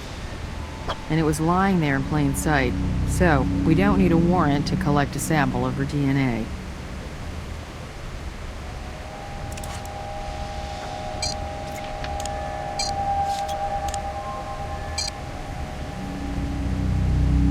I've got that sample from the red jumpsuits the employees wear at the car wash.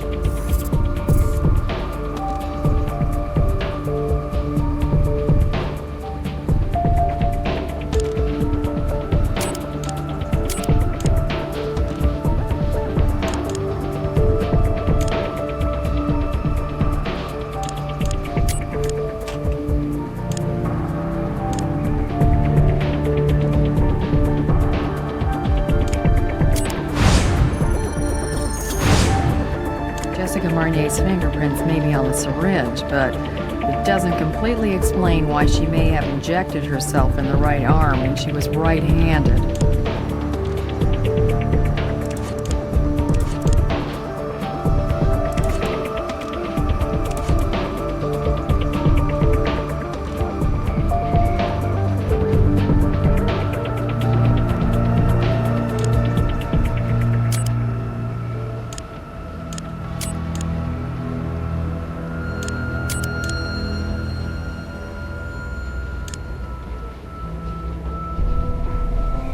Fibers don't match. You know, the owner told me he just replaced all the brushes in the car wash, so anything on them that isn't from an employee is probably something that was deposited there very recently.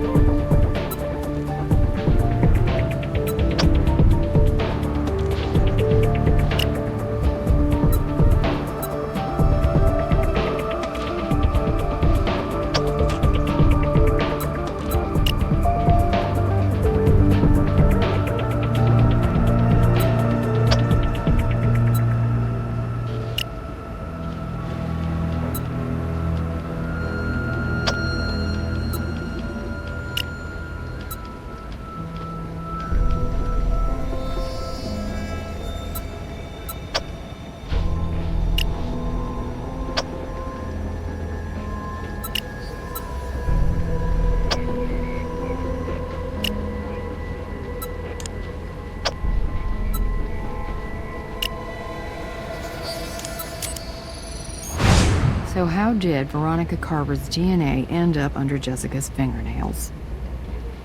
It's probative, but not enough to get a search warrant. We need to dig deeper.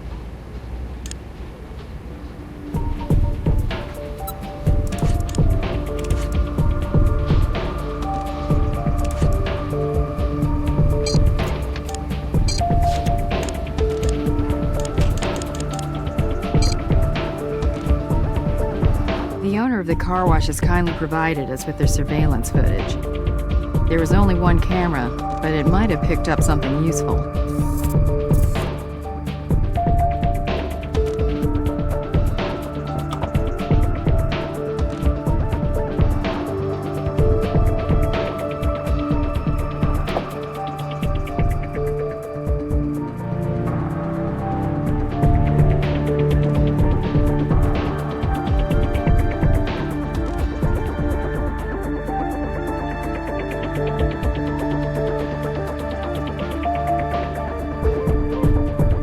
That little tear could have been caused by any number of things. See if you can narrow it down a little.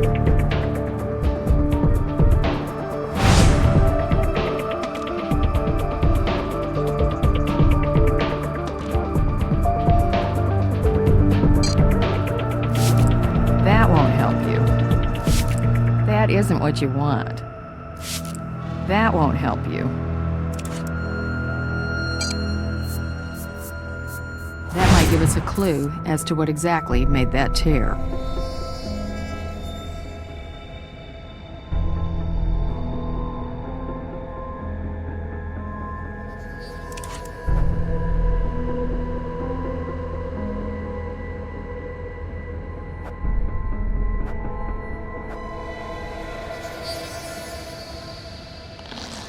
Looks like there's some residue on it.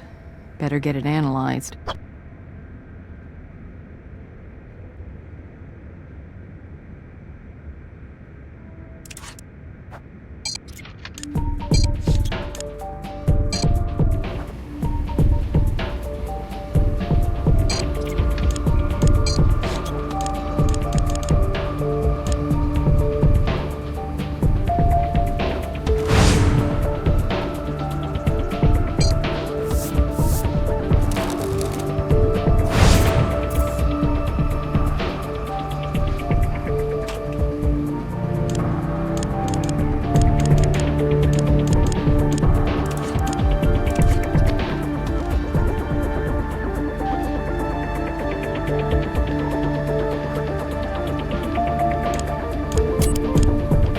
According to the timestamp on the surveillance footage, Jessica Marnier drives into the car wash at 9 p.m.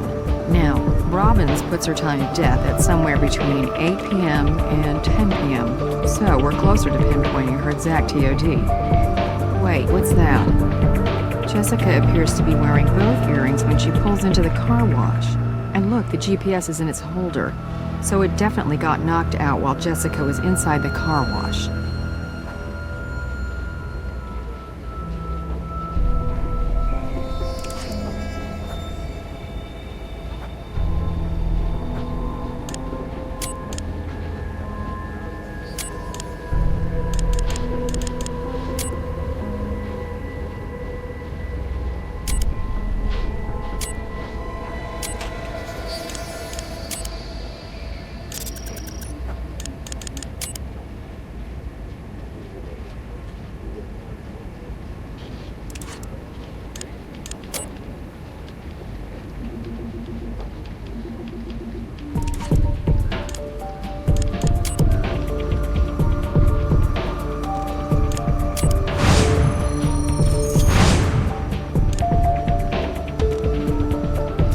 Rice. Veronica said they just call him Will, and he's Jessica Marnier's boyfriend. Looks like he's also familiar with narcotics. Mostly misdemeanor possession charges, no convictions. I'm gonna go out on a limb here and predict that the residue in that plastic bag isn't gonna turn out to be baking soda, but let's be totally by the book here and make sure it gets analyzed.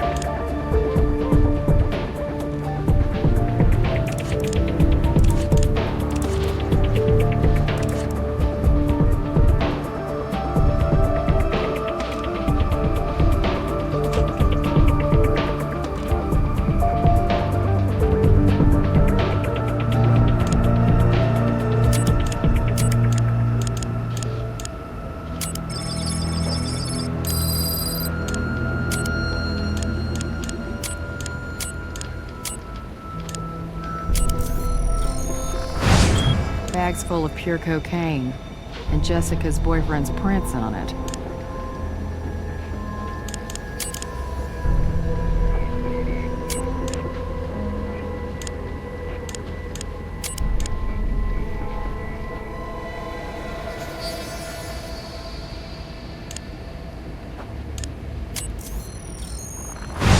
Benzoyl methyleconine and morphine, the speedball cocktail. But what's it doing in the tear on the headrest? Let's pay Doc Robbins a call down in the morgue.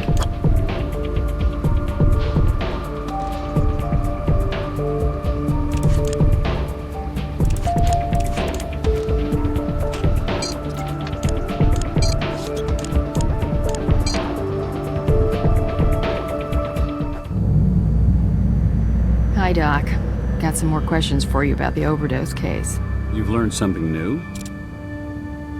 There was residue of benzoyl methylecgonine and morphine in and around a tear in the driver's headrest of our victim's car. Interesting. It certainly suggests that the needle used to inject Ms. Marnier came from behind her. Well, if there had been a struggle, then I'd say it's very possible the syringe needle may have gotten caught in the fabric of the headrest. I'm just about to review my autopsy notes and re-examine the body. I'll let you know if I find anything else. Let's hear what Will Rice has to say. We need a warrant, and Jim's our go-to guy.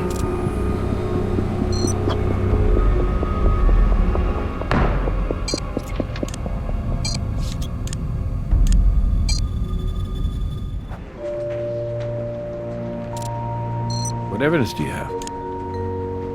All right, so you have Will Rice's prints in the car and on a used plastic bag of cocaine, which was also part of the cocktail that killed Jessica Marnier. Nice work. I'll get you your warrant. Good evening, Mr. Rice. Thank you for coming in to talk to us. Yeah, well, it's not like I had a choice. No, you're right. Courtesy has a way of getting trampled under the momentum of a homicide investigation. Homicide investigation? I thought Jessie died of an overdose. So you knew she was a drug addict?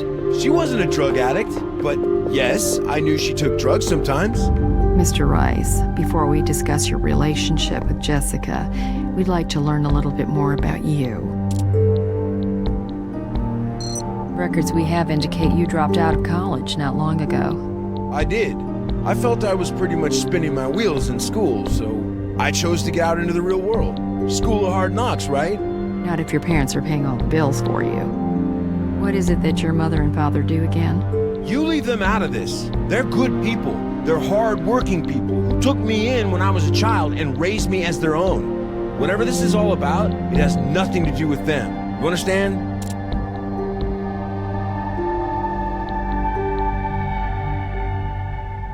We were in love. We'd been dating almost a year, and we moved in together 6 months ago. So things were going well? Yes. Yes, they were. I wanted a future with her, but what's the saying? Man plans and God laughs. No one. The only thing I can think of, she only mentioned it once. She said she had a brother who was murdered. That's all she told me. She didn't want to talk about it. Do you think that might have had something to do with this?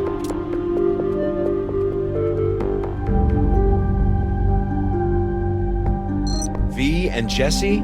Wouldn't call them close, but they got along okay most of the time. V and I sort of dated back in high school, so I think she could sometimes be a little overprotective.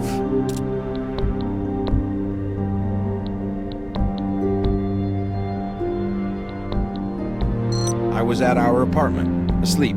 Can anyone verify that? I don't know. Veronica, maybe? Like I said, I was asleep. Look, I know you think I did this to her, but I could never hurt Jessie. I loved her. She was everything to me. On a used bag of pure cocaine. Look, we party. We like to have fun. We've done some coke. Together.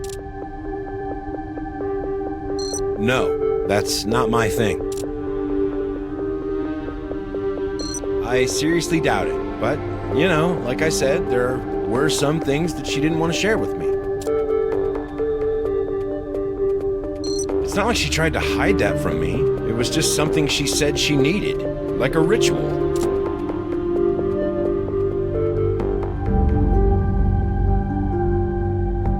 This? I've had it for years, but it's actually become what I like to call our communal sweater. Probably anybody who's ever been to our place has worn it at one time or another. Jessie used to say it was like a house pet that we didn't have to walk or feed or clean. We're gonna need a sample of it. Well, Mr. Rice, at the very least, your print on the bag of cocaine is going to interest the district attorney. I'd say your continued cooperation with us might go a long way to convince him of your sincere desire to make amends. You can begin by providing us with your DNA, as well as permission to search your apartment. Again, How could I possibly say no? I finished re-examining the body, and I did find something important. A second injection site. It's situated high on the back of the victim's neck, concealed along the hairline. Based on the bruising around the wound, it would appear Ms. Marnier was injected in the back of the neck before she was injected in her right arm.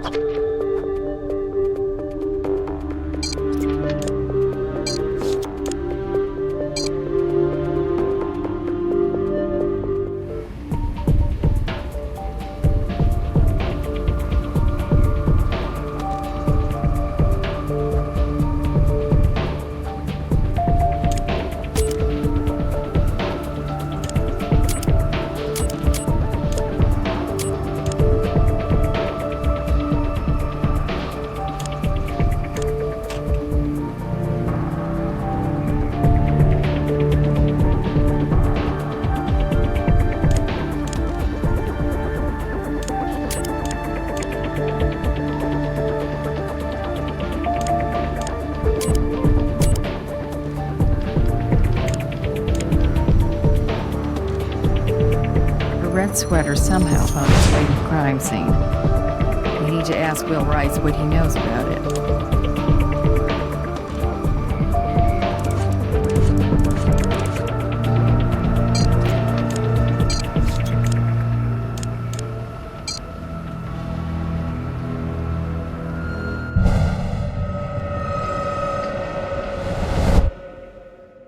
Not many 20-year-olds can afford a place like this. Will's parents really take care of him.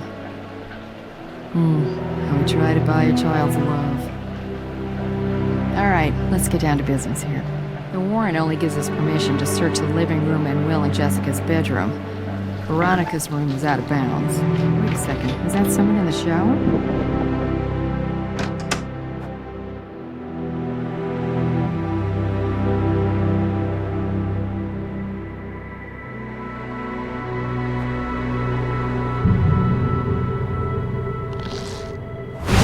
Jessica's cell phone at the scene.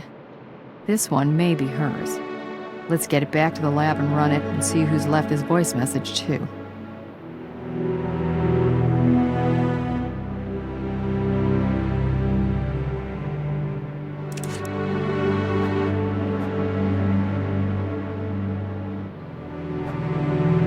Is there something inside that book?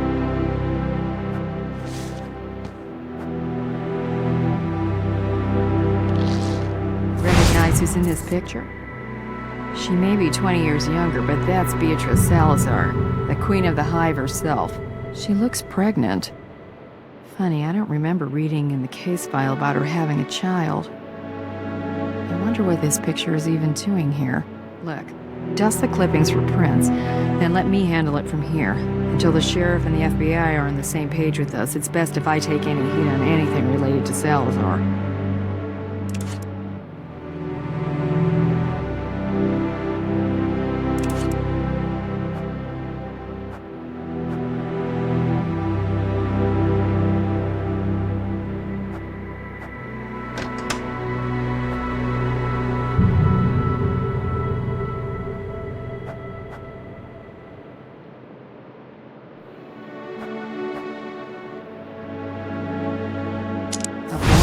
Hair. Jesse and Will are both brunettes.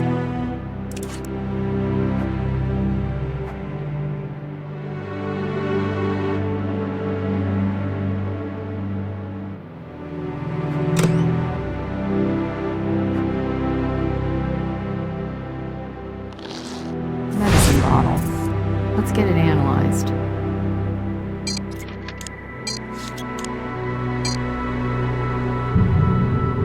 Jesus, who the hell are you? We're from the Las Vegas crime lab. We have a search warrant. Damn, you scared the hell out of me. I didn't hear you guys come in. Excuse me, aren't you Manuel Molinas? Yeah? You're just the man we're looking for.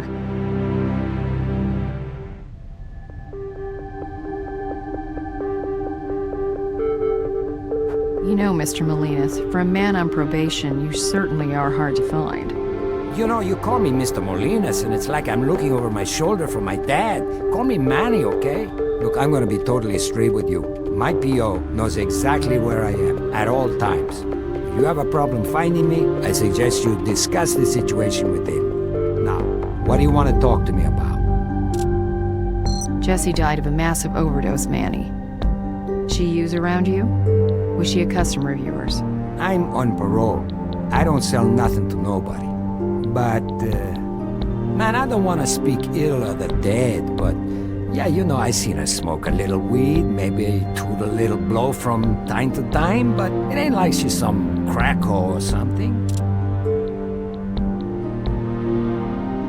I'm fresh out of jail, so where am I living? A place where the only way I'm gonna get the man to fix my plumbing is at gunpoint? Know what I'm saying? And I got enough problems. So Will was kind enough to let me rinse off at his place. Yeah, but you know, I'm down with the ladies too. It's just that me and Will, we go way back. He's like a brother, man. She cool, pretty tight. You know, what can I say? My man Will, he totally dug that chick. To me, she was just alright.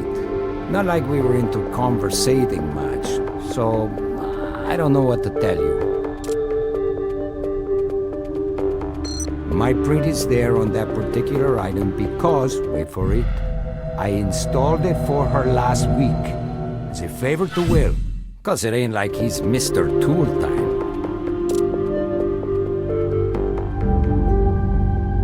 That's all the questions we have for now, Manny. We'll be in touch if we have any more. Well, if you have a problem finding me, you know who to talk to. I'm gonna dig around a little more in Mr. Molina's past. I'll let you know if I find anything. I need to talk to you. Sheriff just got off the phone with the FBI. They still can't find Huntby. It's like he's AWOL. So now, the feds don't know what to do about his accusation that we mishandled potential DNA evidence on the Salazar case. Sheriff called in a favor, and we got the statue back that you originally tried to recover the DNA from. Let's re-swab it and see if there's anything we missed. I know the situation is starting to go from weird to worse, but let's just try to stay focused on processing the evidence.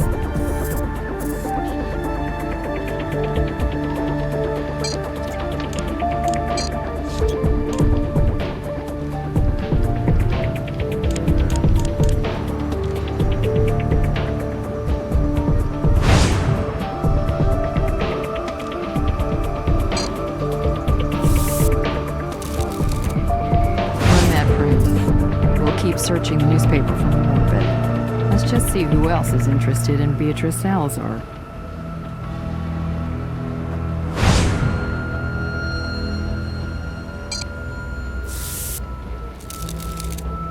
Good job. I don't think we're gonna find any more prints on that.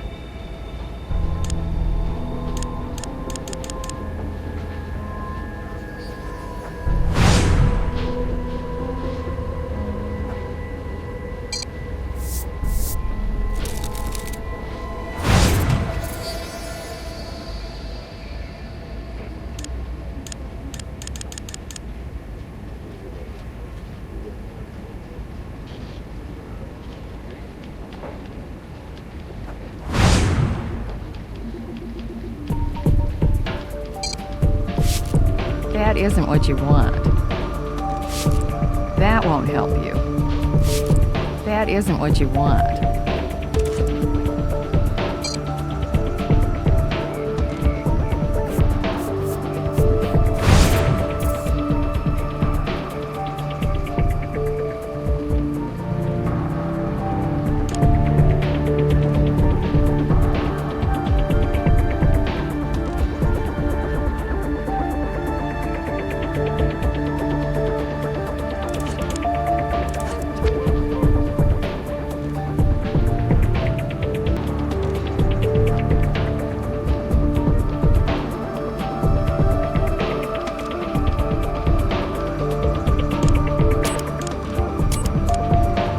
Audio sample is divided up into blocks, one of which will be the part of the sample that is valuable. Select the block that contains the valuable information and press the isolate button.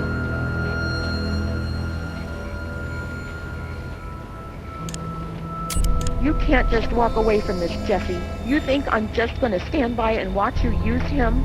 You've got to stop messing around with him, you hear me? Manny's a low-life scumbag. I'm telling you, Jesse, if you hurt Will, I will kill you. That voice sound familiar? Sounds like Veronica Carver. She left that message on Jessica's voicemail the night Jessica died. I think Will Rice was right. Veronica sounds very protective. Manny's a low-life scumbag.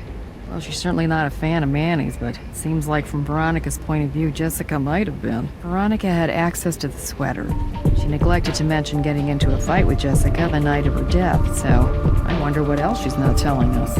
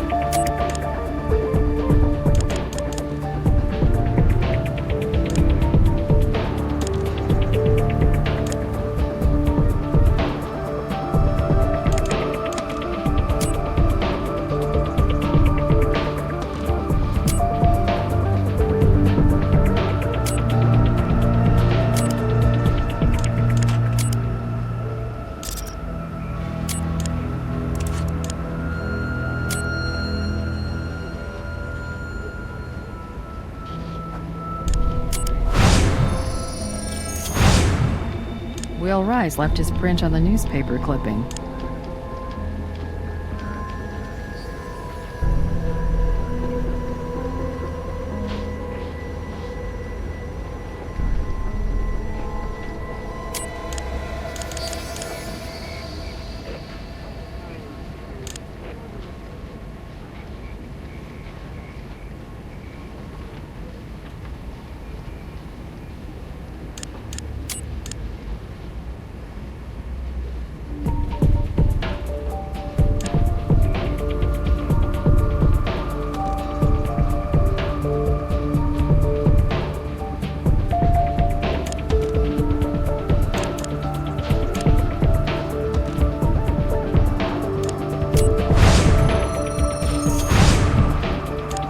Though our victim handled this press clipping on Beatrice Salazar. So, Will and Jessica have an interest in Salazar. I wonder why.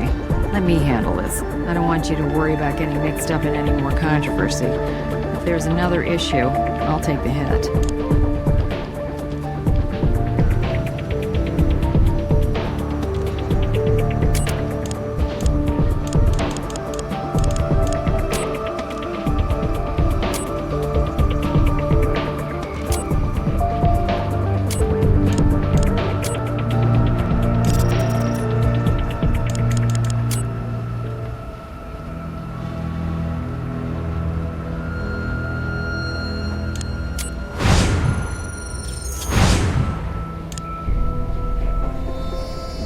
Will Rice handled the bottle. Wonder what's in it.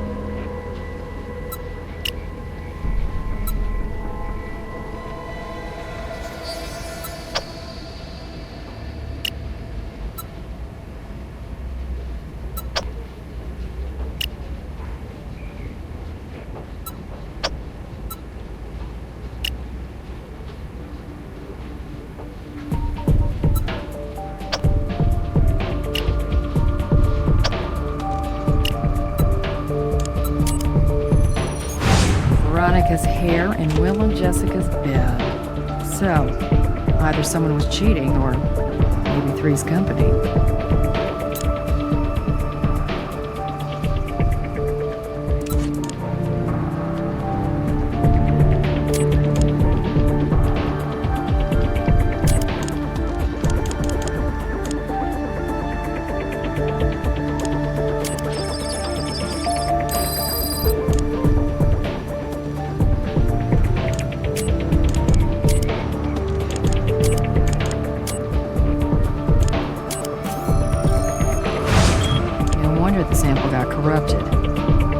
Sodium lauryl sulfate on the surface of the statue.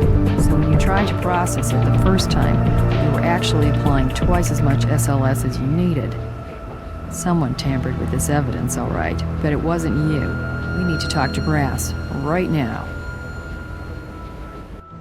What's going on? There's a development in the Salazar case. They find Agent Huntby? No, but there's a new reason to be looking for him, Jim. We found sodium lauryl sulfate on the statue. It was put there before the DNA was ever taken.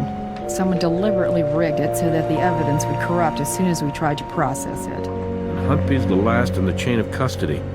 Well, just before you, that is, right? Good work clearing your own name as well as the reputation of the lab. I'll forward these results to the feds. You know what this means, don't you? The Queen of the Hive has drones inside the FBI. I'll keep you posted. And you guys, watch your back.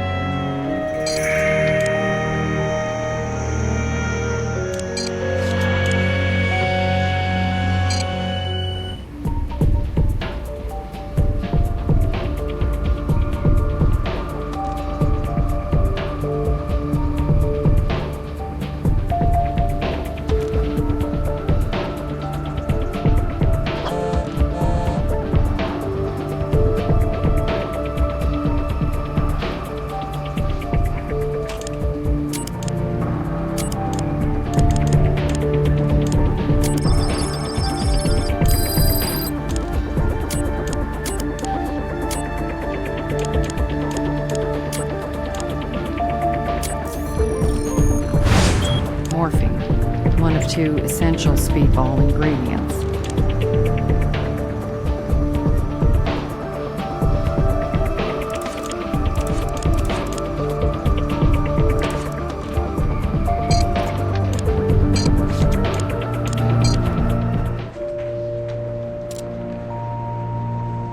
All right, I'll set it up. Oh my God. So you really think I killed Jesse while wearing this sweater? And now I'm wearing it while I'm sitting right here in front of you? This is crazy. I don't know what to say. I swear, anybody could have taken this sweater. Look, maybe someone's trying to frame me.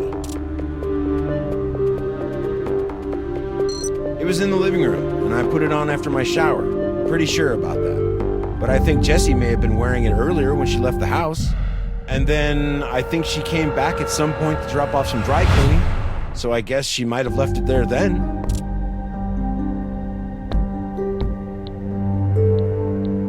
I've never seen that before. It's not mine, and I really don't think it's Jessie's.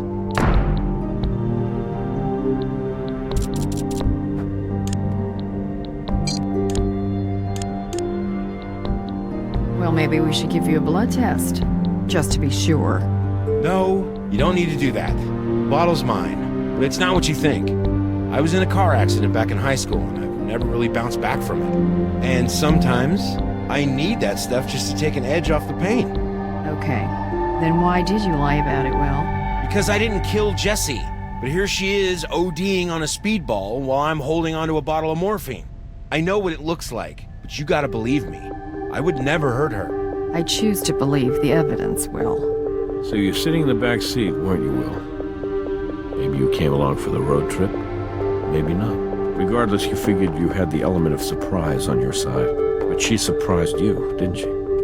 She wasn't gonna go down without a fight. She fought as hard as she could, but in the end, you just overpowered her. You stuck that needle in the back of her neck and plunged that poison into her. And then you injected her one more time in her right arm. Oops, what's the matter with you, Will? You forgot she was right-handed? That was the dead giveaway for us that the scene was staged. I don't know what the hell you're talking about. I didn't do any of that. It's not like there's some force field keeping Veronica out of our bedroom. We're roommates and we're friends. She comes in there all the time. She plops down on the bed. We talk. That's it. I don't even fantasize that there could be anything more than that. Manny? Known him forever. We're real close. Yeah, the plumbing's all busted up at his place, so I lent him a key to our place and let him use the shower. Yeah, I bought it for her, but Manny installed it. I was taking a nap, or trying to. I think I might have heard something. Veronica yelling, but I really can't remember. We found this in your apartment. It was hidden inside a book. I have no idea what that is.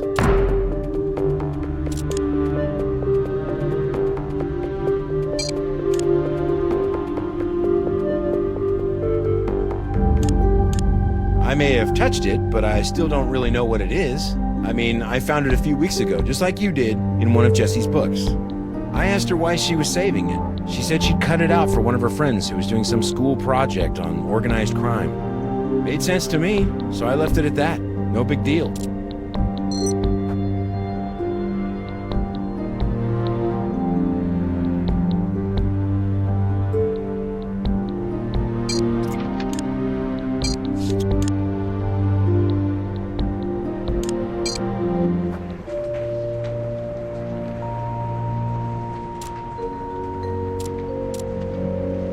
Based on what evidence? So, Will Rice alleges this is a communal apartment splitter, huh? Meaning he and Veronica both had easy access to it, and it matches the fiber found in the car wash brushes. Okay, let's bring her in.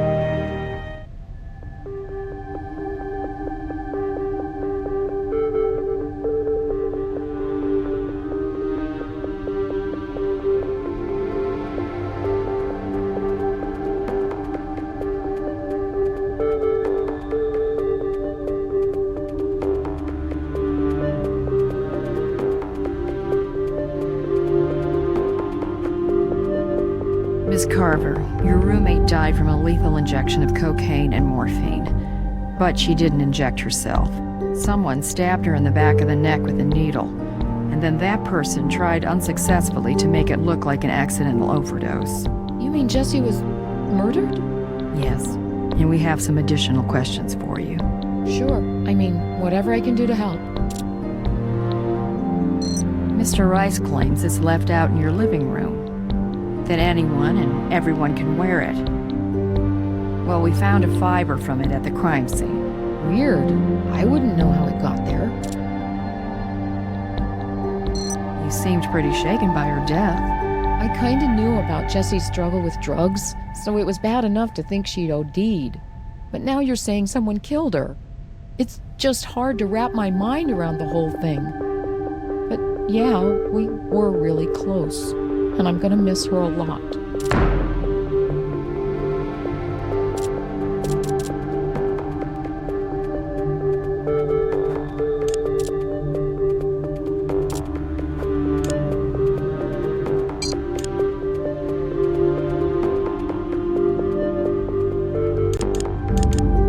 Look, it's not like we didn't have our differences, and we lived under the same roof, so yeah, we argued every once in a while, but now all that stuff we ever fought about seems incredibly stupid. Miss Carver, on your voice message to Jessica, you told her, and I quote, "You can't just walk away from this." Walk away from what exactly? In all honesty, I really didn't feel she was treating Will right. I knew she was keeping things from him. I mean, he knew about the drugs and the road trips, but there were other things. Calls she'd step outside to take, and she was always texting somebody. And then there were times when she'd leave the house, and I'd ask her where she was going, but she'd refuse to tell me. She just had too many secrets. I saw Manny pick up Jessie from the house a few nights ago. Obviously, Will wasn't home, and I was supposed to work a double that night, but I got cut. Jessie didn't think anybody was going to see her take off with him, but I did. You certainly sounded angry in your message. You said you'd kill Jessie if she hurt Will. Look, I'm not going to lie to you. I was very serious about confronting Jessie about the lies she was telling to Will. But that didn't mean I was really going to kill her. I mean, it didn't even mean I was going to throw down with her or anything. I'm not into violence.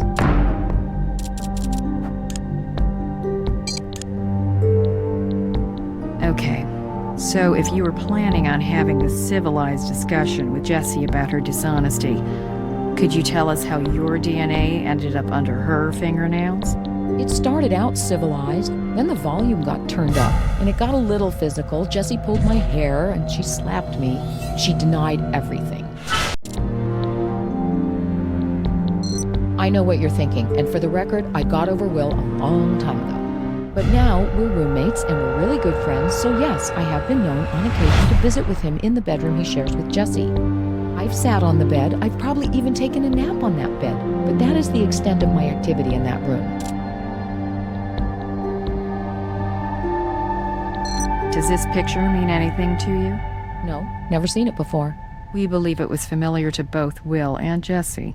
Could have been, I don't know. Neither one of them ever showed it to me.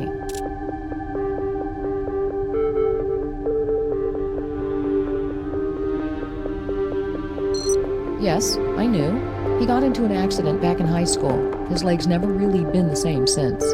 Mr. Rice refused to disclose how he acquired the morphine. Do you know anything about that, Ms. Carver? That same bottle of morphine contributed to Jessica's death. Will didn't do it. Are you sure about that, Ms. Carver? I'll never understand why, but Will was crazy in love with Jessie. There is no possible way he killed her. Then where did he get the morphine? I don't know. I think you do, Ms. Carver. And if you really want to protect Will, you'll need to start telling us the whole truth. Right now. Will's not telling you where it came from because it came from me. I got it for him. I got it from the hospital. Why would you do that for him? Why jeopardize your entire career? Because the accident, it was my fault, okay? That's why. We were just stupid kids and we'd both had too much to drink, but I was the one driving. I knew it was risky sneaking the morphine out, but there were just so many times Will was in such pain, and he asked me, and I couldn't refuse.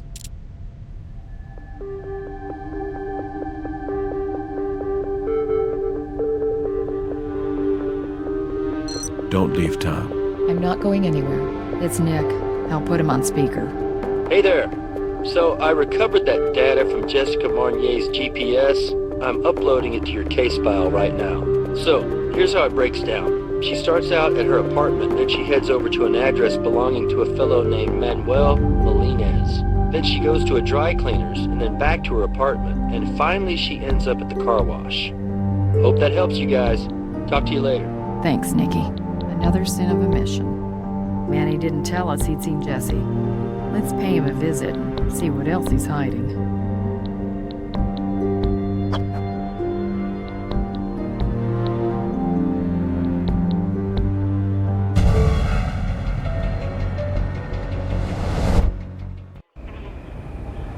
I just got off the phone with Brass. You want to hear something interesting?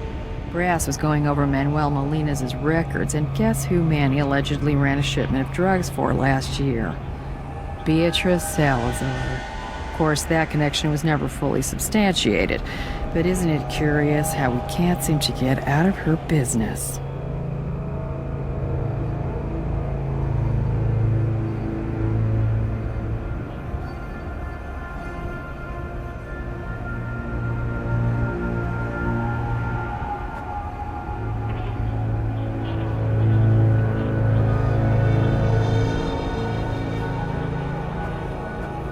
I guess that must be from the plumbing problems Manny mentioned.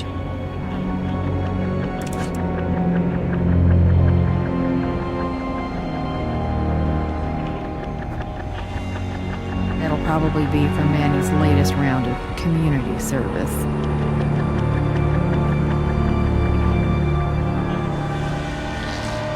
Anything outside of the trailer like this is in plain sight. We don't need a warrant for it. Okay, Manny's got a picture on his phone of Will and Veronica together.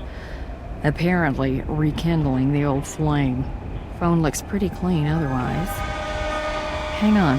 There's a message in the sent box from Manny to Jesse. I'll download it into your case file. It says, "She's dangerous, don't risk it." I'm gonna guess she is Veronica.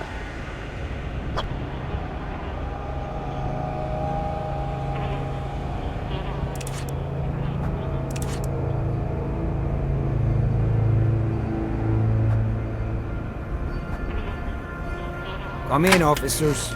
Mika says, never mind. Sukasa probably ain't a dump like this, huh?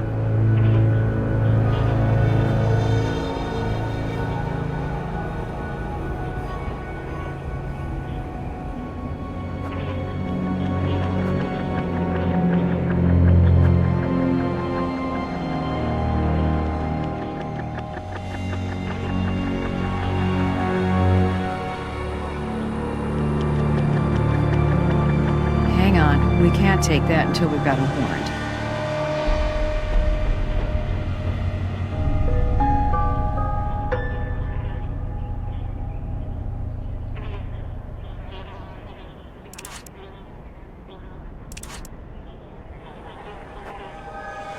Manny wasn't lying about the plumbing. This place is a dump. We might want to call a building inspector. You can call the bomb squad if you think it'll get my toilet fixed.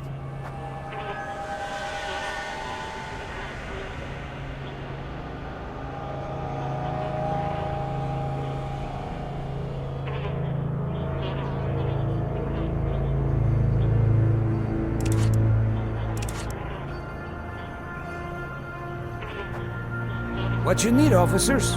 You didn't come out here 'cause I'm popular. Not only did you fail to mention that, you also made it sound like you barely knew Jessica. Yeah, well, she blew by. You know, real quick like. Just wanted to ask me something about Will. Get a guy's perspective on the situation. That sort of thing. It was a surprise to see her, tell you the truth.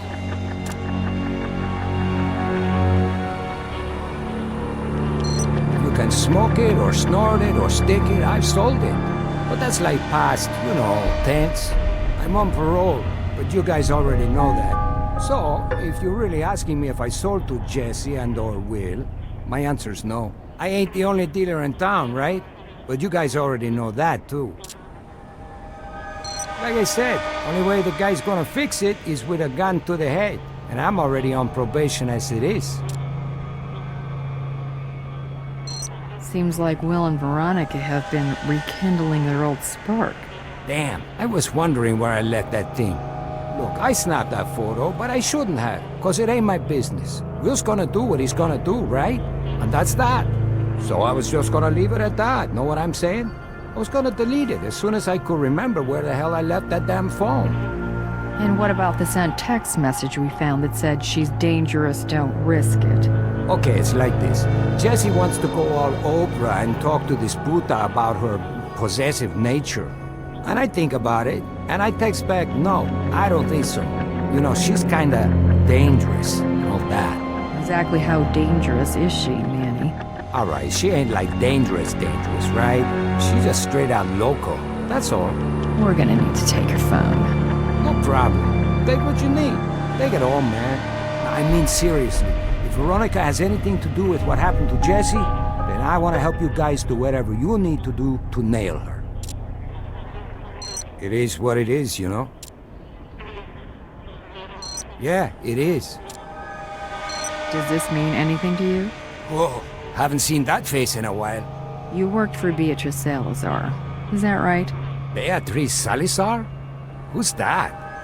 You must have me mistaken for somebody else. Somebody with a death wish. That ain't me, my friend. I'll be like, you know, counting the seconds and stuff. Veronica's been lying to us from the start. It's about time we got a warrant to search her place. Let's talk to Brass.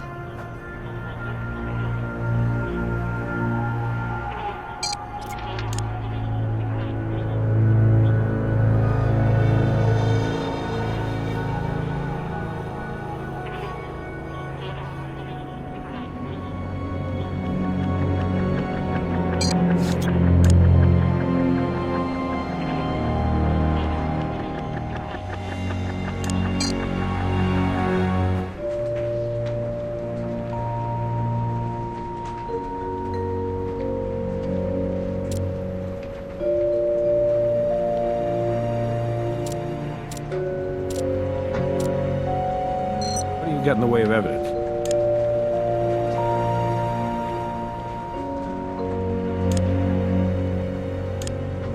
If she's been lying about this, then what else is she lying about?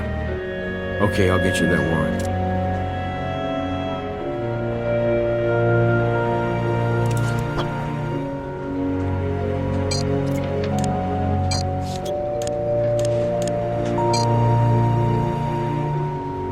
Okay, with a warrant for Veronica's room, the entire apartment is fair game for our search.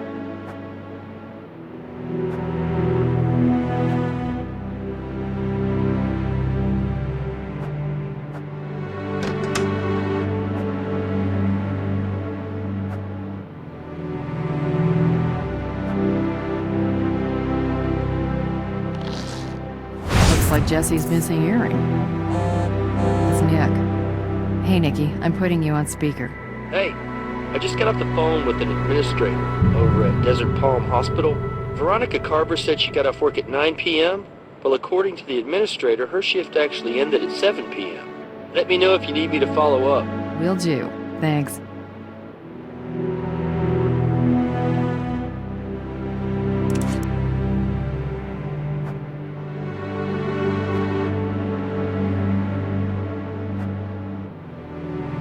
Laptop power cable. But where's the laptop? Looks like it's a cable for the laptop in Manny's trailer. Didn't he say it belonged to him?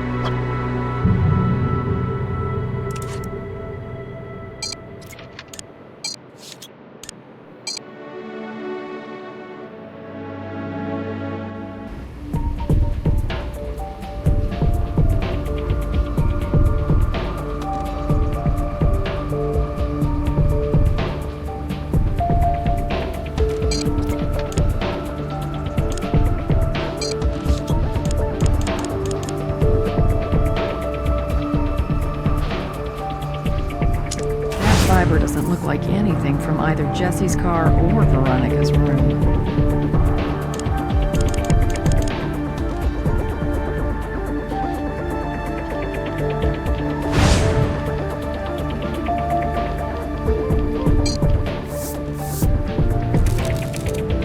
Nice find. That print may tell us more about what that cable is from.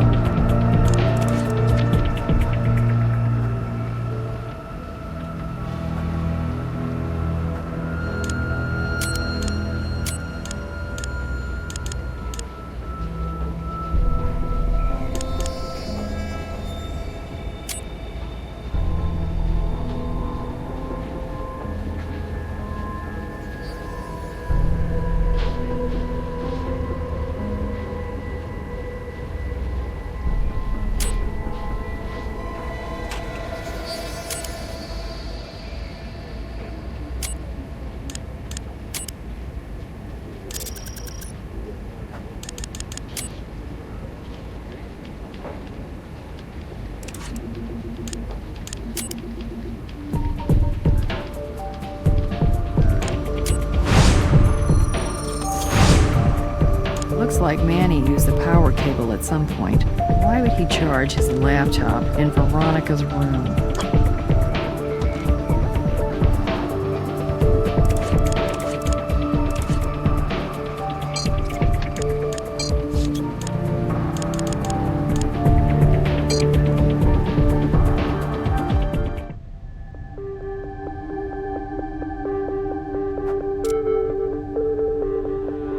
No, I told you before, Will and I are just friends. Very close friends.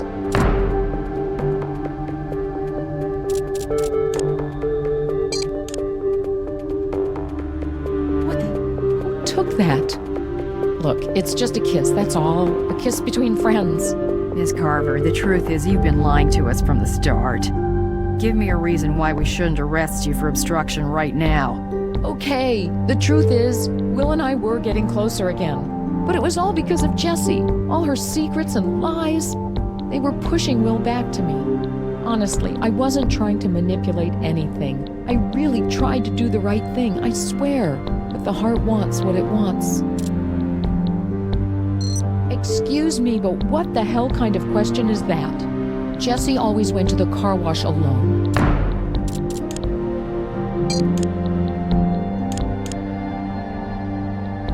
Veronica, how did Jessica's earring make it back to your room? I have no idea how it got there.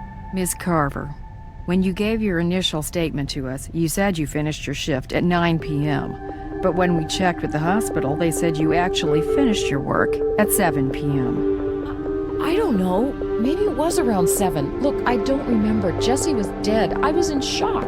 You had access to the morphine from the hospital, and you had access to the cocaine from Will, and you wanted Jessica out of Will's life once and for all. I couldn't have killed Jesse. I was with Will, okay? We were in bed together. Please, just ask Will. I might not be an angel, but I'm no killer either. Do you usually let Manny charge his laptop in your room? Manny? If he has a laptop, I don't know anything about it. The only laptop in my room is Jesse's. I'll admit it, I was snooping. I wanted to find out what she was obsessing about. But I couldn't get into any of her files. There was some kind of password or something. Sounds like we need to have another talk with Manny.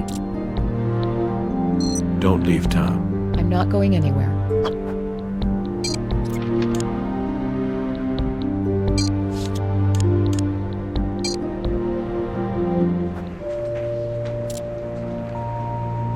All right, I'll set it up.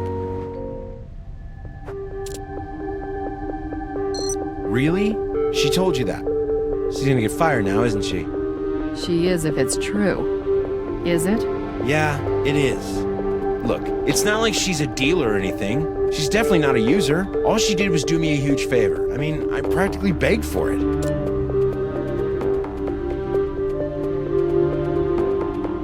I told you, we haven't been together in a long time.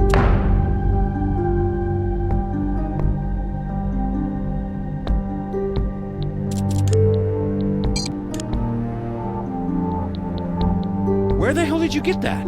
Your bro, Manny Molina's, took it. Now, do you want to tell us what's going on between you and your high school sweetheart? You guys really are a piece of work, you know that? Veronica and I were sleeping together. Is that what you want to know? Well, there you have it. That still has nothing to do with what happened to Jesse. I'm not proud of it, but it's the truth. And you didn't think to mention this alibi a little earlier? Hey, maybe you can switch gears that fast, but this thing with Veronica was a big secret. A problem for me. What? No, I mean, that computer was really important to Jesse. I wouldn't mess with it.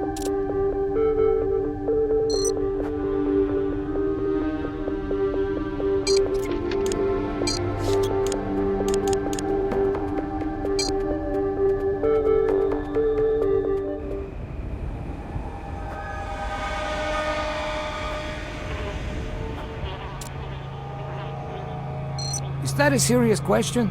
I don't know. Maybe I was charging it last time I was over there. Who knows?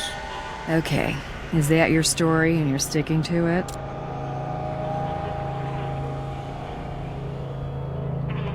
She also said it should still be in her room. Are you sure that laptop belongs to you, Manny? Look, Will asked me to pick it up, bring it over to my place. So maybe he didn't tell Veronica about it. And now I'm like, I don't want to really time out my bro, but there it is. I think it's about time we took a look at that laptop everyone seems so interested in. Let's ask Brass for a search warrant. Okay, bye.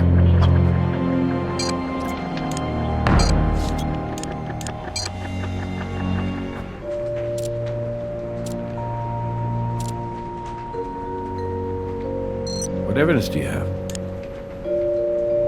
It would certainly be interesting to see what's on that laptop, especially if it belonged to Miss Marnier.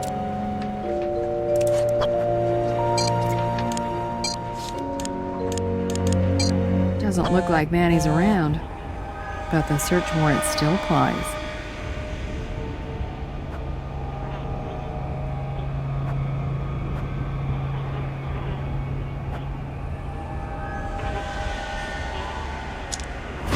fiber. That's familiar.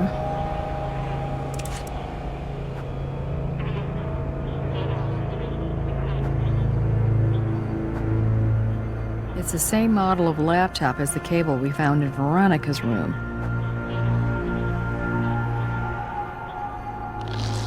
Jessica Marnier's infamous laptop.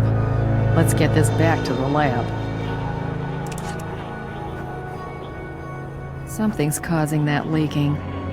Let's see just how full of crap Manny is.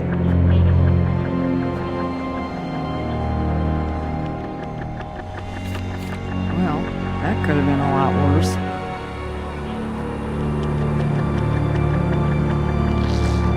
It's like a worker's glove. Why would Manny try to flush that?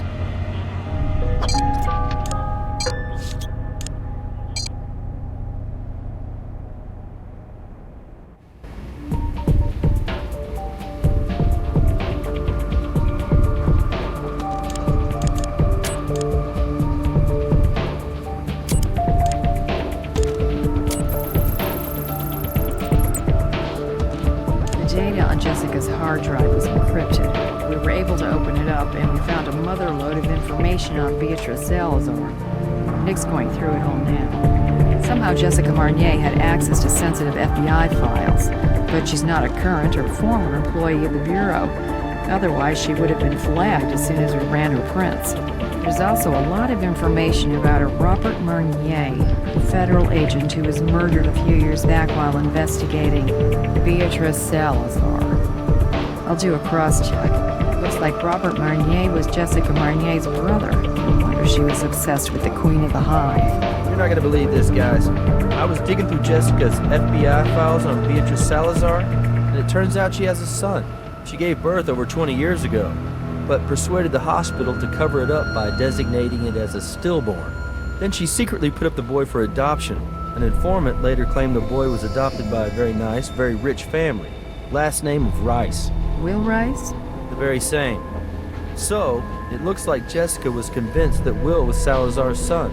She also made several notations about Manny Melendez. She knew about his connection to Salazar. We have access to both Will's and Salazar's DNA. Let's see if there are 7 alleles in common.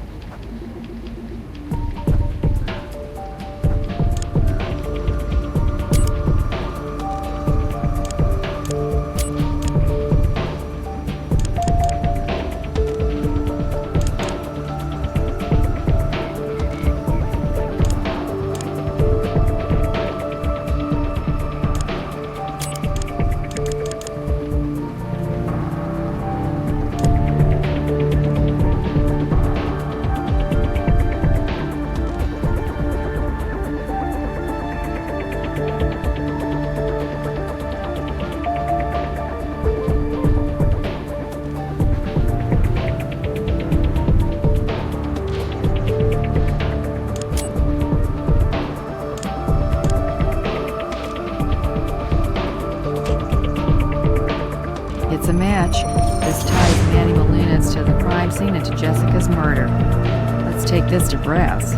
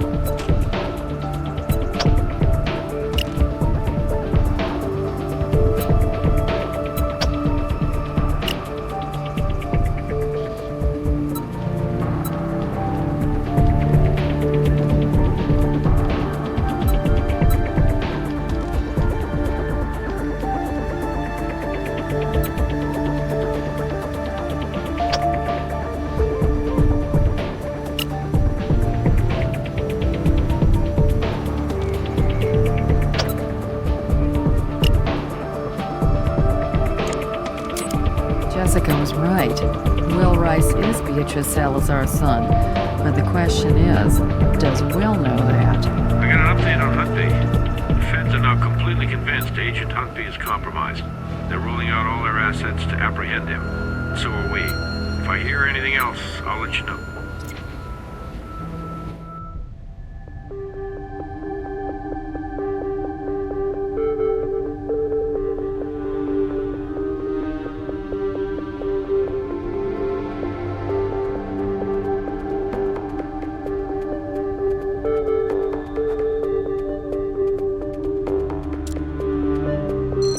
I don't believe it. Mr. Rice, I'm finding it very hard to believe you didn't know about Jessica's personal obsession. I'm finding it even harder to believe that once you found out about it, once you found out that Jessica believed you were the son of the woman who had her brother executed, well, I can't believe there weren't consequences. You go straight to hell. I told you I didn't know about any of this.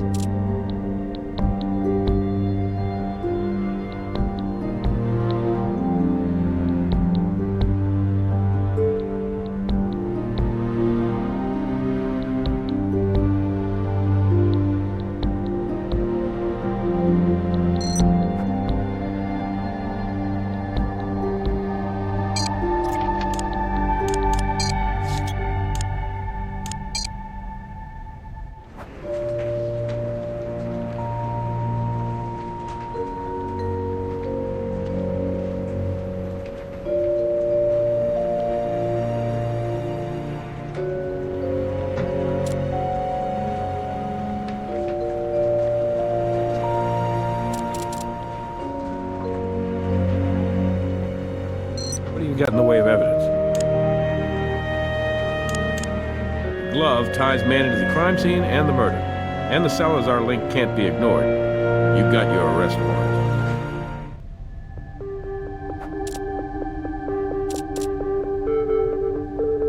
That laptop was full of information on Beatrice Salazar.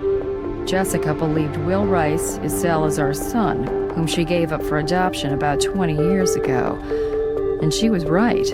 I'd say that's the kind of information that got her killed. What do you want me to say? I have no knowledge of this situation with this lost mother and son. And Jessica knew that too. Your name was in her notes. It certainly wouldn't look too good for you if Salazar found out you'd been selling drugs to her son all this time. I swear to God, I don't know about what's on that computer. Well, he must have forgotten he told me.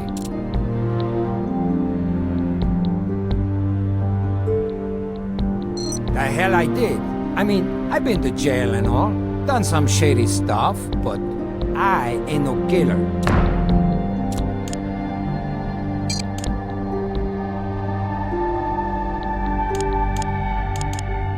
Your glove left trace evidence on Jesse's earring. Jessica Marnier visited you on the night of her death. And just like you said, she was there to tell you about the situation with Will. About how she discovered you were both connected to Beatrice Salazar. Will was her son, and you were her flunky. And that's when you realized you couldn't afford to risk the Queen of the High finding out that you were her son's pusher. Especially when it was a son she'd been keeping secret all these years. So you took the red sweater Jessica had accidentally left behind, and then you mixed a deadly cocktail. Sourcing the ingredients was pretty easy for you, and with your expertise you knew exactly how to use them. You found your way into the back of her car, hid there, and when she was distracted, you injected the speedball into her neck. You hoped injecting the rest of the mix into her arm would just make it look like another overdose death in Vegas. Washed up and washed out. But when you were through, you noticed you had a problem. One of her earrings had come off during the struggle, and you accidentally took it with you. So you carefully removed it with the gloves, and then you decided to take out a little insurance policy. You left the earring in Veronica's room when you went back to the apartment to drop off the sweater. You took the laptop from her room and returned to your trailer where you tried to flush the gloves. And if you had better plumbing, you just might have gotten away with it. Dios mío. Dios mío. You gotta understand, I had to do it. This girl, she knew too much, and she wanted too much. Do you know she wanted me to set up some kind of happy reunion between the Queen and Will? That's insanity. I tried to warn her that Salazar is loco dangerous, that she shouldn't rattle the hive, but she was obsessed. I did what I had to do. Believe me, jail will be heaven compared to what hell the Queen would have done to me if she'd found out I'd been messing in her family business. That's Will Rice. It's really too much to hope that any case involving the Queen of the Hive would end neatly or cleanly. What can you tell us? He was found in an abandoned warehouse downtown. Marks around his neck are consistent with strangulation. It wasn't a hands-on job. The bruising pattern suggests some kind of ligature was used. In light of recent events, my first instinct was suicide. But skin under his nails suggests this young man fought for his life. We're looking at a homicide here. We need to run that DNA right away.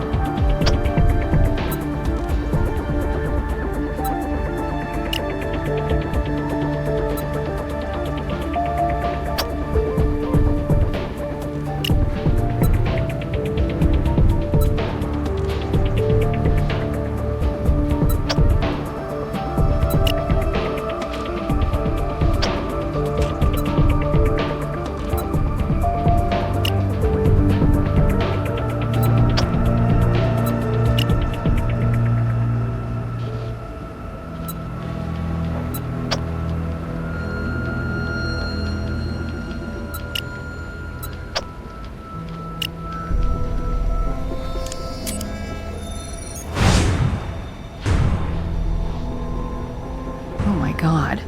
She killed her own son. Listen to this. Dispatch received the call 15 minutes ago. All I ever wanted was for my son to know a life free of this cruelty. Yet, the Queen must do whatever is necessary to protect her hive. It must remain strong at any and all costs. If one bee threatens to weaken the hive or let in the enemy, do you know what she must do? She must eliminate it. My boy's blood is on your hands.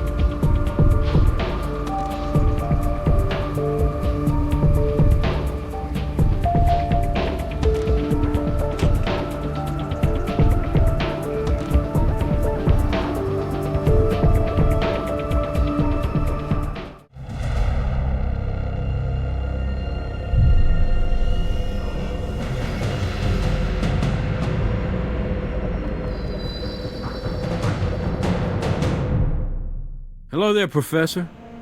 First time to Pendleton? It's as close as you can get to Nye County without actually having to step foot in it. You're going to be familiar with our victim, Manuel Molinas. Drug dealer we just arrested for the murder of Jessica Marnier. He's connected to Beatrice Salazar. What's he doing in a Pendleton jail cell? A few years back, feds decided they needed a facility to handle their more sensitive prisoner transfers in and out of the southwest United States. Someplace off the radar. Someplace like Pendleton. So they wrote a big check to the town council and upgraded their existing jailhouse in exchange for occasionally taking over the place. Our tax dollars at work. I thought this building looked a little too metropolitan for a town of 35. Isn't that officer one of ours? Yes, he is, but Sergeant Lip's been tapped before by the feds to coordinate this kind of transfer. Their plan was to quietly move Molinas out of our lockup and into this undisclosed location, then hold him here until he could be interviewed by a federal prosecutor and formally transferred into federal custody. Not a bad plan. I wonder what went wrong. Looks like everything. Okay, I don't need to tell you. This is now priority number one. Molinas' transfer was on a need-to-know basis. The first I heard of it, the sheriff and the deputy director of the FBI had me on the speakerphone, screaming that somebody dropped the ball. So I got my ass out of there and secured the scene. Is Agent Huntby still missing? Yes. And based on his apparent effort to sabotage your handling of the DNA evidence in the Salazar case, the FBI strongly suspects he was a mole for Salazar, and now officially considers his disappearance UFAP. Unlawful flight to avoid prosecution, meaning he's a fugitive, and very likely a suspect in his homicide. Sergeant Lip should consider himself a very lucky man. Whoever broke in here to silence Molinas wouldn't have wanted to leave a living witness. We'll need to get a full statement from him.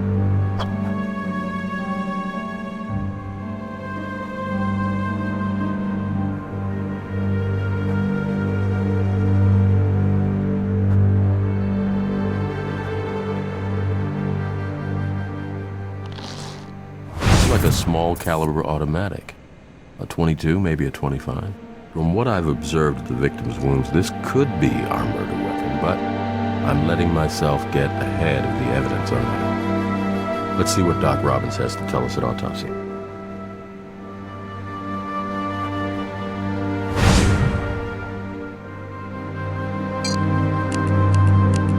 Yellow powder. We'll want to get that back to the lab. The cell was locked during the shooting. We don't know exactly where the shooter was standing as he fired, but that powder might indicate his position.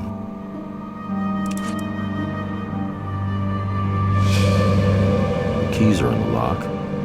Our shooter might have unlocked it, but he didn't need to open the cell door in order to shoot Molinas.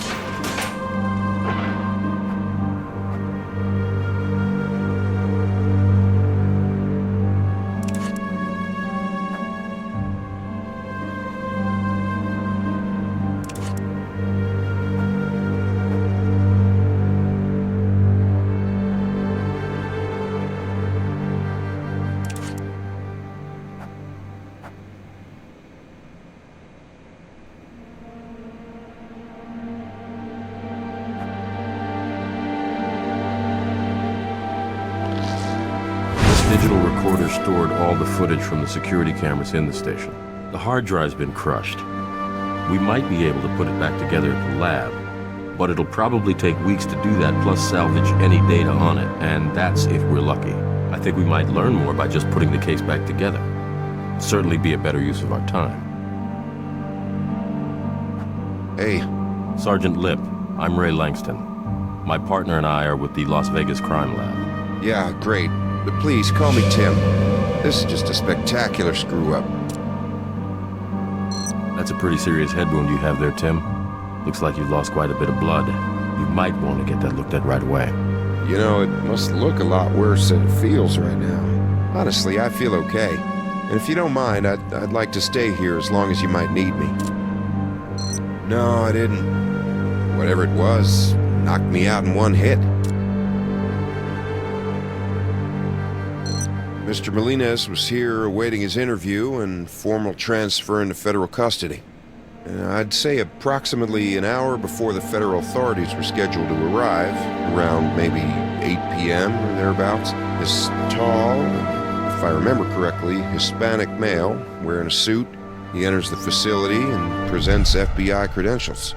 I turned around to reach for the paperwork and bam! That's the last thing I remember. I woke up behind the desk here, and then I went to check on the condition of the prisoner. I observed that he'd been shot multiple times, and that he was dead. What did you do next? I called it in, tended to my head injury as best I could, and just waited for you guys to show up. You didn't observe any further sign of the shooter, or whether he had an accomplice? I didn't see anything. He was long gone, or they were gone. I don't know if he had help. Unfortunately, the assailant disabled our surveillance. He smashed the recording unit to pieces. What's left of that DVR over there. I don't remember the name on the identification. I'm sorry. I thought I got a really good look at it, too, because I didn't recognize the fella, but it's all real foggy to me right now. I understand that this kind of prisoner transfer is on a need-to-know basis, but is it standard operating procedure to post a single guard? No, it isn't.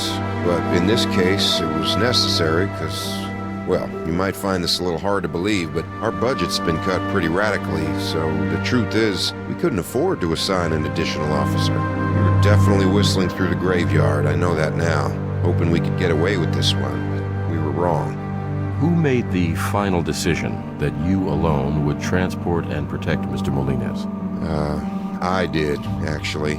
The sheriff ordered the prisoner transfer, but I'm the sergeant in charge of operational command. That means duty assignments, tactical protocols, and budget outlays. I was the one who evaluated our risk assessment on this one, and I was wrong. Dead wrong. We all make mistakes, Tim. Yeah.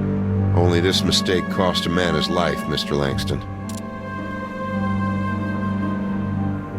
When federal authorities need the building, the sheriff and his deputy actually work out of his house. Can you believe that? There's just not much crime here in Pendleton. Not much of anything here, really. From what I remember, he was tall, approximately 6'1", Hispanic male, between 200 and 225 pounds, clean cut. I mean, I don't think he would have caught me off guard if he hadn't looked like a federal prosecutor or FBI agent. Nope. After I regained consciousness, I opened up the cell in order to check on the condition of the prisoner. That's when I observed the multiple bullet wounds to Mr. Molines, and I quickly determined that he had died of those wounds. Hey, let me know if you find something, okay? Maybe you guys can help save my job. We'll do our best, Tim. Now, if you don't mind, I'm also a doctor, so I'd like to take a look at your head wound there. Yeah, okay. Good news here is you're going to live, but you're going to need stitches. So now that you've given us your statement, Tim, I am not taking no for an answer. We're going to get you to the hospital. Okay, I understand. Thanks, Doc.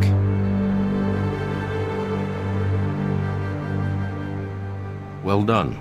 I believe we have enough evidence here to begin processing at the lab. It's your call.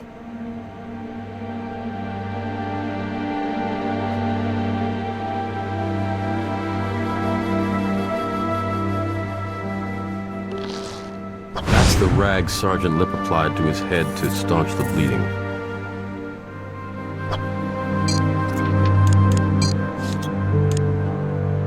I'll call the coroner to pick up the body. We need to get a reference sample of the ammunition fired by this pistol to compare against the This pistol fires .22 caliber long rifle cartridges. Unfortunately, not a particularly unique type of ammunition. But it's a favorite among amateur hunters as well as professional assassins.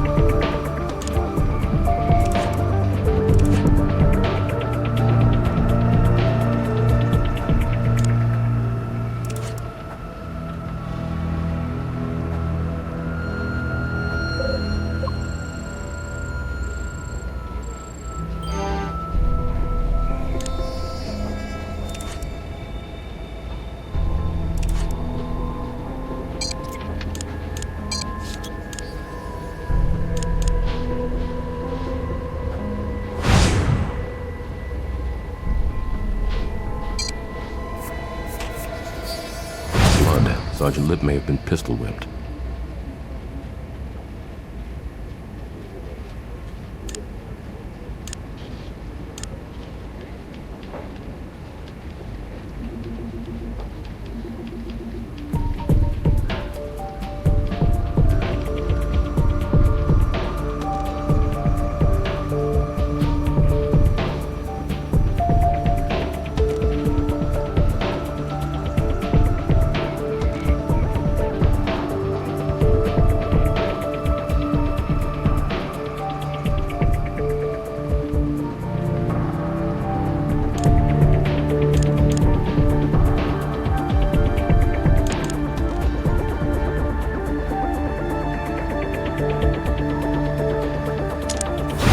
Some kind, it looks like it got wedged in the slide. Whatever it is, it's underneath the blood, which means it was there before the blood was.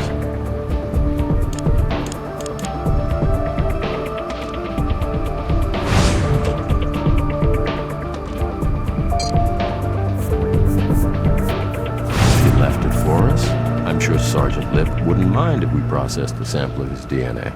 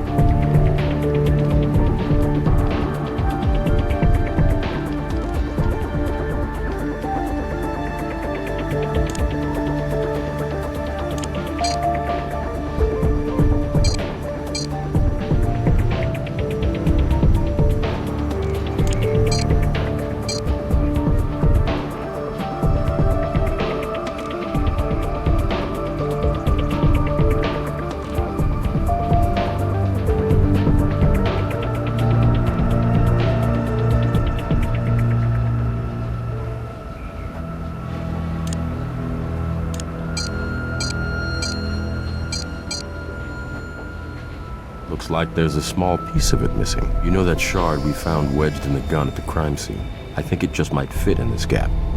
Let's try it.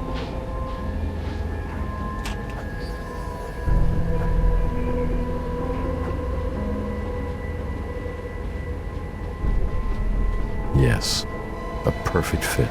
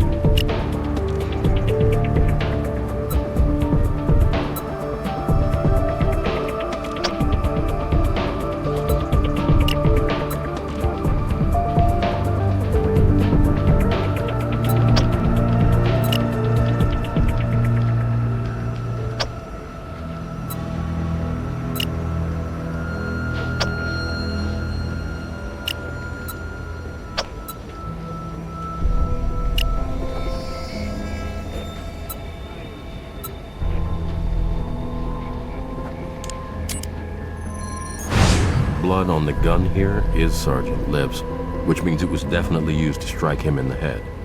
Ray, where are we now with Molina's case? I read Sergeant Lipp's statement. Well, Sergeant Lipp isn't telling us the whole truth. How do you know?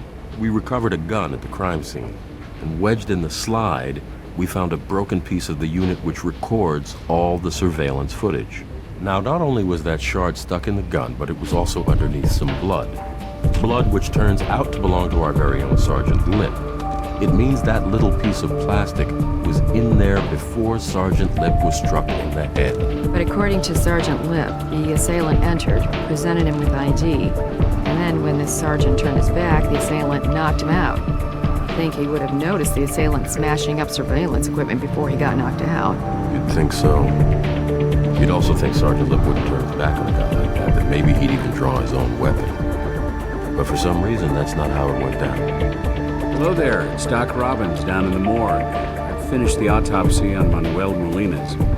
So whenever you're ready, I'm available to review my findings with you.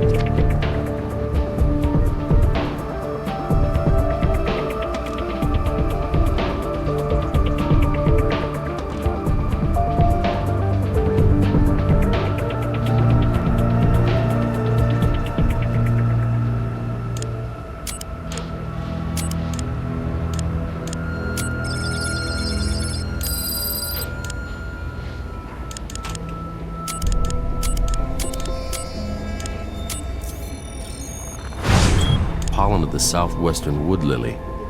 This flower is native to Nevada, but it's rare.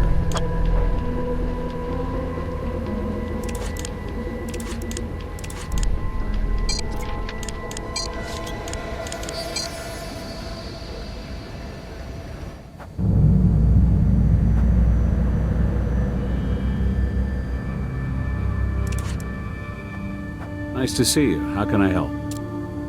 I found 2 bullet wounds, both potentially fatal, and both were consistent with the damage you'd expect from a small caliber hollow point. One bullet penetrated his heart practically dead center. It severed the pulmonary and aortic valves and lodged in the ventricular wall. That alone would have killed him. However, I also found what I believe was the first shot.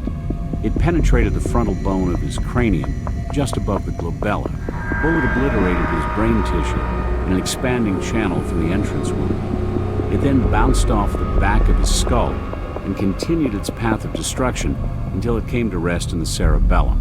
Death was quick, if not painless. Well, this wasn't a mercy killing. One to the head, one to the heart usually suggests a professional killer. Neither slug was particularly difficult to extract. Here they are. Absolutely. I have a sample ready for you. Here. I found a glob of what looks like mucus on the victim's face. I collected some for you.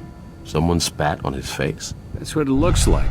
You see, the less viscous bits appeared to flow down the side of his face. So unless he was already lying on the floor when he was shot, it occurred post-mortem. Anytime.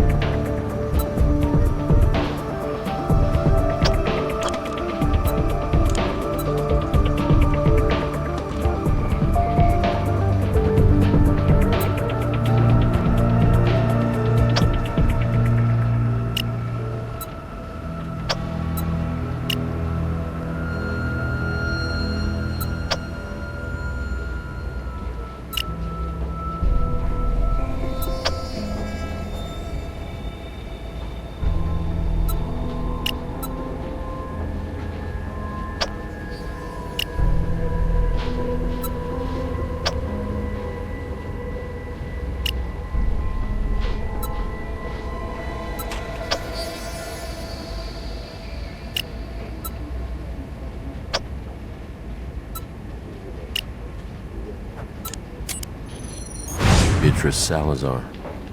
She spat on Molina's corpse.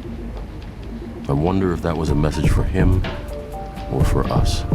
Catherine, you need to see this. Is this right? You found Beatrice Salazar's DNA in the cell. She shot Molina's and spat on his face. Well, she wasn't about to have him try to testify against her, that's for sure. But why would she risk trying to kill him herself? That doesn't make sense. Unless, of course, she also held him responsible for having to kill her own son. But even under normal circumstances, this would have been a suicide mission. Not a lot of guys are crazy enough to do something like that. Even the ones that work for her. I think she's crazy enough now to do just about anything. Well, that may be true, but maybe she wasn't taking as much of a risk as we think. Sergeant Lip described the assailant as a tall Hispanic male posing as an FBI agent. What do you really think the chances are that Beatrice Salazar has become a master of disguise? I think we need to be very careful if you're suggesting Sergeant Lip may be involved here. I realize we have evidence that contradicts the sergeant's initial statement, but if we're going to pursue this, then we better make damn sure our evidence is unimpeachable. Keep me in the loop, Ray.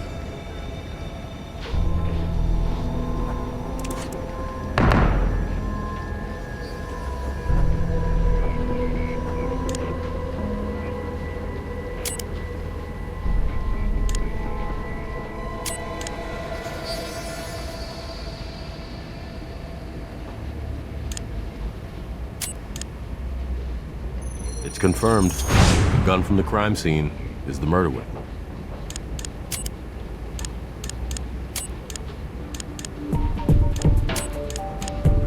Both bullets taken from the victim were fired from the same gun.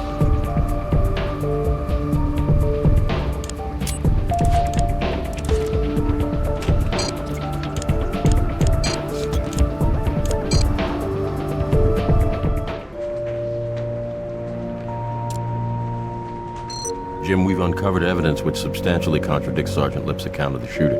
What evidence? What are you talking about? The guy was viciously attacked. His skull was almost busted in. I mean, it's not like he's gonna have some photographic memory of exactly what happened. Surveillance unit was smashed before Lip was knocked out. Okay, we should clear this up with him. But I won't let it become a fishing expedition. You understand? What's going on here, Captain? Just a few follow-up questions, Tim. We just need to document everything for the record. Nope, like I said, tall, Hispanic male, wearing a business suit, approached me, showed me an FBI badge, an ID. Look, do you need me to sit with a sketch artist? I can do that if it'll help.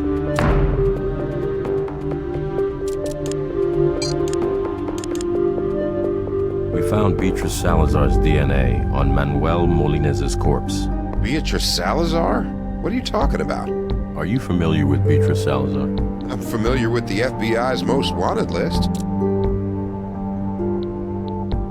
Are you sure you never saw Miss Salazar? I told you what I saw. I guess it's possible she came in after I was out cold. Tim, according to your statement, the assailant entered the jail, offered you an FBI ID, and when you turned around to process it, he struck you over the back of the head, rendering you unconscious. Is that correct? Yes, it is. It went down pretty fast.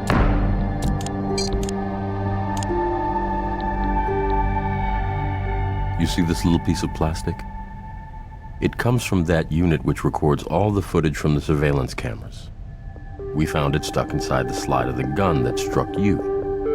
Problem is, we found your blood on top of it. Not underneath, as you'd expect, if your statement were accurate. It looks as though the DVR was struck before you were.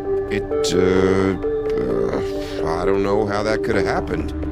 Wait, couldn't he have hit me more than once? After I was out?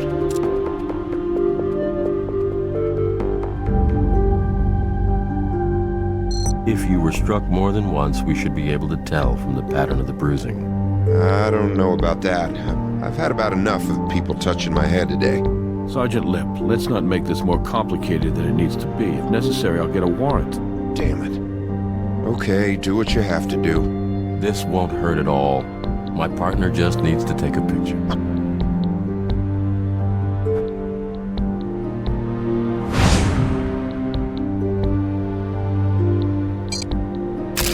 And that's it. Like I said, painless. Yeah, thanks.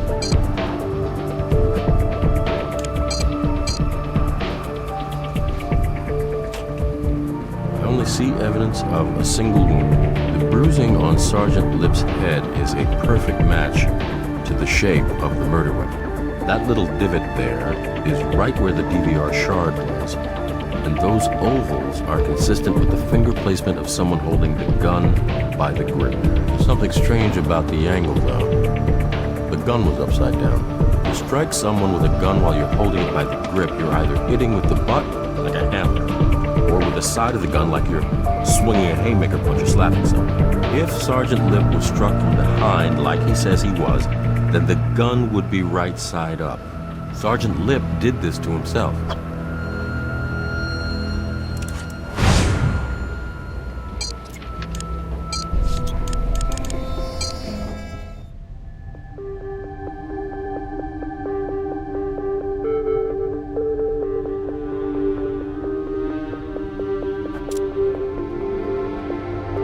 That's right. I had my back turned and he hit me in the back of the head.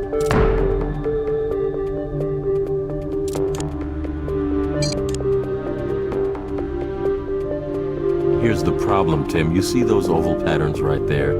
They indicate the gun that hit you was held by the grip. And if you were hit from behind, like you said, well then the gun should be right side up. And it's not. Yeah, sure, the first time he hit me, but what about after I was out? He could have hit me again, right? Maybe he wasn't just trying to knock me out, may have been trying to kill me. There's no physical evidence you were hit more than once, Tim. And let's say for the sake of argument you were hit twice. Right on the exact same spot on the back of your head. It still doesn't explain why the gun was upside down. You staged your injury, didn't you, Sergeant? You're in Salazar's pocket. and you used your position as duty sergeant to arrange to be alone with Molina's. Then you let Salazar in there. And let's be generous here. Let's just say she's the one who actually pulled the trigger. And then the good little soldier you are, you cleaned up after her, didn't you? You make me sick. And you know what? I hope there's a special place in hell for dirt like you, because I know there's a special place in prison. It wasn't like that. I mean, look, you gotta understand, I'm in way over my head here. You're right. It was a setup. After Molina's was booked, I got a call. Same call I always got. Salazar needed something from me. This time, the voice on the other end of the line is telling me to keep my eye on Molina's. Turns out I don't need to look very hard, because the sheriff calls me almost immediately with the order to have Molina's moved out to Pendleton and transferred to federal custody. So I call my contact back, give him the tip. Then he starts asking me to describe the Pendleton facility and the security detail handling the transfer, and that's when I realize Salazar's going to take Molina's out. I decide to assign myself the transfer just so nobody else gets hurt. How very noble of you, Tim. Look, I'm not proud of what I did. This is all way beyond anything I've had to do for Salazar before. Usually it's just about providing certain information now and then. I can't. You can't. Or you won't. I wasn't there. All I did was unlock the door, and then I got the hell out of there. Why do I find that so hard to believe? You gotta believe me. See, this is what happened. I got this phone call from my brother-in-law. Swear to God, he works for Salazar, too. He says Salazar's gone off the deep end. She's getting the hell out of town, but before she does, she's totally cleaning house, and she's not leaving any loose ends, including me. Was that supposed to make us feel sorry for you? I had no choice. You're a cop, damn it. Well, not anymore. Come on, we're talking about my sister and her kids here, all right? Salazar was gonna kill him if I didn't help her. Don't you get it? When she finds out I'm in custody, she's gonna kill him anyway. What's your sister's address? What's her address? Come on, we don't have much time. I don't know where they are. That's the point. Salazar has them? No. Her husband, my brother-in-law, he hid them someplace. I don't know where. I can't reach him. I haven't been able to reach him since he called to tell me Salazar was cutting bait. I think Salazar may have gotten to him. And if she did, my sister and her kids, they're dead. There's nothing more you can do. They're dead. Okay, so who's your brother-in-law? He works for the FBI. Special Agent Huntby. Gene. My brother-in-law is Gene Huntby. Nice work, guys. Just got off the phone with the DA. Sergeant Lip is going to be charged as an accessory to murder. Was Brass able to locate Lip's sister? Not yet. He gave us Sergeant Lip's cell phone number and an Attorney General's waiver. Lip's been in contact with his brother-in-law, Huntby, within the last 24 hours. So, Brass is hoping we'll be able to find Huntby before it's too late for his wife and kids. We know Huntby's last cell phone call to his brother-in-law pinged his cell tower over in North Las Vegas. Brass has his guys checking hotels in the area, but so far, nothing.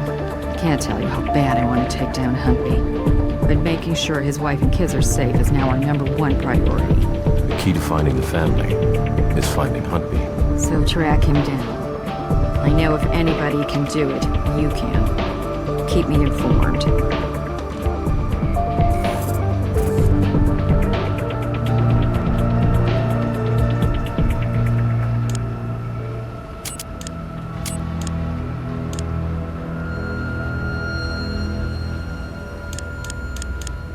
Tim, it's Gene.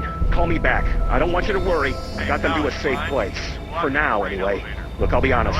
This is all unraveling so fast. I don't know how long I can... Waiting on some jerk to get out of the way so we can... Just hang on for one damn minute, will you? Just call me back, okay? That's not much to go on, I'm afraid, but didn't it sound as if he had words for someone in the background?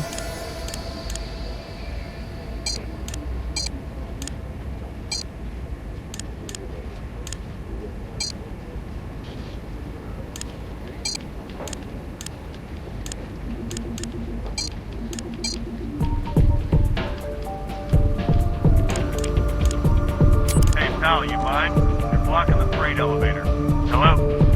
Yeah, we're at Gleason's right now. waiting on some jerk to get out of the way so we can take the stuff upstairs. Gleason's.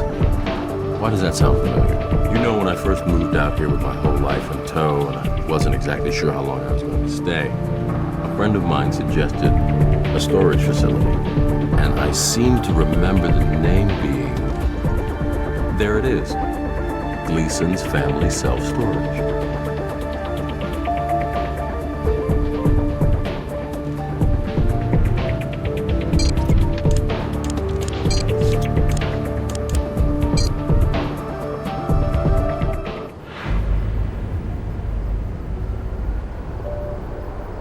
Owner said a man fitting Agent Huntby's description is using this storage locker.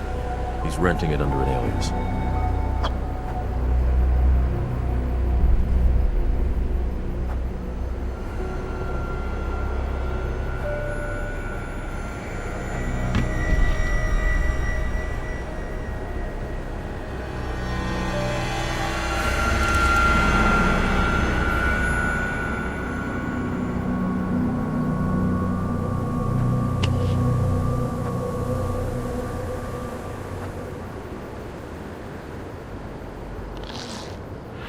Wife and children, this may be useful.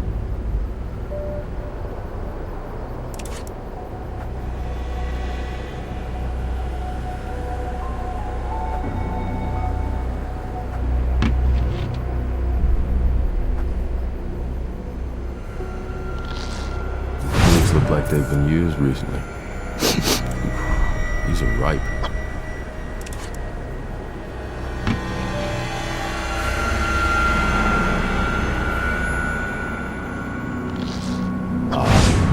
Why go through so much trouble just to keep some blank papers safe?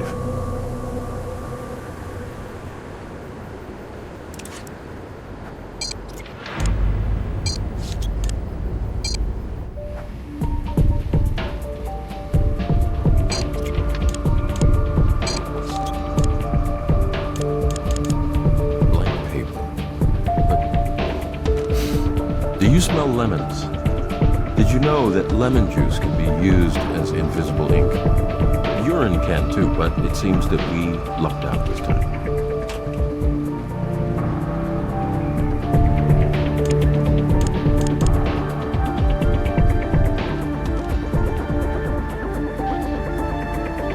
Looks like we found the source of that smell.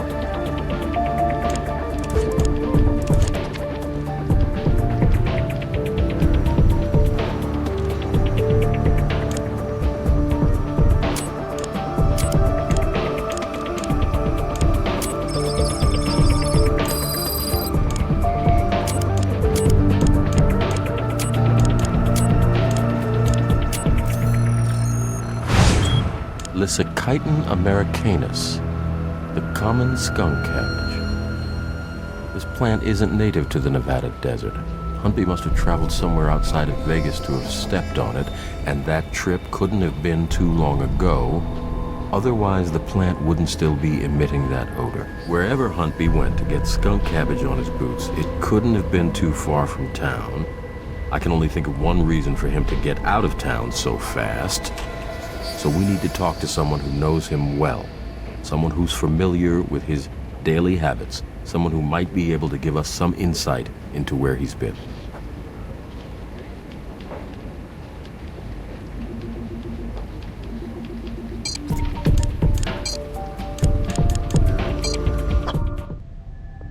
You guys find my sister? Is she alive? Skunk cabbage.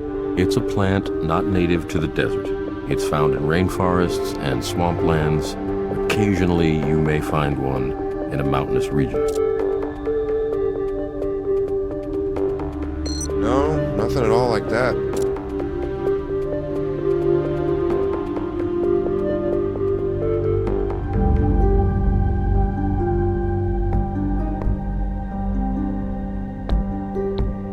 They never went anywhere. My sister used to complain about it all the time.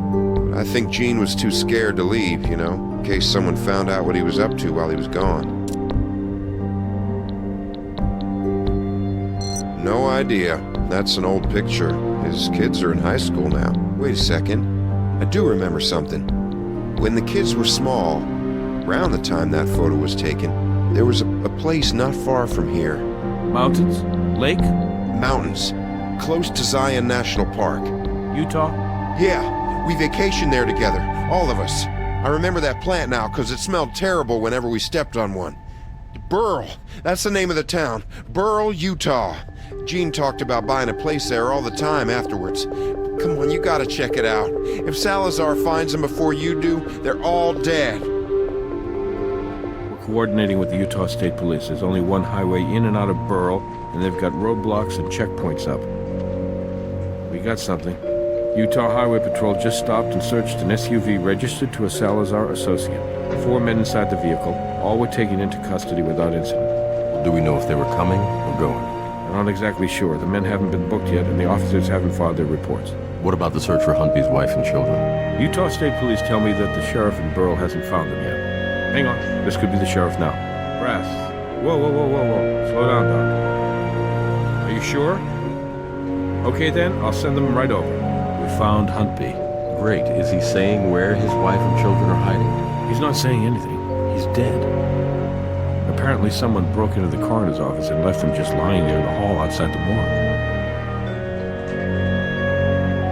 My God. It looks like hundreds, maybe thousands of bee stings. I don't know about you, but I'm tired of being 2 steps behind Beatrice Salazar. Assuming she's responsible for this.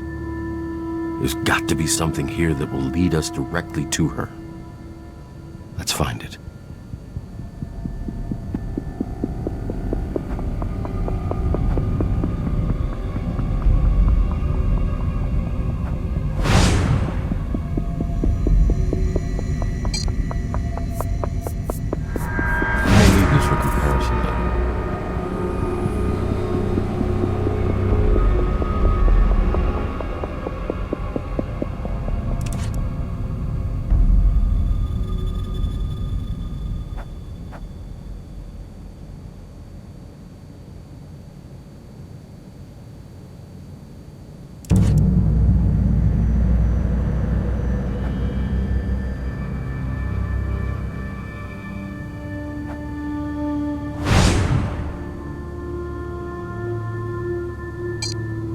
We can't take that. We can't take that. We can't take that.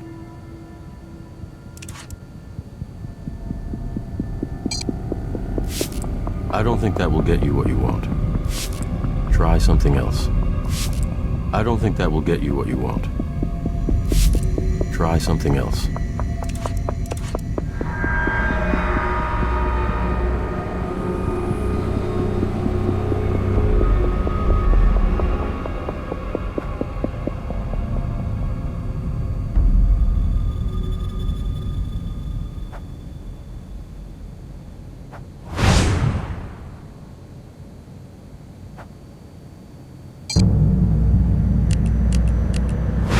Fresh transfer of some kind.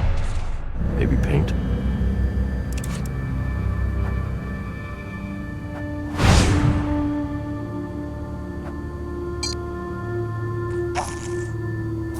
Like a serial number. We'll see if Brass can have it traced.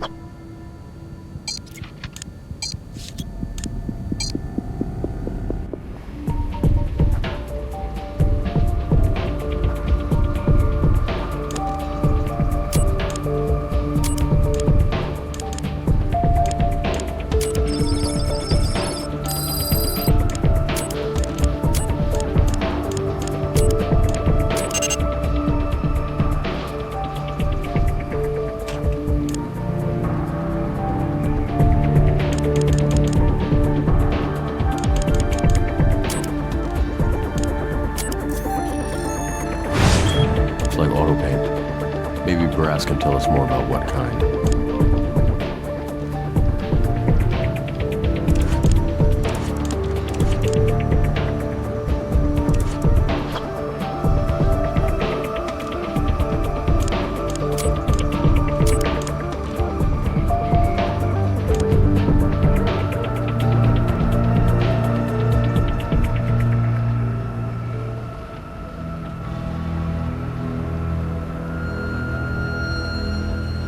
If we apply a little bit of heat to this type of invisible ink, then whatever's written in the lemon juice will become visible.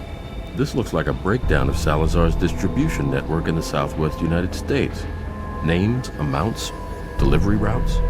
Maybe Huntby found himself an insurance policy, just in case he got in too deep with Salazar.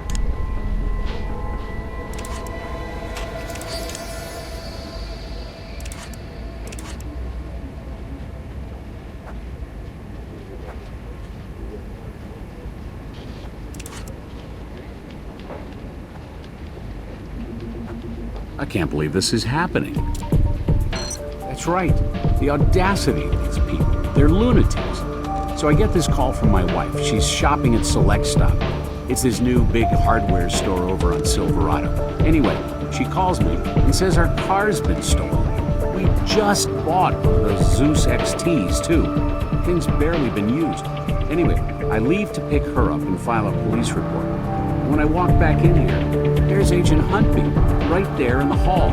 Bee stings covering almost his entire body. Never seen anything like it.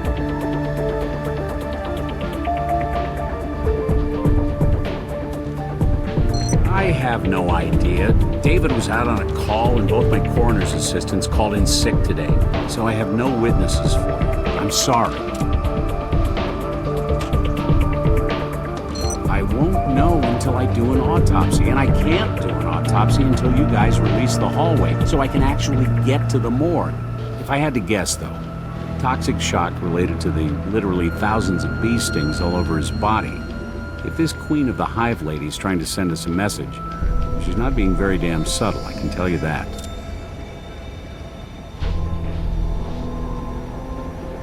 Never seen it before.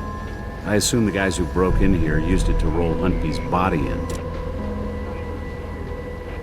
I just got a call saying they found it a few blocks from where it was stolen, right around the corner from the Select Stop. They've got it impounded. With the way things are right now, it'll be a week before I get it back. I just got a call saying they found it a few blocks from where it was stolen, right around the corner from the Select Stop. They've got it impounded. With the way things are right now, it'll be a week before I get it back. I just got a call saying they found it a few blocks from where it was stolen, right around the corner from the Select Stop. They've got it impounded. With the way things are right now, it'll be a week before I get it back. Look, I really don't want to contaminate the crime scene. You need to collect whatever you need to and figure out who dumped the body in here and how. And once you're done with that, I'll go to work on Huntby. Hey, I'll make you a deal. Clear the path to my morgue, and I'll do an autopsy on Huntby if I have to work all night. In the meantime, I'll stick around the lab and see if I can help Hodges. I'm sure he'll appreciate the extra set of eyes double-checking his work.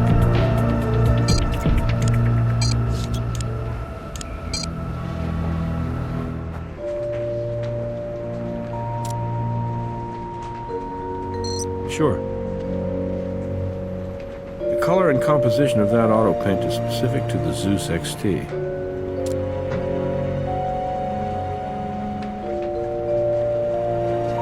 Okay, let's run it. Looks like your card is made for the Select Stop Corporation. That's that new chain of big box hardware stores in the area. I'd say it's pretty likely whoever stole that card probably stole it at the same time they stole Robinson's Zeus XT from the Select Stop parking lot. Poor guy, he's not going to get his car back soon. I'm going to have it picked up and taken over to the garage.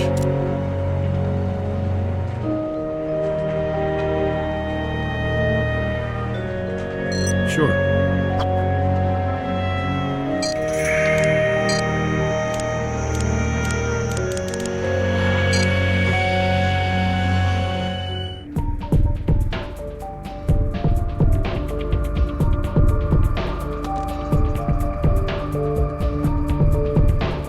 Paint's scratched. That must be where the transfer on the card came from.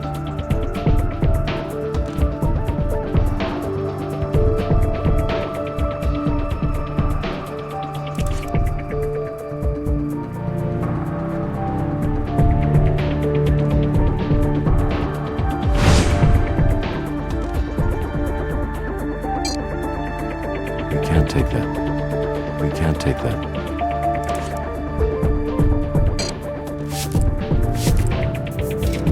Looks like blood.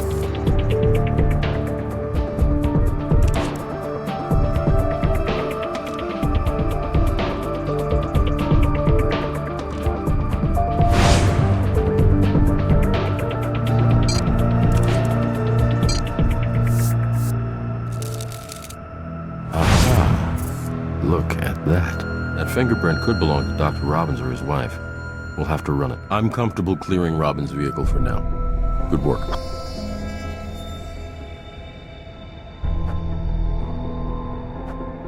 Those are Doc Robbins' parking credentials to access the secure lot behind the morgue.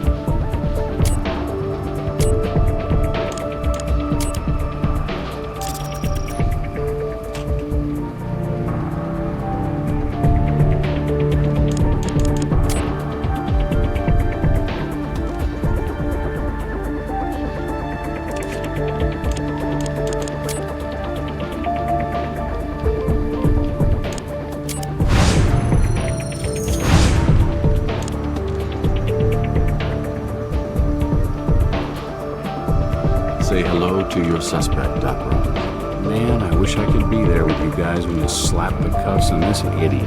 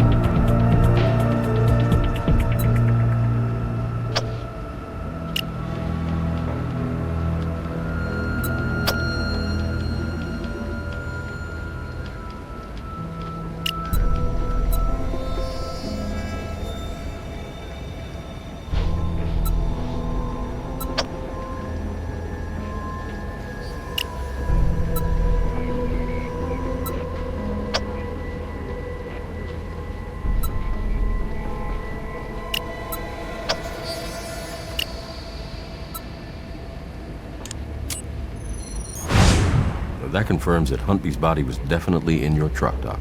Oh, great. Judy will be thrilled. I hope she doesn't make me sell it. Your wife does know what you do for a living, right? So let me get this straight.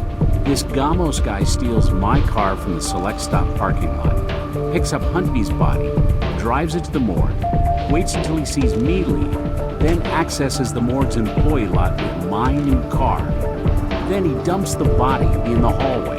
He also put a nasty scratch on your car with the flatbed cart he stole. I've had enough. Beatrice Salazar better pray there isn't a scrap of evidence on Huntby's body, because if there is, I'm going to find it. May we join you, Doctor? Please do.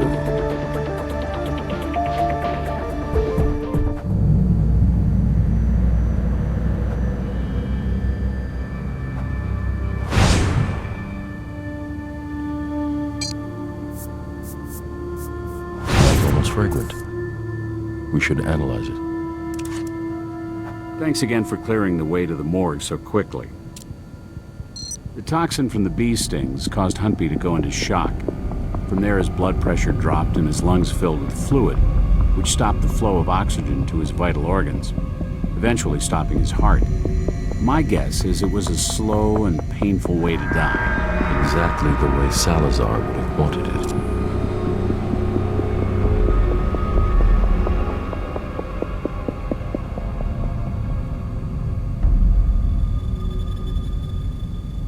Yes, now that you mention it, there are ligature marks on his wrists. There are no stings there, so he was likely tied up while being stung to death. There are similar marks on his ankles as well.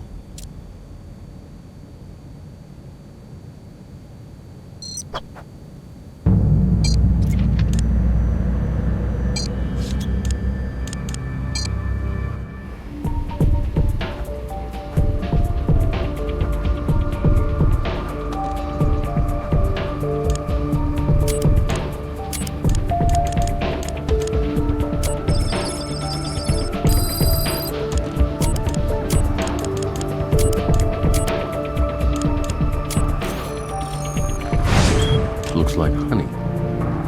Another Queen of the Hive reference, maybe. So Huntby is stung to death by bees and his stomach is filled with honey. And we found pollen from a rare species of flower near Manuel Molines. There have been studies that prove that honey and the pollen it synthesized from share genetic markers. I'd be interested to see if the genetic composition of the honey we found in Huntby's stomach happens to resemble that of the pollen we found near Molines.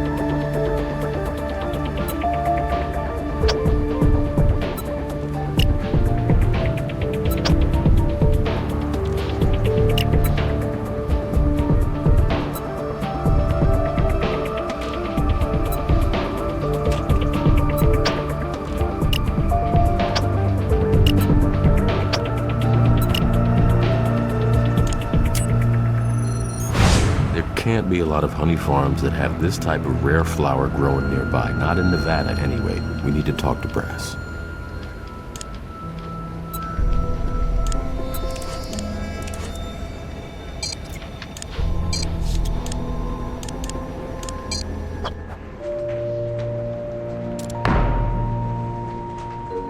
We found honey synthesized by the southwestern wood lily in Huntby's stomach.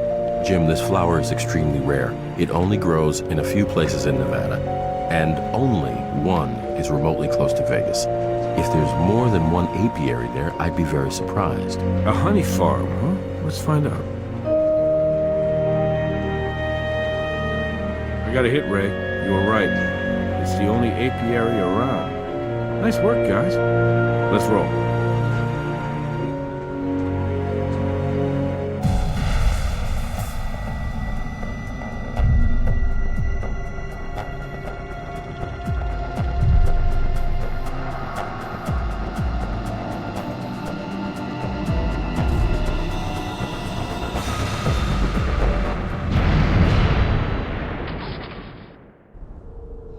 Got it. I'll let them know. Thanks. Well, I got good news and bad news.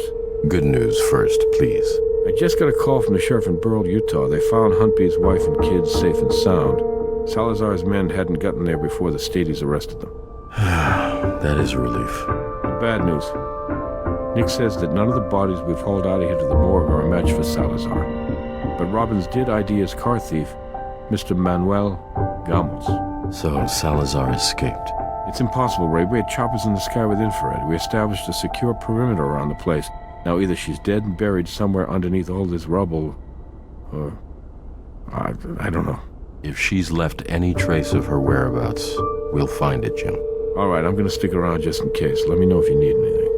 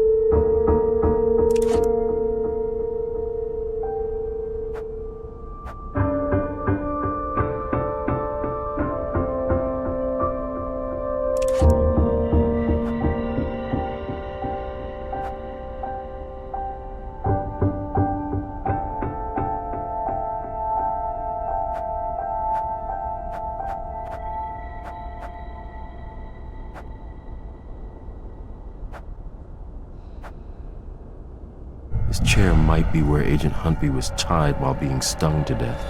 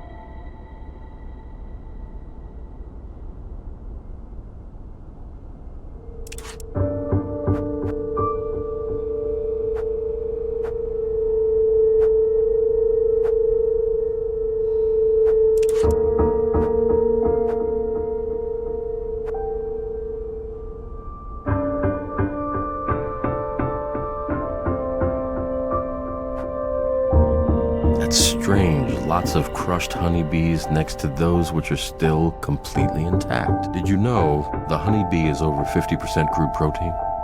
Instead of blood, they have something called hemolymph, which should still be detectable in the same way we confirm the presence of blood.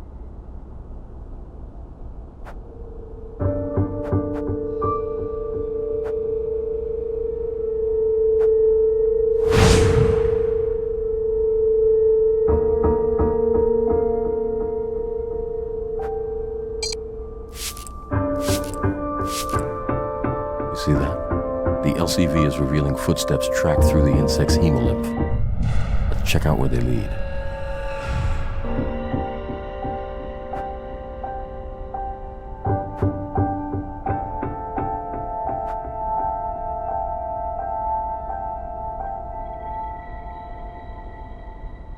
Here, let me help you with that. Shh. We need to get this open right now. This could be a tunnel out of here, a bomb shelter, an ammo cache. We don't know. We don't have time to get the guys in here to blow this thing, so get it open. Now.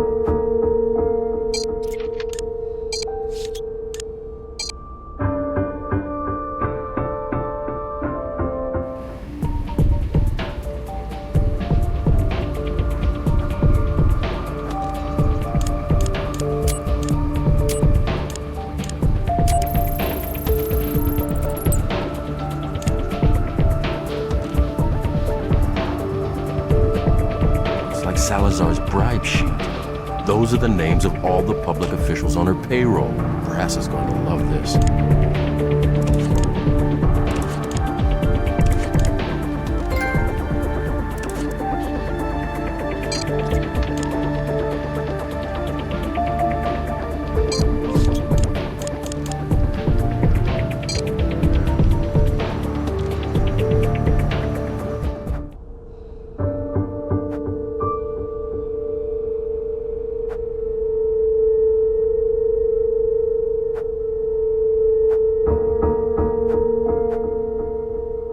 Rather, we didn't guess.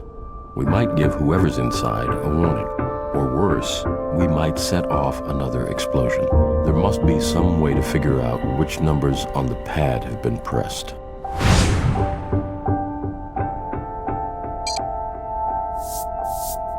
Two, 5, 8, and 9. Okay, now that we know the numbers, all we need is the right sequence. 2, 5, 8, 9. Those numbers are familiar.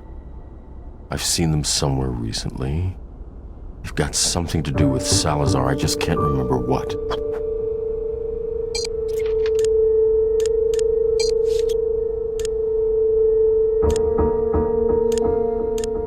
Hold on, that's it.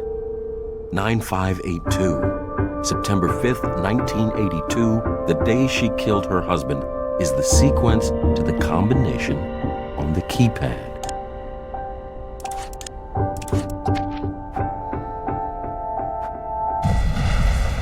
Freeze!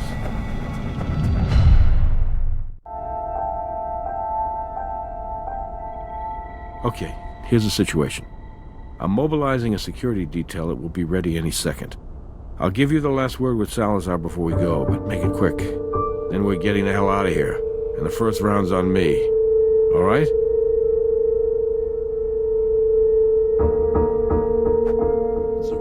I know you. Where's your lady friend with a smart mouth? I'm still going to kill you. You know that, don't you? Are you sure about that, my dear? I own politicians, judges, DAs. Everyone has a price, and I own them all. I do not think you fully appreciate the height to which I have risen. Your reach exceeds your grasp. You will never touch me.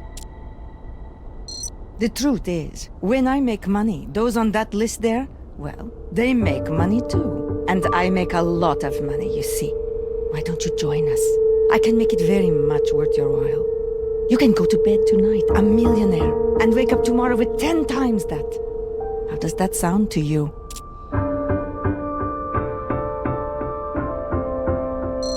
We'll be sure to note the bribery attempt in your arrest report.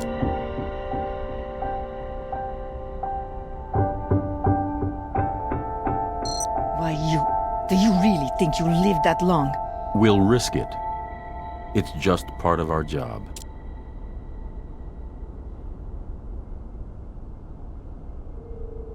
I didn't kill my son. You killed him when you exposed him. No, Miss Salazar. Your son was looking for his long-lost mother, and when he found you, you took his life away, squeezed it out of him with your own hands. You will never understand the cruelty of mercy. I spared my son this life. You are so very naive. Hasn't anyone ever told you what doesn't kill you makes you stronger? And there will never be anyone as strong as I am.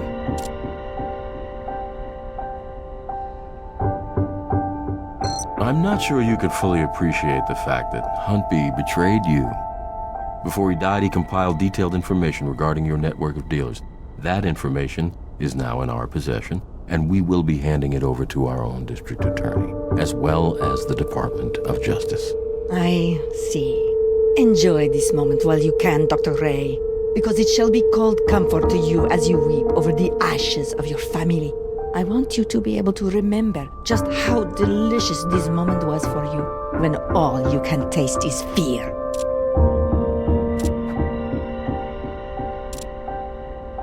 This is not the end. You shall see me again.